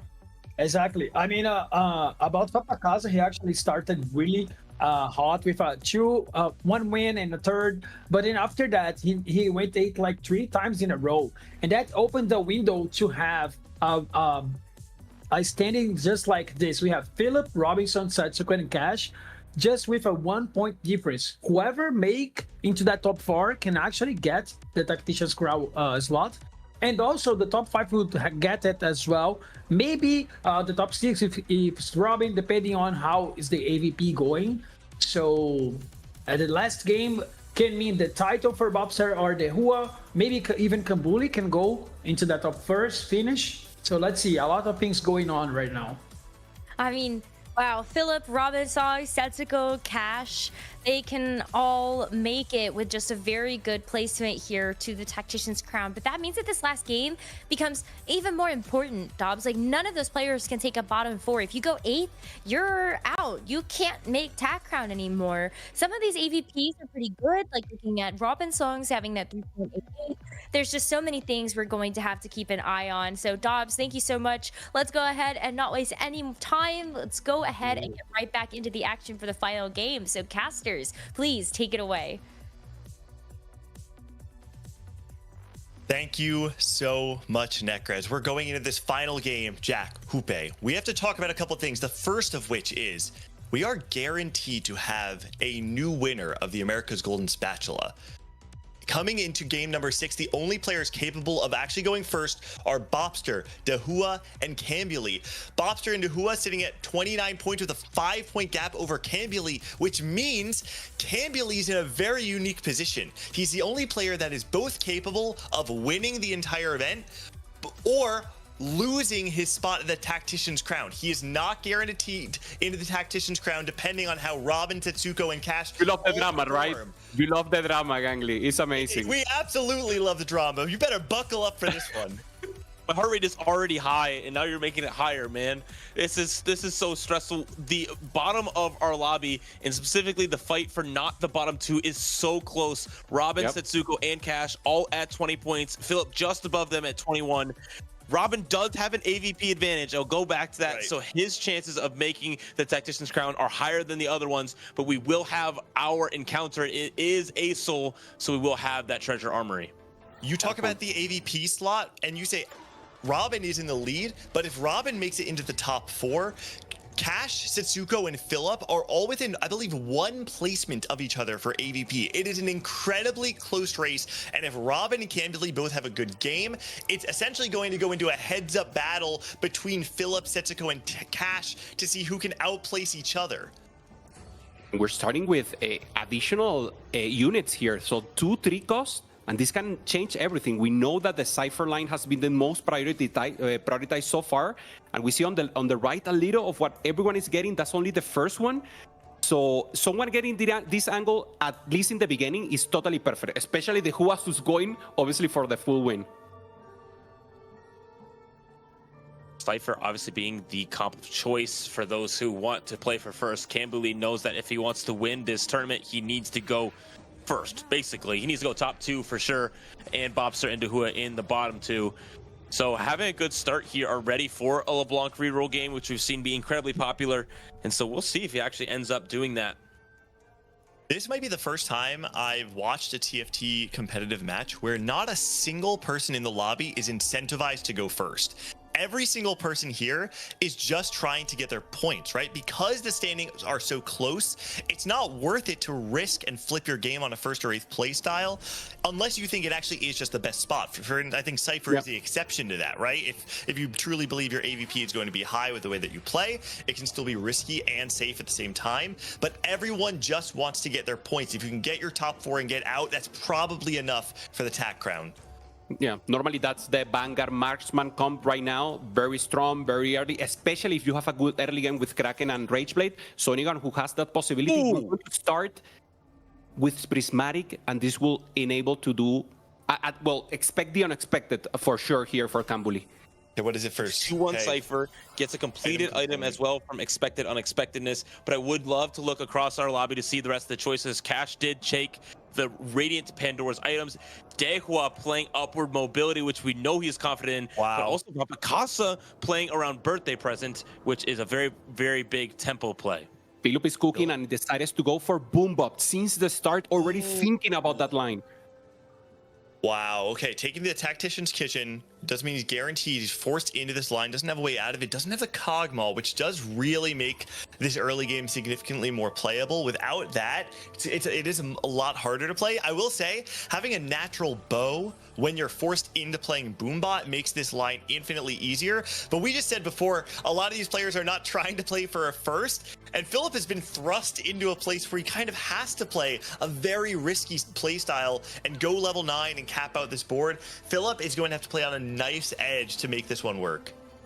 And something important to note, we see Bobster taking subscription service, and the biggest one you want to see from that is Zed. The early 5 Cypher you can possibly get from getting Zed is crazy, and he has it on bench. Wow, just trying to look now for any of the 2, obviously LeBlanc, anything here, and the possibility of getting 5 Cypher very early into the game. Such amazing. Remember, Bobster and the Hua are the one on the top, and the Hua has been the one playing Cypher so far. Bobster has been running away from it, just playing tempo, and now is his chance to take this route. I can see from our HUD on the side as well that Dahua has absolutely nothing on his board. He is full open, playing his strat that he's been playing all tournament, being comfortable with low HP, and now has upward mobility to go alongside that to heal him. He is playing in his comfort zone.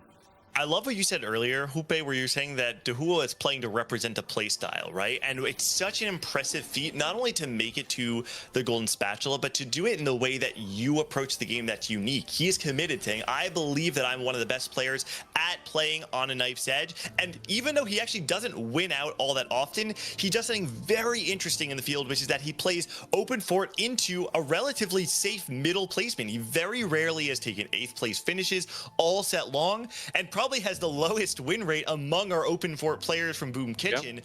But that consistency has led him not only to here, but to being in game 6, tied for first place, and being able to, he's on the precipice of being a newcomer at the Golden Spatula and the champion of set 14. Full credit from him, open 14, like Jack said, and on the contrast, Setsuko playing for that 4th place that we're talking about. Build the bot, finds right now the Shaco, obviously will try to maintain this line and just giving any items he has, looking for the win streak. The only one that I think is pretty strong should be Robinson, who has a CC rod also in the prismatic and also has a Kog'Maw too. So maybe that's the face we want to avoid. Robinson just trying to make sure he makes it into the Tactician Crown. A very safe play from Robin. Also, Setsuko and Vapakasa all playing around some win streak strategy, while a lot of the rest of the lobby is playing for some high cap stuff, even when they don't have to, right?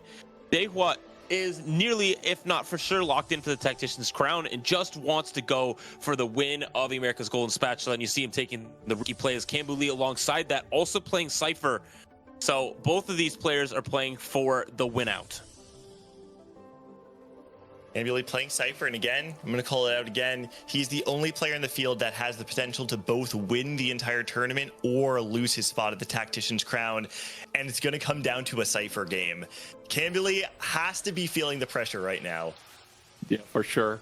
We have a possible EXO here, so we will check items for now. Lantern on the Mordekaiser here for Robinson. A good chance. Robinson has been prioritizing a marksman normally, but now probably with a good angle. We have confirmation, so it's Hollow Blow plus Hyperfan, so not ideal. Let's see how he cooks this. Maybe he can use Hyperfan for the Barusa, plays an Exot Vex, but I really don't think so. I feel he will try to go for something more comfortable. Obviously, for example, holding the Kindreds that both go in Exo and can be for marksman later.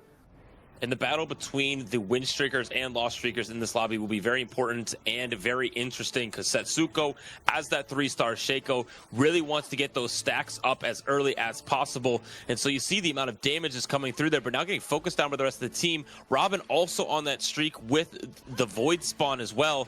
Doesn't look like it's going to be quite enough to take down the Shaco, who's going to continue stacking up. So Robin will take a loss here. Setsuko continue on at 100 HP, and the only one left at 100 HP. Cambu's streak has been broken by Dehua there.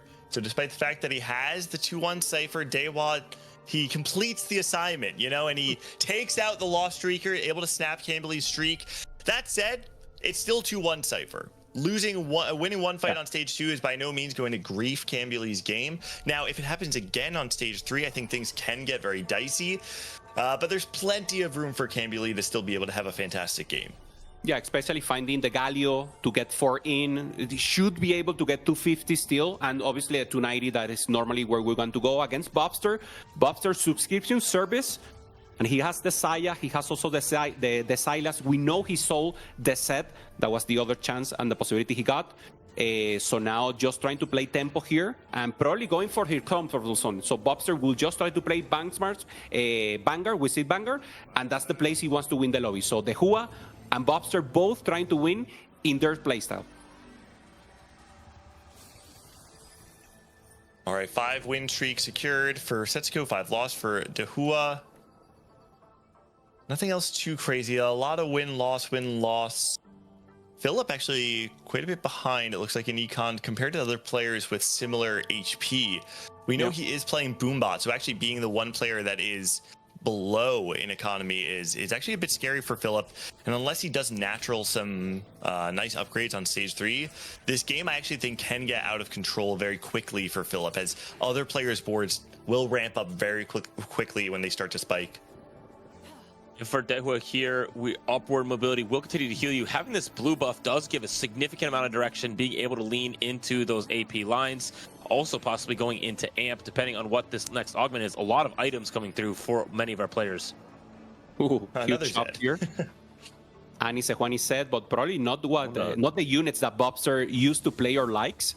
So finding this Leona is pretty important. He can play 5 Anima squad in the midterm and just trying to cap up from there. Already with the crit here, Infinity Edge on the Saya, just trying to preserve HP for now. He needs to get to that level 8 and just roll, and we know he loves level 8, and just maintain possibilities. Slamming here, Hutch, I like it, just to have a little more damage here and preserve all the stage 3. Kraken Slayer as well coming through. Again, against Robin's board, which was one of the stronger looking boards in the beginning. Right now, though, as we do have Bobster's board really coming alive with the 3 Anima squad and the Leona in the front, it looks like it's going to be a pretty easy fight for him. This is a very safe route for Bobster. Obviously, playing either around Anima or Vanguard Marksman can be a very solid top 4. Often getting that 4th or 3rd place, depending on how hard you can hit. And so that is a great choice for them. Cambouli, though, instantly re-rolling Trait Tracker, which seems to be something that can win games just straight up. Oh, yeah, it looks like he did get the double small duplicators on the left-hand side there. So important to note, if that came in from unexpected expectedness, then playing the Cypher reroll line just became a whole lot easier. Yeah, also having both utility in, having the boy staff and also the red buff means that he just needs to go now for damage and tankiness. So the fundamentals are already achieved here for Cambouli, looking for the win. Looking across our lobby at the rest of our augment choices, not tons of super interesting things except for Setsuko, who took Not today on that Shaco 3. Oh, wow. Will hopefully continue his win streak and now has one of the best items, now getting amplified up. Man, he might not lose a round. It's huge for him. Maintaining tempo is exactly what you want to see when you're playing the Shaco. Just making sure you get additional value and go to that level 9, because actually you need the Garen to pop off with this comp. Setsuko, first plan, obviously going first is enough, but then if he finds the Garen, turns Garen into a Slayer, that's your secondary carry that is so huge and just could maintain the tempo in the late game. Cambouli finds a win there. See a little bit of disappointment from him. But I think with this board, you have to be expecting to win at least some rounds there, right? He has a 3. Oh. Nice. Whoa. Okay. I mean, that is an unbelievable high roll, right? He hit it. Has LeBlanc 3 right now. I mean, you slam it, no? Oh, I guess we're rolling more? He's got a couple ideas on adjusting his board. He's very far from anything else. Makes total sense here to slam. Let's see if he wants to grit a little more. Yeah, looks like it. Trying to grid, maybe trying to find both LeBlanc and Draven, and then just flex out the front line. Not even one Galio here.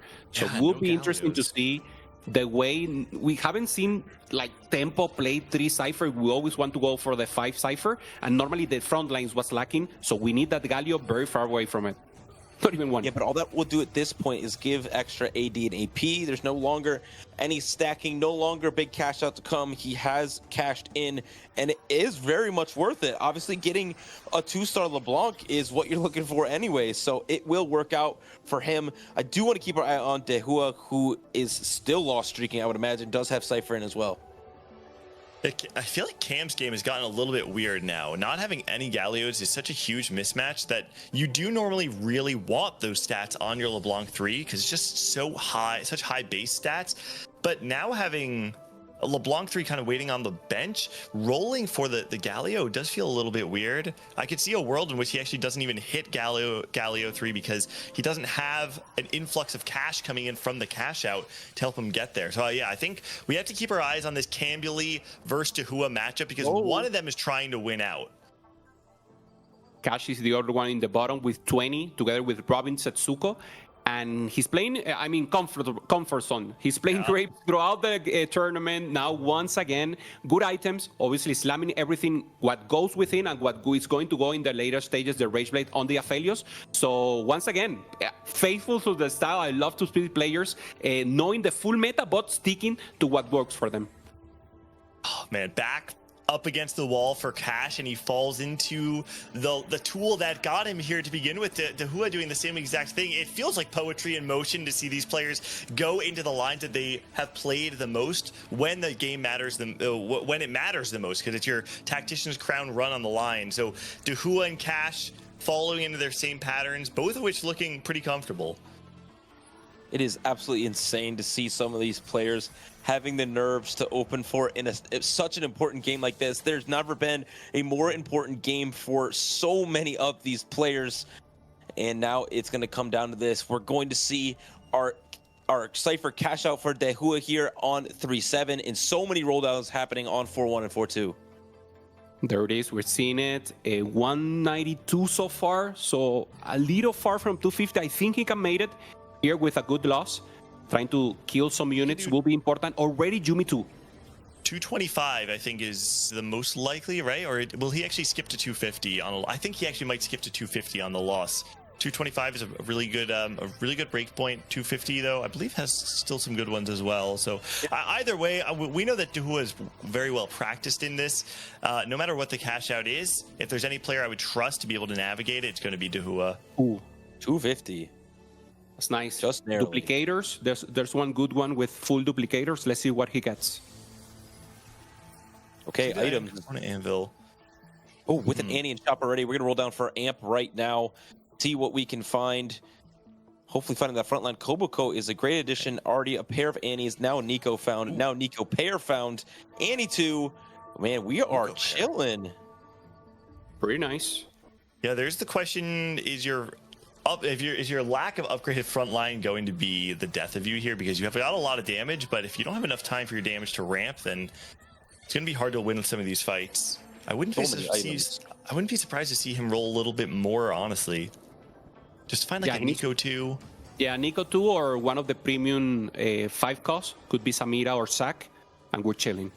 Yeah, if Dahua is rolling, I would love to stay on him. We are getting the cash out here, though. Some components in gold from Cambuli. Yeah, we're not sure if Dahua is actually rolling. He might be holding the line and trying to go 9. Nope. It did seem like he rolled at least a little bit. Nefiri 2 is found. Still sitting on a lot of those same things, though. Opts not to get Cyberboss in with the Ziggs. He just reforged a double cloak, into a blue buff. That'll do it. That'll do it. That's pretty nice. All right. Well, he's also whoing the items right now with the reforge. So just doing amazing right now. And I think this looks like it's enough because we know he was lacking a little tankiness. Now having Annie 2, good items, the cycling of abilities can get the T-Bird in a lot quicker. We have not seen Philip since the very beginning, but we have to note he's 42 HP. This is one of the players that is in that same tie range with Robin and Setsuko and Cash, but only 1 point up, and it looks like a tough spot for Philip. I'm not sure if he's going to be able to make it to 9.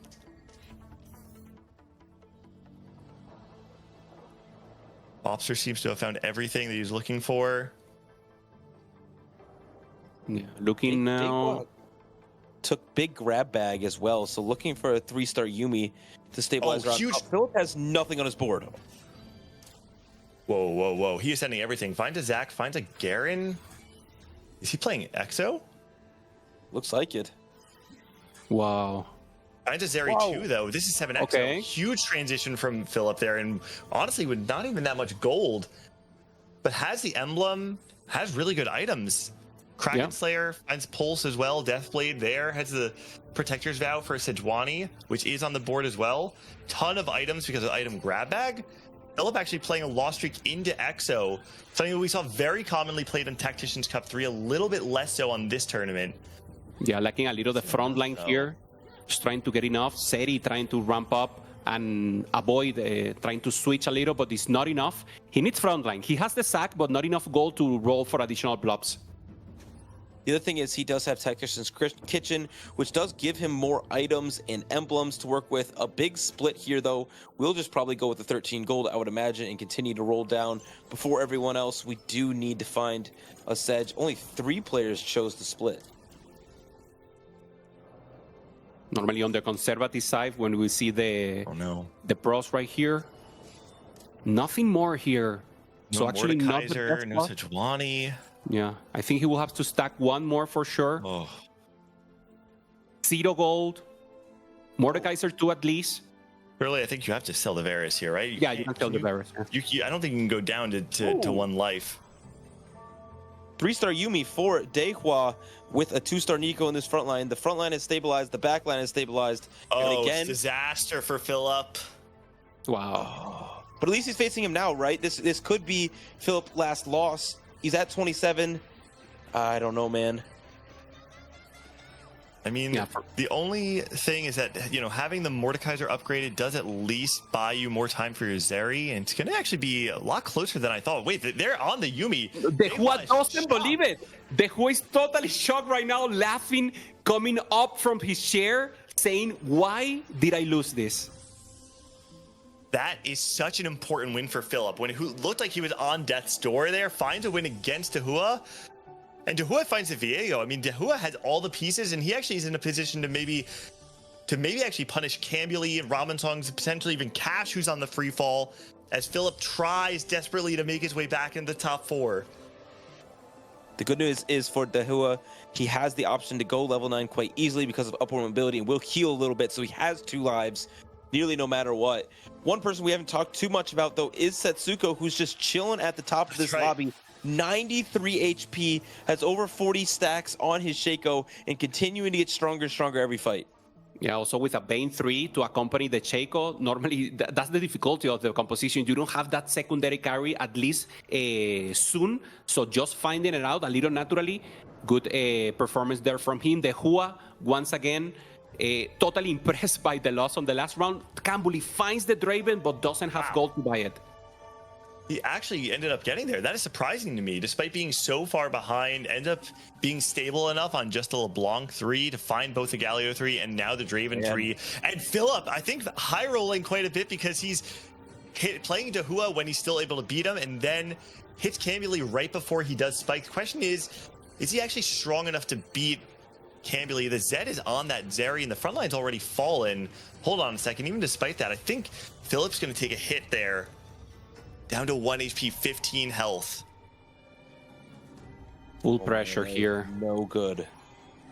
And remember, yeah, Philip, Robin, Setsuko, Cash, they are the ones fighting for at least a 5th, a 4th, just to make sure they advance to that crown. And there will be 2 players who will not make it. Oh. Sejuani 2, though, is a huge hit for Philip. Able to now get that on his board to beef up this front line that we keep talking about. Switching items around, though, is quite important. Okay, yeah, I was just thinking, why pulse? Okay, now the pulse will go onto the Seti. Spends a lot of time transitioning the board up against Vapakaza, who's also hit everything on the amp board, including a Garen too. He did it once against Dahua. Can he pull the rabbit out of the hat once more? Seti's looking good. Sejuani, good ult. Trying to send the 3rd one here. Oh, wow. The Zed dies just before it hits the Zeri. And that's barely enough. Honestly, fantastic turn from Philip. Dewa takes a loss there. Sure Glass does. cannon being offered. I think Philip knows that's got to be enough here. Opening the chance here for Bobster to take the tournament, to take the Golden Spatula America. Remember, the Hua and Bobster both with 29 points, 5 points above Cambuli. Wow. Duo Q giving Garen and Kabuko 2 very strong hits there. Across the lobby, this is a very, very important turn. Using that treasure armory to get the things that you need. Looks like we'll be swapping some items from over to Zed. Forge Kraken gets, okay. Dual Gauntlet. It's very strong with all the base AP that you're giving to your LeBlanc already. If you want to move the Gunblade, for instance, maybe over to the Zed, maybe? Yeah, makes sense. The Hua not finding a sack, so decides to go to level 9. So it will be level 9, 5-1, just trying to roll and trying to get closer to that Samira 2. 3 items on Samira. So she will be one of the primary carries here. Obviously, the Jumo 3 taking a good shot and only 1 life. No matter what happens, he needs to win. The problem with the Dahua board is he has no combat augments. All of his augments are around getting to these high levels and then also being able to hit your board. And it's not paying off because we don't have any of these crazy upgrades. No 2-star 5 costs to our name. And so this will be an incredibly important fight. Philip on the left-hand side. He's going to be up against Setsuko, who has been streaking for most of the game. Still on level 8, though. And this 3-star Shaco is already making its way into the backline. Is killing the Jhin. Does it make its way onto the Zeri next? No, it does dodge the Zeri. The Zeri walks directly into the Shaco. Is the Sejuani stun going to be enough? The QSS is still there. Oh, barely holds on, but no, the Zed. Oh, and Philip is going to go down to 1 HP. The Hua is close. The Hua's out. He was dead. The Hua is out. 8th place for the Hua, opening up the spot here for Bobster. So it's now in the hands of Bobster and Camboli. Bobster with 29 and Camboli with 24 will need to go first and have a 4-gap separation in placements against Bobsters to take the win.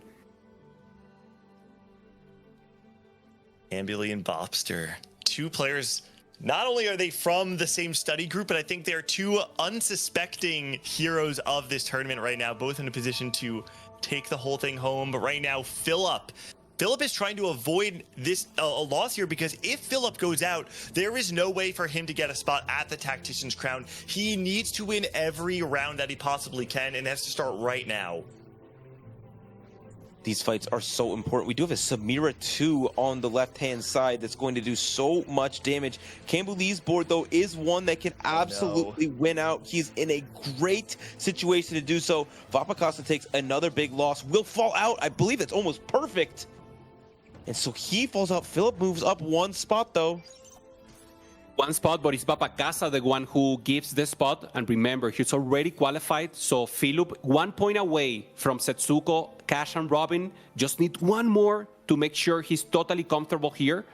And maybe even probably we will start to see tiebreakers here, because everyone is just so close. Bobster on the left, just trying to win. Maintain himself alive is the name of the game. Just be sure that doesn't open up the space for Camboli.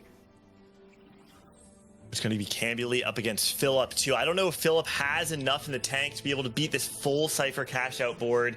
The stun is going to hit on that Draven though. The Zed's in the back line, but the Jhin is still alive. That's going to be a stun on the Zeri though. It doesn't dodge out of the way, and then the Draven ult hits it. Zeri's down to 1 HP. The shield's going to come through, and the Zed's going to miss it again, but everything is still alive, and Philip is going to fall. Bobster 2. Opening the Tactician's Crown. Oh, it is a 6th place. Wow. Oh, there's gonna be so many tiebreakers. Okay, Cash though is also sitting just outside, 1 point behind Philip.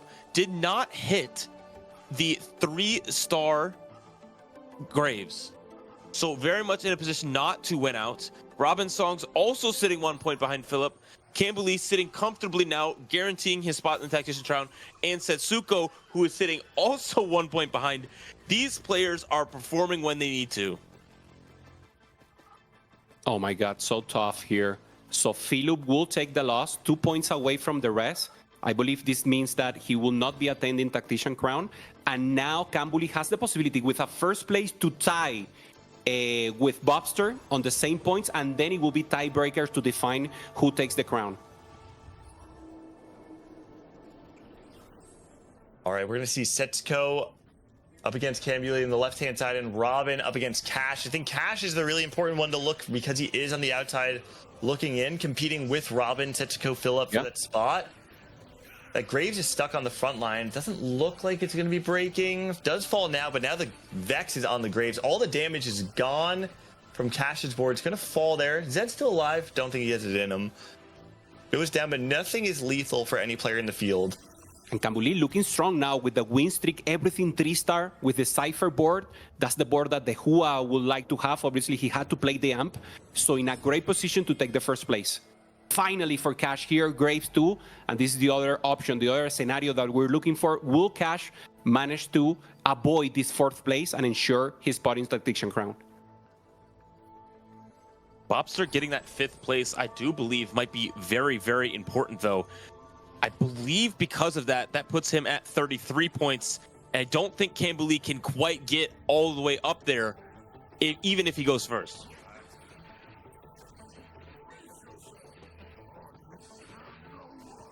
Yeah, it's 4 points, right? So it's from 5th to, So it's 4 points, we will be 1 away. So it should be the game here for Bobster, for sure. And the champion, thanks. Wow.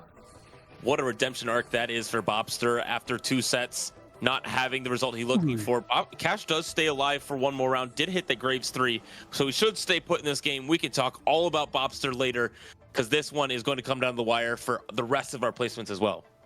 Right, so Cash needs to be able to stay alive.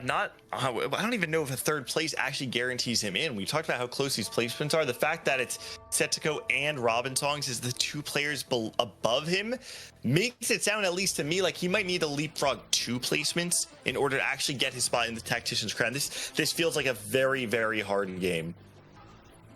So great for Bobster also to take the win here. A 5th is enough because of the consistency he had. Playing clean, not going level 9, or not going for the greedy play and playing the Urgot, just playing comfortable zone, good combat out, and just trying to outmaneuver everyone in the midterm. So great tournament throughout all of this Golden Spatula America. And obviously now not only representing NA in Tactician Crown, but taking the tournament, being the champion. Looks like Cash will be facing Cambuli, though, which is not what he wants. Cambuli's still on that 9-win streak. That is the matchup we will be seeing here. Cash hoping that he can pull off a miracle win here. Again, we don't know where this cut will end up, but we know that this is not going to be comfy for Cash. Yeah, the QSS on the Graves does actually help out a lot. Do you go onto the Draven here? We actually do.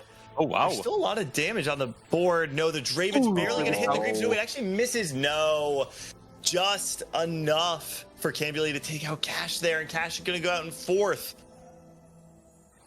So it should be Cash and Philip, the one who missed on the final placement here. Of course, we will have to check average placement. We'll have to check everything else. I'm down. I'm down for another 3-star 5 cost. We still got a little ways away, right? We don't have a 2-star on the board. Almost, yeah. Don't get too excited. We're so close. We're closer to a 4-star CC Rod here right now. So also good possibilities here for Robinson. Just trying to win out, get as higher as possible right now. Also, great tournament for him, representing Citadel Gaming, playing outside of his comfort zone, because actually Buster was the one taking his composition, the marksman, with the Vanguard. He decided just to play tempo here, getting X of X, and just maintaining flexibility. Wow. So great tournament once again for Robin. I mean, Robin Songs is one of the players that he's winning. He won. People talk about Robin Songs as, Mr. Consistent. He'll show up, but he's not really the same caliber as your Distop, your Setsuko, your Wasion Iverson. But if you look at his accolades, it's actually very hard to find someone in North America with better. He not only has 2 different regional finals wins, he also has made more final lobbies at the regional finals than anybody else. There is nobody that has more experience on day 3 in the finals than Robin Songs. And honestly, to see him actually clutch up, he's had a lot of regional finals where when he doesn't win, he goes 7th. He's gone 7th, I think, 3 different regional finals. And when it started off pretty rough, I think it actually looked very similar for Robin. But here he is top 3. This placement almost certainly enough to get him back to the Tactician's Crown. Going to be his 3rd shot at a crown for himself. And I think it does a lot for the way we see Robin's career as a whole. And not only see his career as a whole, but his tournament performance over the last 2. He's going to win this game. He's beat both of these boards. It looks like he will fully close it out and move himself into the top 4 of this tournament. And so just great back-to-back performances heading into a Tactician's Crown. Again, like you're saying, Gangly, he does not have the crown on his head. He has never won a set championship, and now is his time. Yeah, having this chance. I know how much Robin has this fighting for this, being so fully focused on TFT and making it work also in life. He said that he made a mindset change. He has a girlfriend. He dedicates time to her. He has a full, wholesome life, but obviously the majority of the time is fully dedicated to to TFT. And now almost Kobuko 3-star, of course, is the ghost. So we have it at least... I mean, I see 9 Kabukos. What do you mean? It should be, right? Setsuko pulling in this Kabuko though, right? We have a Gragas there instead. There is a thing where if you pull in a Divinicore unit like Gragas and you have it active, you will get the Divinicore bonus in the middle of the fight. So it might be worth it for your whole board. I do want to talk about Setsuko's board, playing around this Shaco, knowing what he needed to do, knowing he needed to get the top 4, playing around that 3-star Shaco is just an excellent way to do that. And piloting it right to a top 4 is exactly where he landed.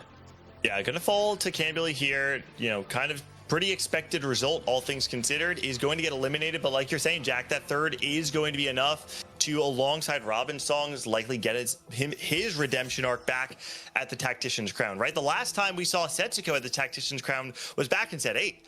He went third at the regional finals in Set 8, made it to the Tactician's Crown, had a fantastic performance across the first 2 days, and when the finals came, he fell short.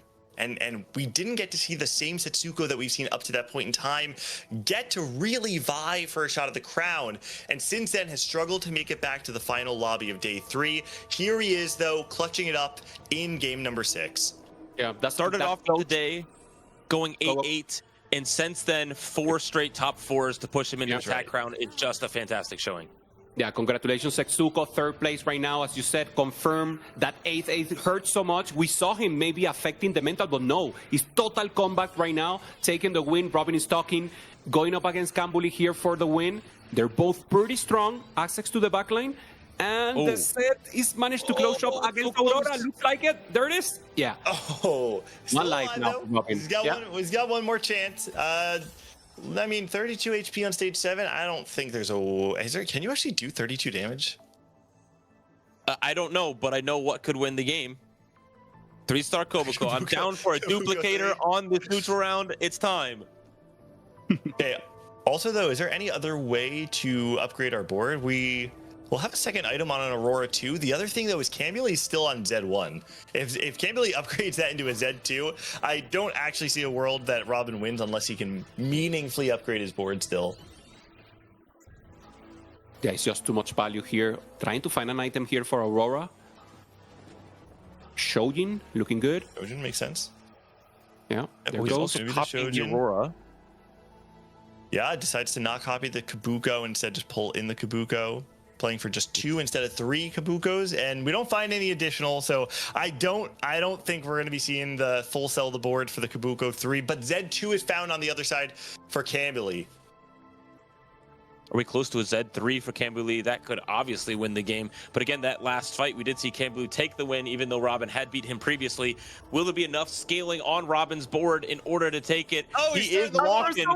So let's see, he believes. Go, Robin! Go, Robin, go. There's the walk. Time to get aura damage right now. So he knows he has the comp, he has the tech. He needs the aura. All of the chat supporting Robinson here. Access to the back line. Huge damage from the backs. We still have. Is it enough? Not enough damage from the set. Fully killed. One more cast. It's not going to be enough. Robin sits down. Kambuli going to close it out while it's not enough to get him the first. Kambuli making a statement. Not only his first time making it to the Tactician's Crown, his first time in a top 8, and nearly has enough of a performance to win the whole thing, coming up just short. But an amazing run by Kambuli, one of the hot commodities of North America. What a great tournament we had. We went through the roller coaster of like, maybe our top 8 will be locked in and we won't have any stakes on day 3, to this absolute cinema of a day 3. Nothing was guaranteed until this final game, and what a game it was. Yeah, totally amazing. And now, after the break, we will have the finalization. Who will be representing us? Kambuli did amazing. Also, Bobster taking the crown and taking the championship. So glad to be part of America and to be a part with you guys of the history of TFT esports. So, Gangly, this is our final phase right now. So glad to be with you guys. Thank you for everything. Yeah, absolutely. Thank you all so much for joining us. But we still have to crown our champion and all of our Tactician's Crown qualified players first, so please do not go anywhere. We're going to go to a quick break, and when we come back, Nekkra and Dobz are going to close us out and announce all of the America's representatives for the Tactician's Crown. We'll see you in a minute. We're taking 3 set champions and making them rank the best set championship runs in TFT history. The only catch, they don't know which 5 runs are coming, and once you assign a run a placement, you can't take it back. Are you guys ready? Yes. I'll rank that probably around 4 because it was really long ago. It's like the old TFT ages. Oh, I feel like that's got to be pretty hype. It's the first one ever. I'll go. But since it's EMEA, I'll go 3. I don't know. I think it was the first competitive set, and I think it was a cool set. But I will not put it first one. I think I will put it 3. I mean, I must rank that first because for obvious reasons. But the thing is with like replays run, I feel like he was like a turbo underdog.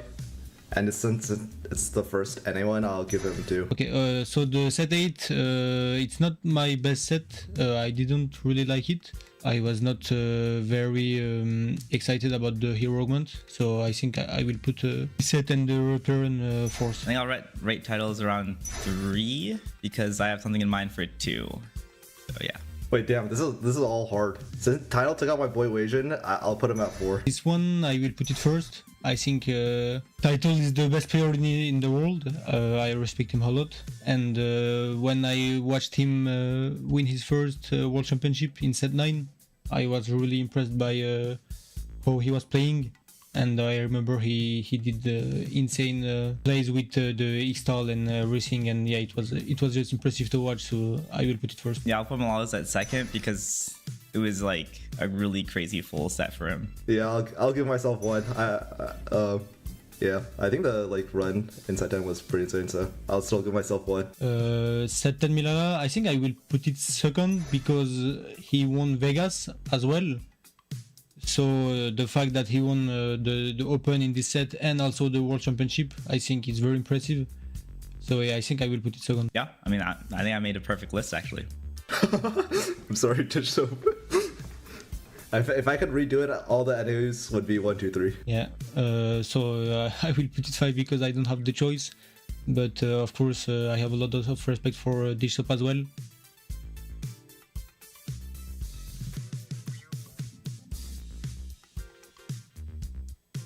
Okay, everyone ranked this up the last one, but I think maybe this is unlucky because I think this shop run was pretty good.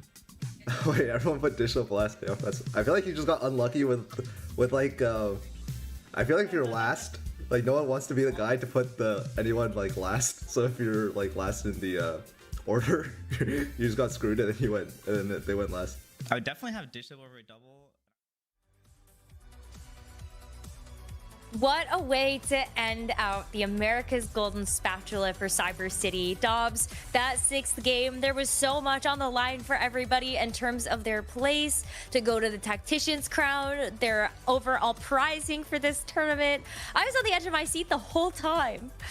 Yes, I mean, that game had so many stories, so many things going on. The fight for the title, some players actually fighting for their lives on the spot for Tactician Crown, as well as it's so many on the line, and we got Kambuli winning the game with the Cypher reroll, one of the best compositions. I mean, it was a great play by him, really strong augments that he took, as well as Robin securing the top 2. That actually meant a lot for him because he secured his spot at Worlds, that we're gonna see the standings, crown the champion, and see who else got in Tactician Crown. So it was an amazing game to watch. Absolutely. We're going to go ahead and look back on some of those amazing moments from the 6th game. All kind of starting out with all eyes on who is actually not going to make it. We had a couple of players that were very close together heading into the 6th game, but unfortunately for Philip, just didn't really seem like the game gave him a good or strong enough board to be able to contend with a lot of these players that were angling towards these fast 8 and 9 comps. Yes, these games was actually so much unpredictable because we had Tehua fighting for the win in order to get the crown of actually getting the golden spatula, but also he didn't find his way. Even with a Yumi 3, he wasn't able to win some rounds, and then he ties. And we had also Bapakaza going with the birthday present, not able to find his way into the game. Also, Philip that had such a hard time with that strategist kitchen, but even though he re-rolled the emblem from Boombot, the Zeri didn't pay off for him. And here he goes. Let's see the standings. Yeah, Setsuko got a 3rd place there, which is going to really help out with that average placement overall in the tournament. And as we look at our standings, congratulations to Bobster, 33 points on the day. Your America's Golden Spatula winner for Cyber City. Yes, what a run from Bobster. This is the 2nd time that he's going to represent Americas at the Tactician Crown, but at this time he is actually the winner. So it's really important for the player, right? You put too much effort into TFT, and then you're rewarded with a win in such a high competition. So congratulations to Bobster. Yeah, and especially after just like the legendary run that Bobster actually had in set 12. It's really awesome to see him be able to come back and have this fight now once again at this Tactician's Crown. Unfortunately missing out on Into the Arcane, but set 12 looked amazing and now gets a chance to go back and get some redemption after that Attack Crown run. But congratulations to all of our other competitors that will be making it forward from the America's Golden Spatula. We are able to, I think, actually talk to our winner right now. Do we have Bobster with us? Yes, hello. Oh, Bobster, hi, congratulations. Oh my gosh. What's going through your head right now, knowing that you've got this huge win at the regional stage? It feels pretty good. I'm not sure. It feels a little wrong because I bought forward the last game, but like I guess I played well enough for the rest of the tourney. Yeah, first of all, Bobster, I want to say congratulations to you by winning Golden Spatula. I also want to ask you, this is the second time you're going to play Tactician Crown. How does that feel to be Golden Spatula champion? Does that give you more confidence to play at the Tactician Crown? It definitely does. Last time I went to Worlds, I went dead last at regionals. So I had a bit of a chip on my shoulder and just wanted to do really well. I wasn't expecting to win, honestly. Well, I kind of was. I did like infinite prep. I put like legit all my time for the last, I don't know how long into the game, so I'm really glad it paid off. And Sorry, go ahead. I was just gonna say, like compared to last time going dead last, this time going first, I have like a ton more confidence because I didn't do well at Worlds in set 12 either. So I'm feeling pretty good. I got so excited to talk to you that I got ahead of myself and I wanted to ask you about what your preparation looked like for this event. Given how hard you had prepped for the tech run, what did you take away from your set 12 run versus preparing for this Golden Spatula? Don't think I had a good read on the patch. Or at least, yeah, I would say not a good read on the patch at last Worlds. And this time I studied with people. Last time I barely studied with one person, and this time I studied Infinite with like multiple people and played Infinite scrims. So just a lot more preparation, understanding of the patch, what's strong and whatnot. Do you feel that this preparation alongside with other players have helped you to reach this level of TFT? Do you think is one of the best ways to actually study the game? Absolutely. I think I can attribute a lot of like my growth as a player to just joining like I guess you call it like study groups, but honestly it's just like talking to people and like starting in even I think set 8 or 9 I started talking to players like Camuli, JD, Zelinsky, T-Lides, just more players who at the time were like way better than me, and it helped me grow a ton. I think it's one of the best ways, absolutely, to improve at the game. What do you feel like, especially because there are a lot of people watching that would love to become a competitive TFT player, what do you feel like was the one piece of advice or thing that really clicked for you that you feel like gave you a lot of growth? The best advice I can give, like specifically for tournament performance, is just to like have a game plan and stick to your game plan.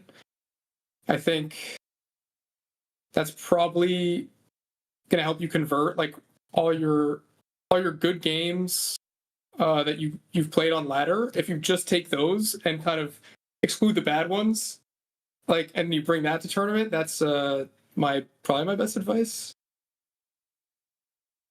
All right. Do you feel that having a good mental playing the Golden Spatula after that self 12 and you miss it in the set 13? How does that feel right now for you?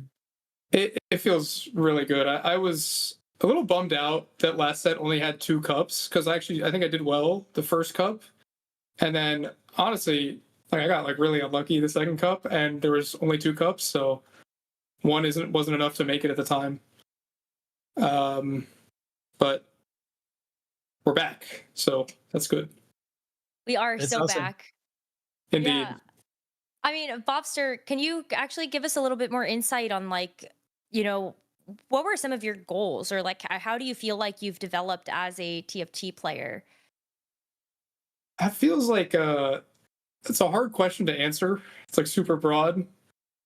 I like the best. I don't know. I just feel like I'm better in every aspect than I used to be, and I want to keep improving. I want to win like just more. Yeah. That's awesome. How do you feel about the Tier 1 system as well? Because we didn't talk about that, and of course you're going to play that next season. Yeah, That's I'm excited. actually help you Oh, a lot. sorry. There's not much cup to play for as you're in the Tier 1 system. Honestly, I didn't actually read what it entailed exactly, and I don't really know what it is. I just knew I wanted to make it. So, and I guess it feels good. Yeah. Well, you made it. So I guess Yay. we'll all find out Yeah. together what that's all going to look like.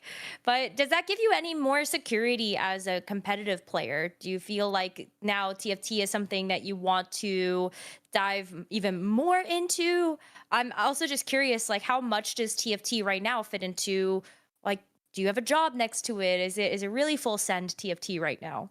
I'm full-time TFT. I love the game, and like I feel like the first time, it was like a while ago, I won a tournament. I wanted it like really bad, and I just put all my time into it, and I'm super glad the time is paying off. But it was like Gangley's TC4 was the first tourney I ever won, and just ever since then, my drive has gone up like infinite. So this is only gonna increase my drive. So.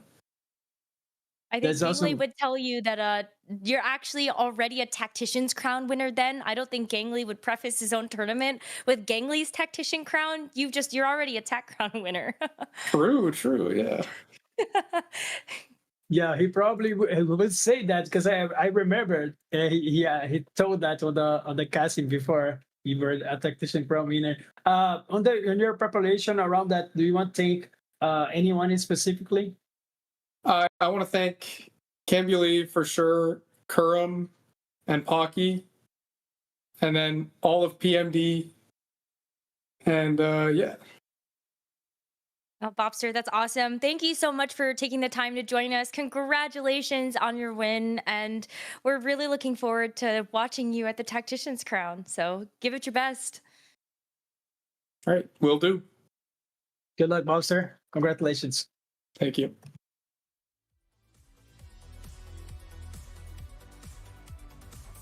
Congratulations to Bobster for winning the America's Golden Spatula, and congratulations to everyone else that is going to be going to the Tactician's Crown alongside him. I love being able to hear about his journey as a competitive player. You know, Bobster has already had some wins under his belt, attributing a lot of maybe wanting to go full into TFT because of the Tactician's Crowns that Gangley used to hold. And it's just really cool to see how far he's really taken that passion, and I think he's set up really well for this Tac Crown. Looking at what Bobster had played, he had played a lot of those 4-cost comps, and so sticking to that game plan, perfect way to win the Golden Spatula.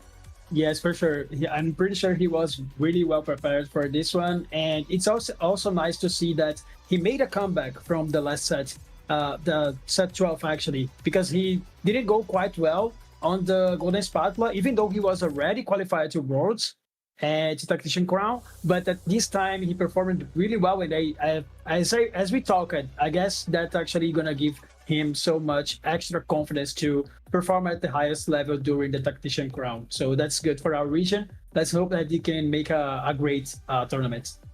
Well, our region is super stacked in terms of who is going to be representing the Americas at the Tactician's Crown for Cyber City. We already figured out 5 of our competitors through qualifier points for each sub-region of the Americas. The players that performed the best overall this set were able to automatically qualify there. So that's Kurum X for North America, Tex Summers for LATAM, and Vapa Casa for for Brazil, and then Wajan Iverson as an overall qualifier points winner. Dishsoap going back there to defend his Tactician's Crown title from just this last set, and Dobz, 5 other amazing players are going to join our little conglomerate here.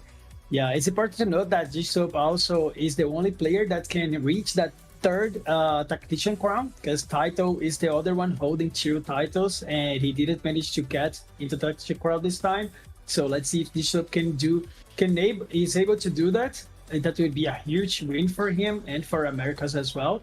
But for the players that qualified today, a lot of new players going to Worlds, the Hua and Kambuli as well.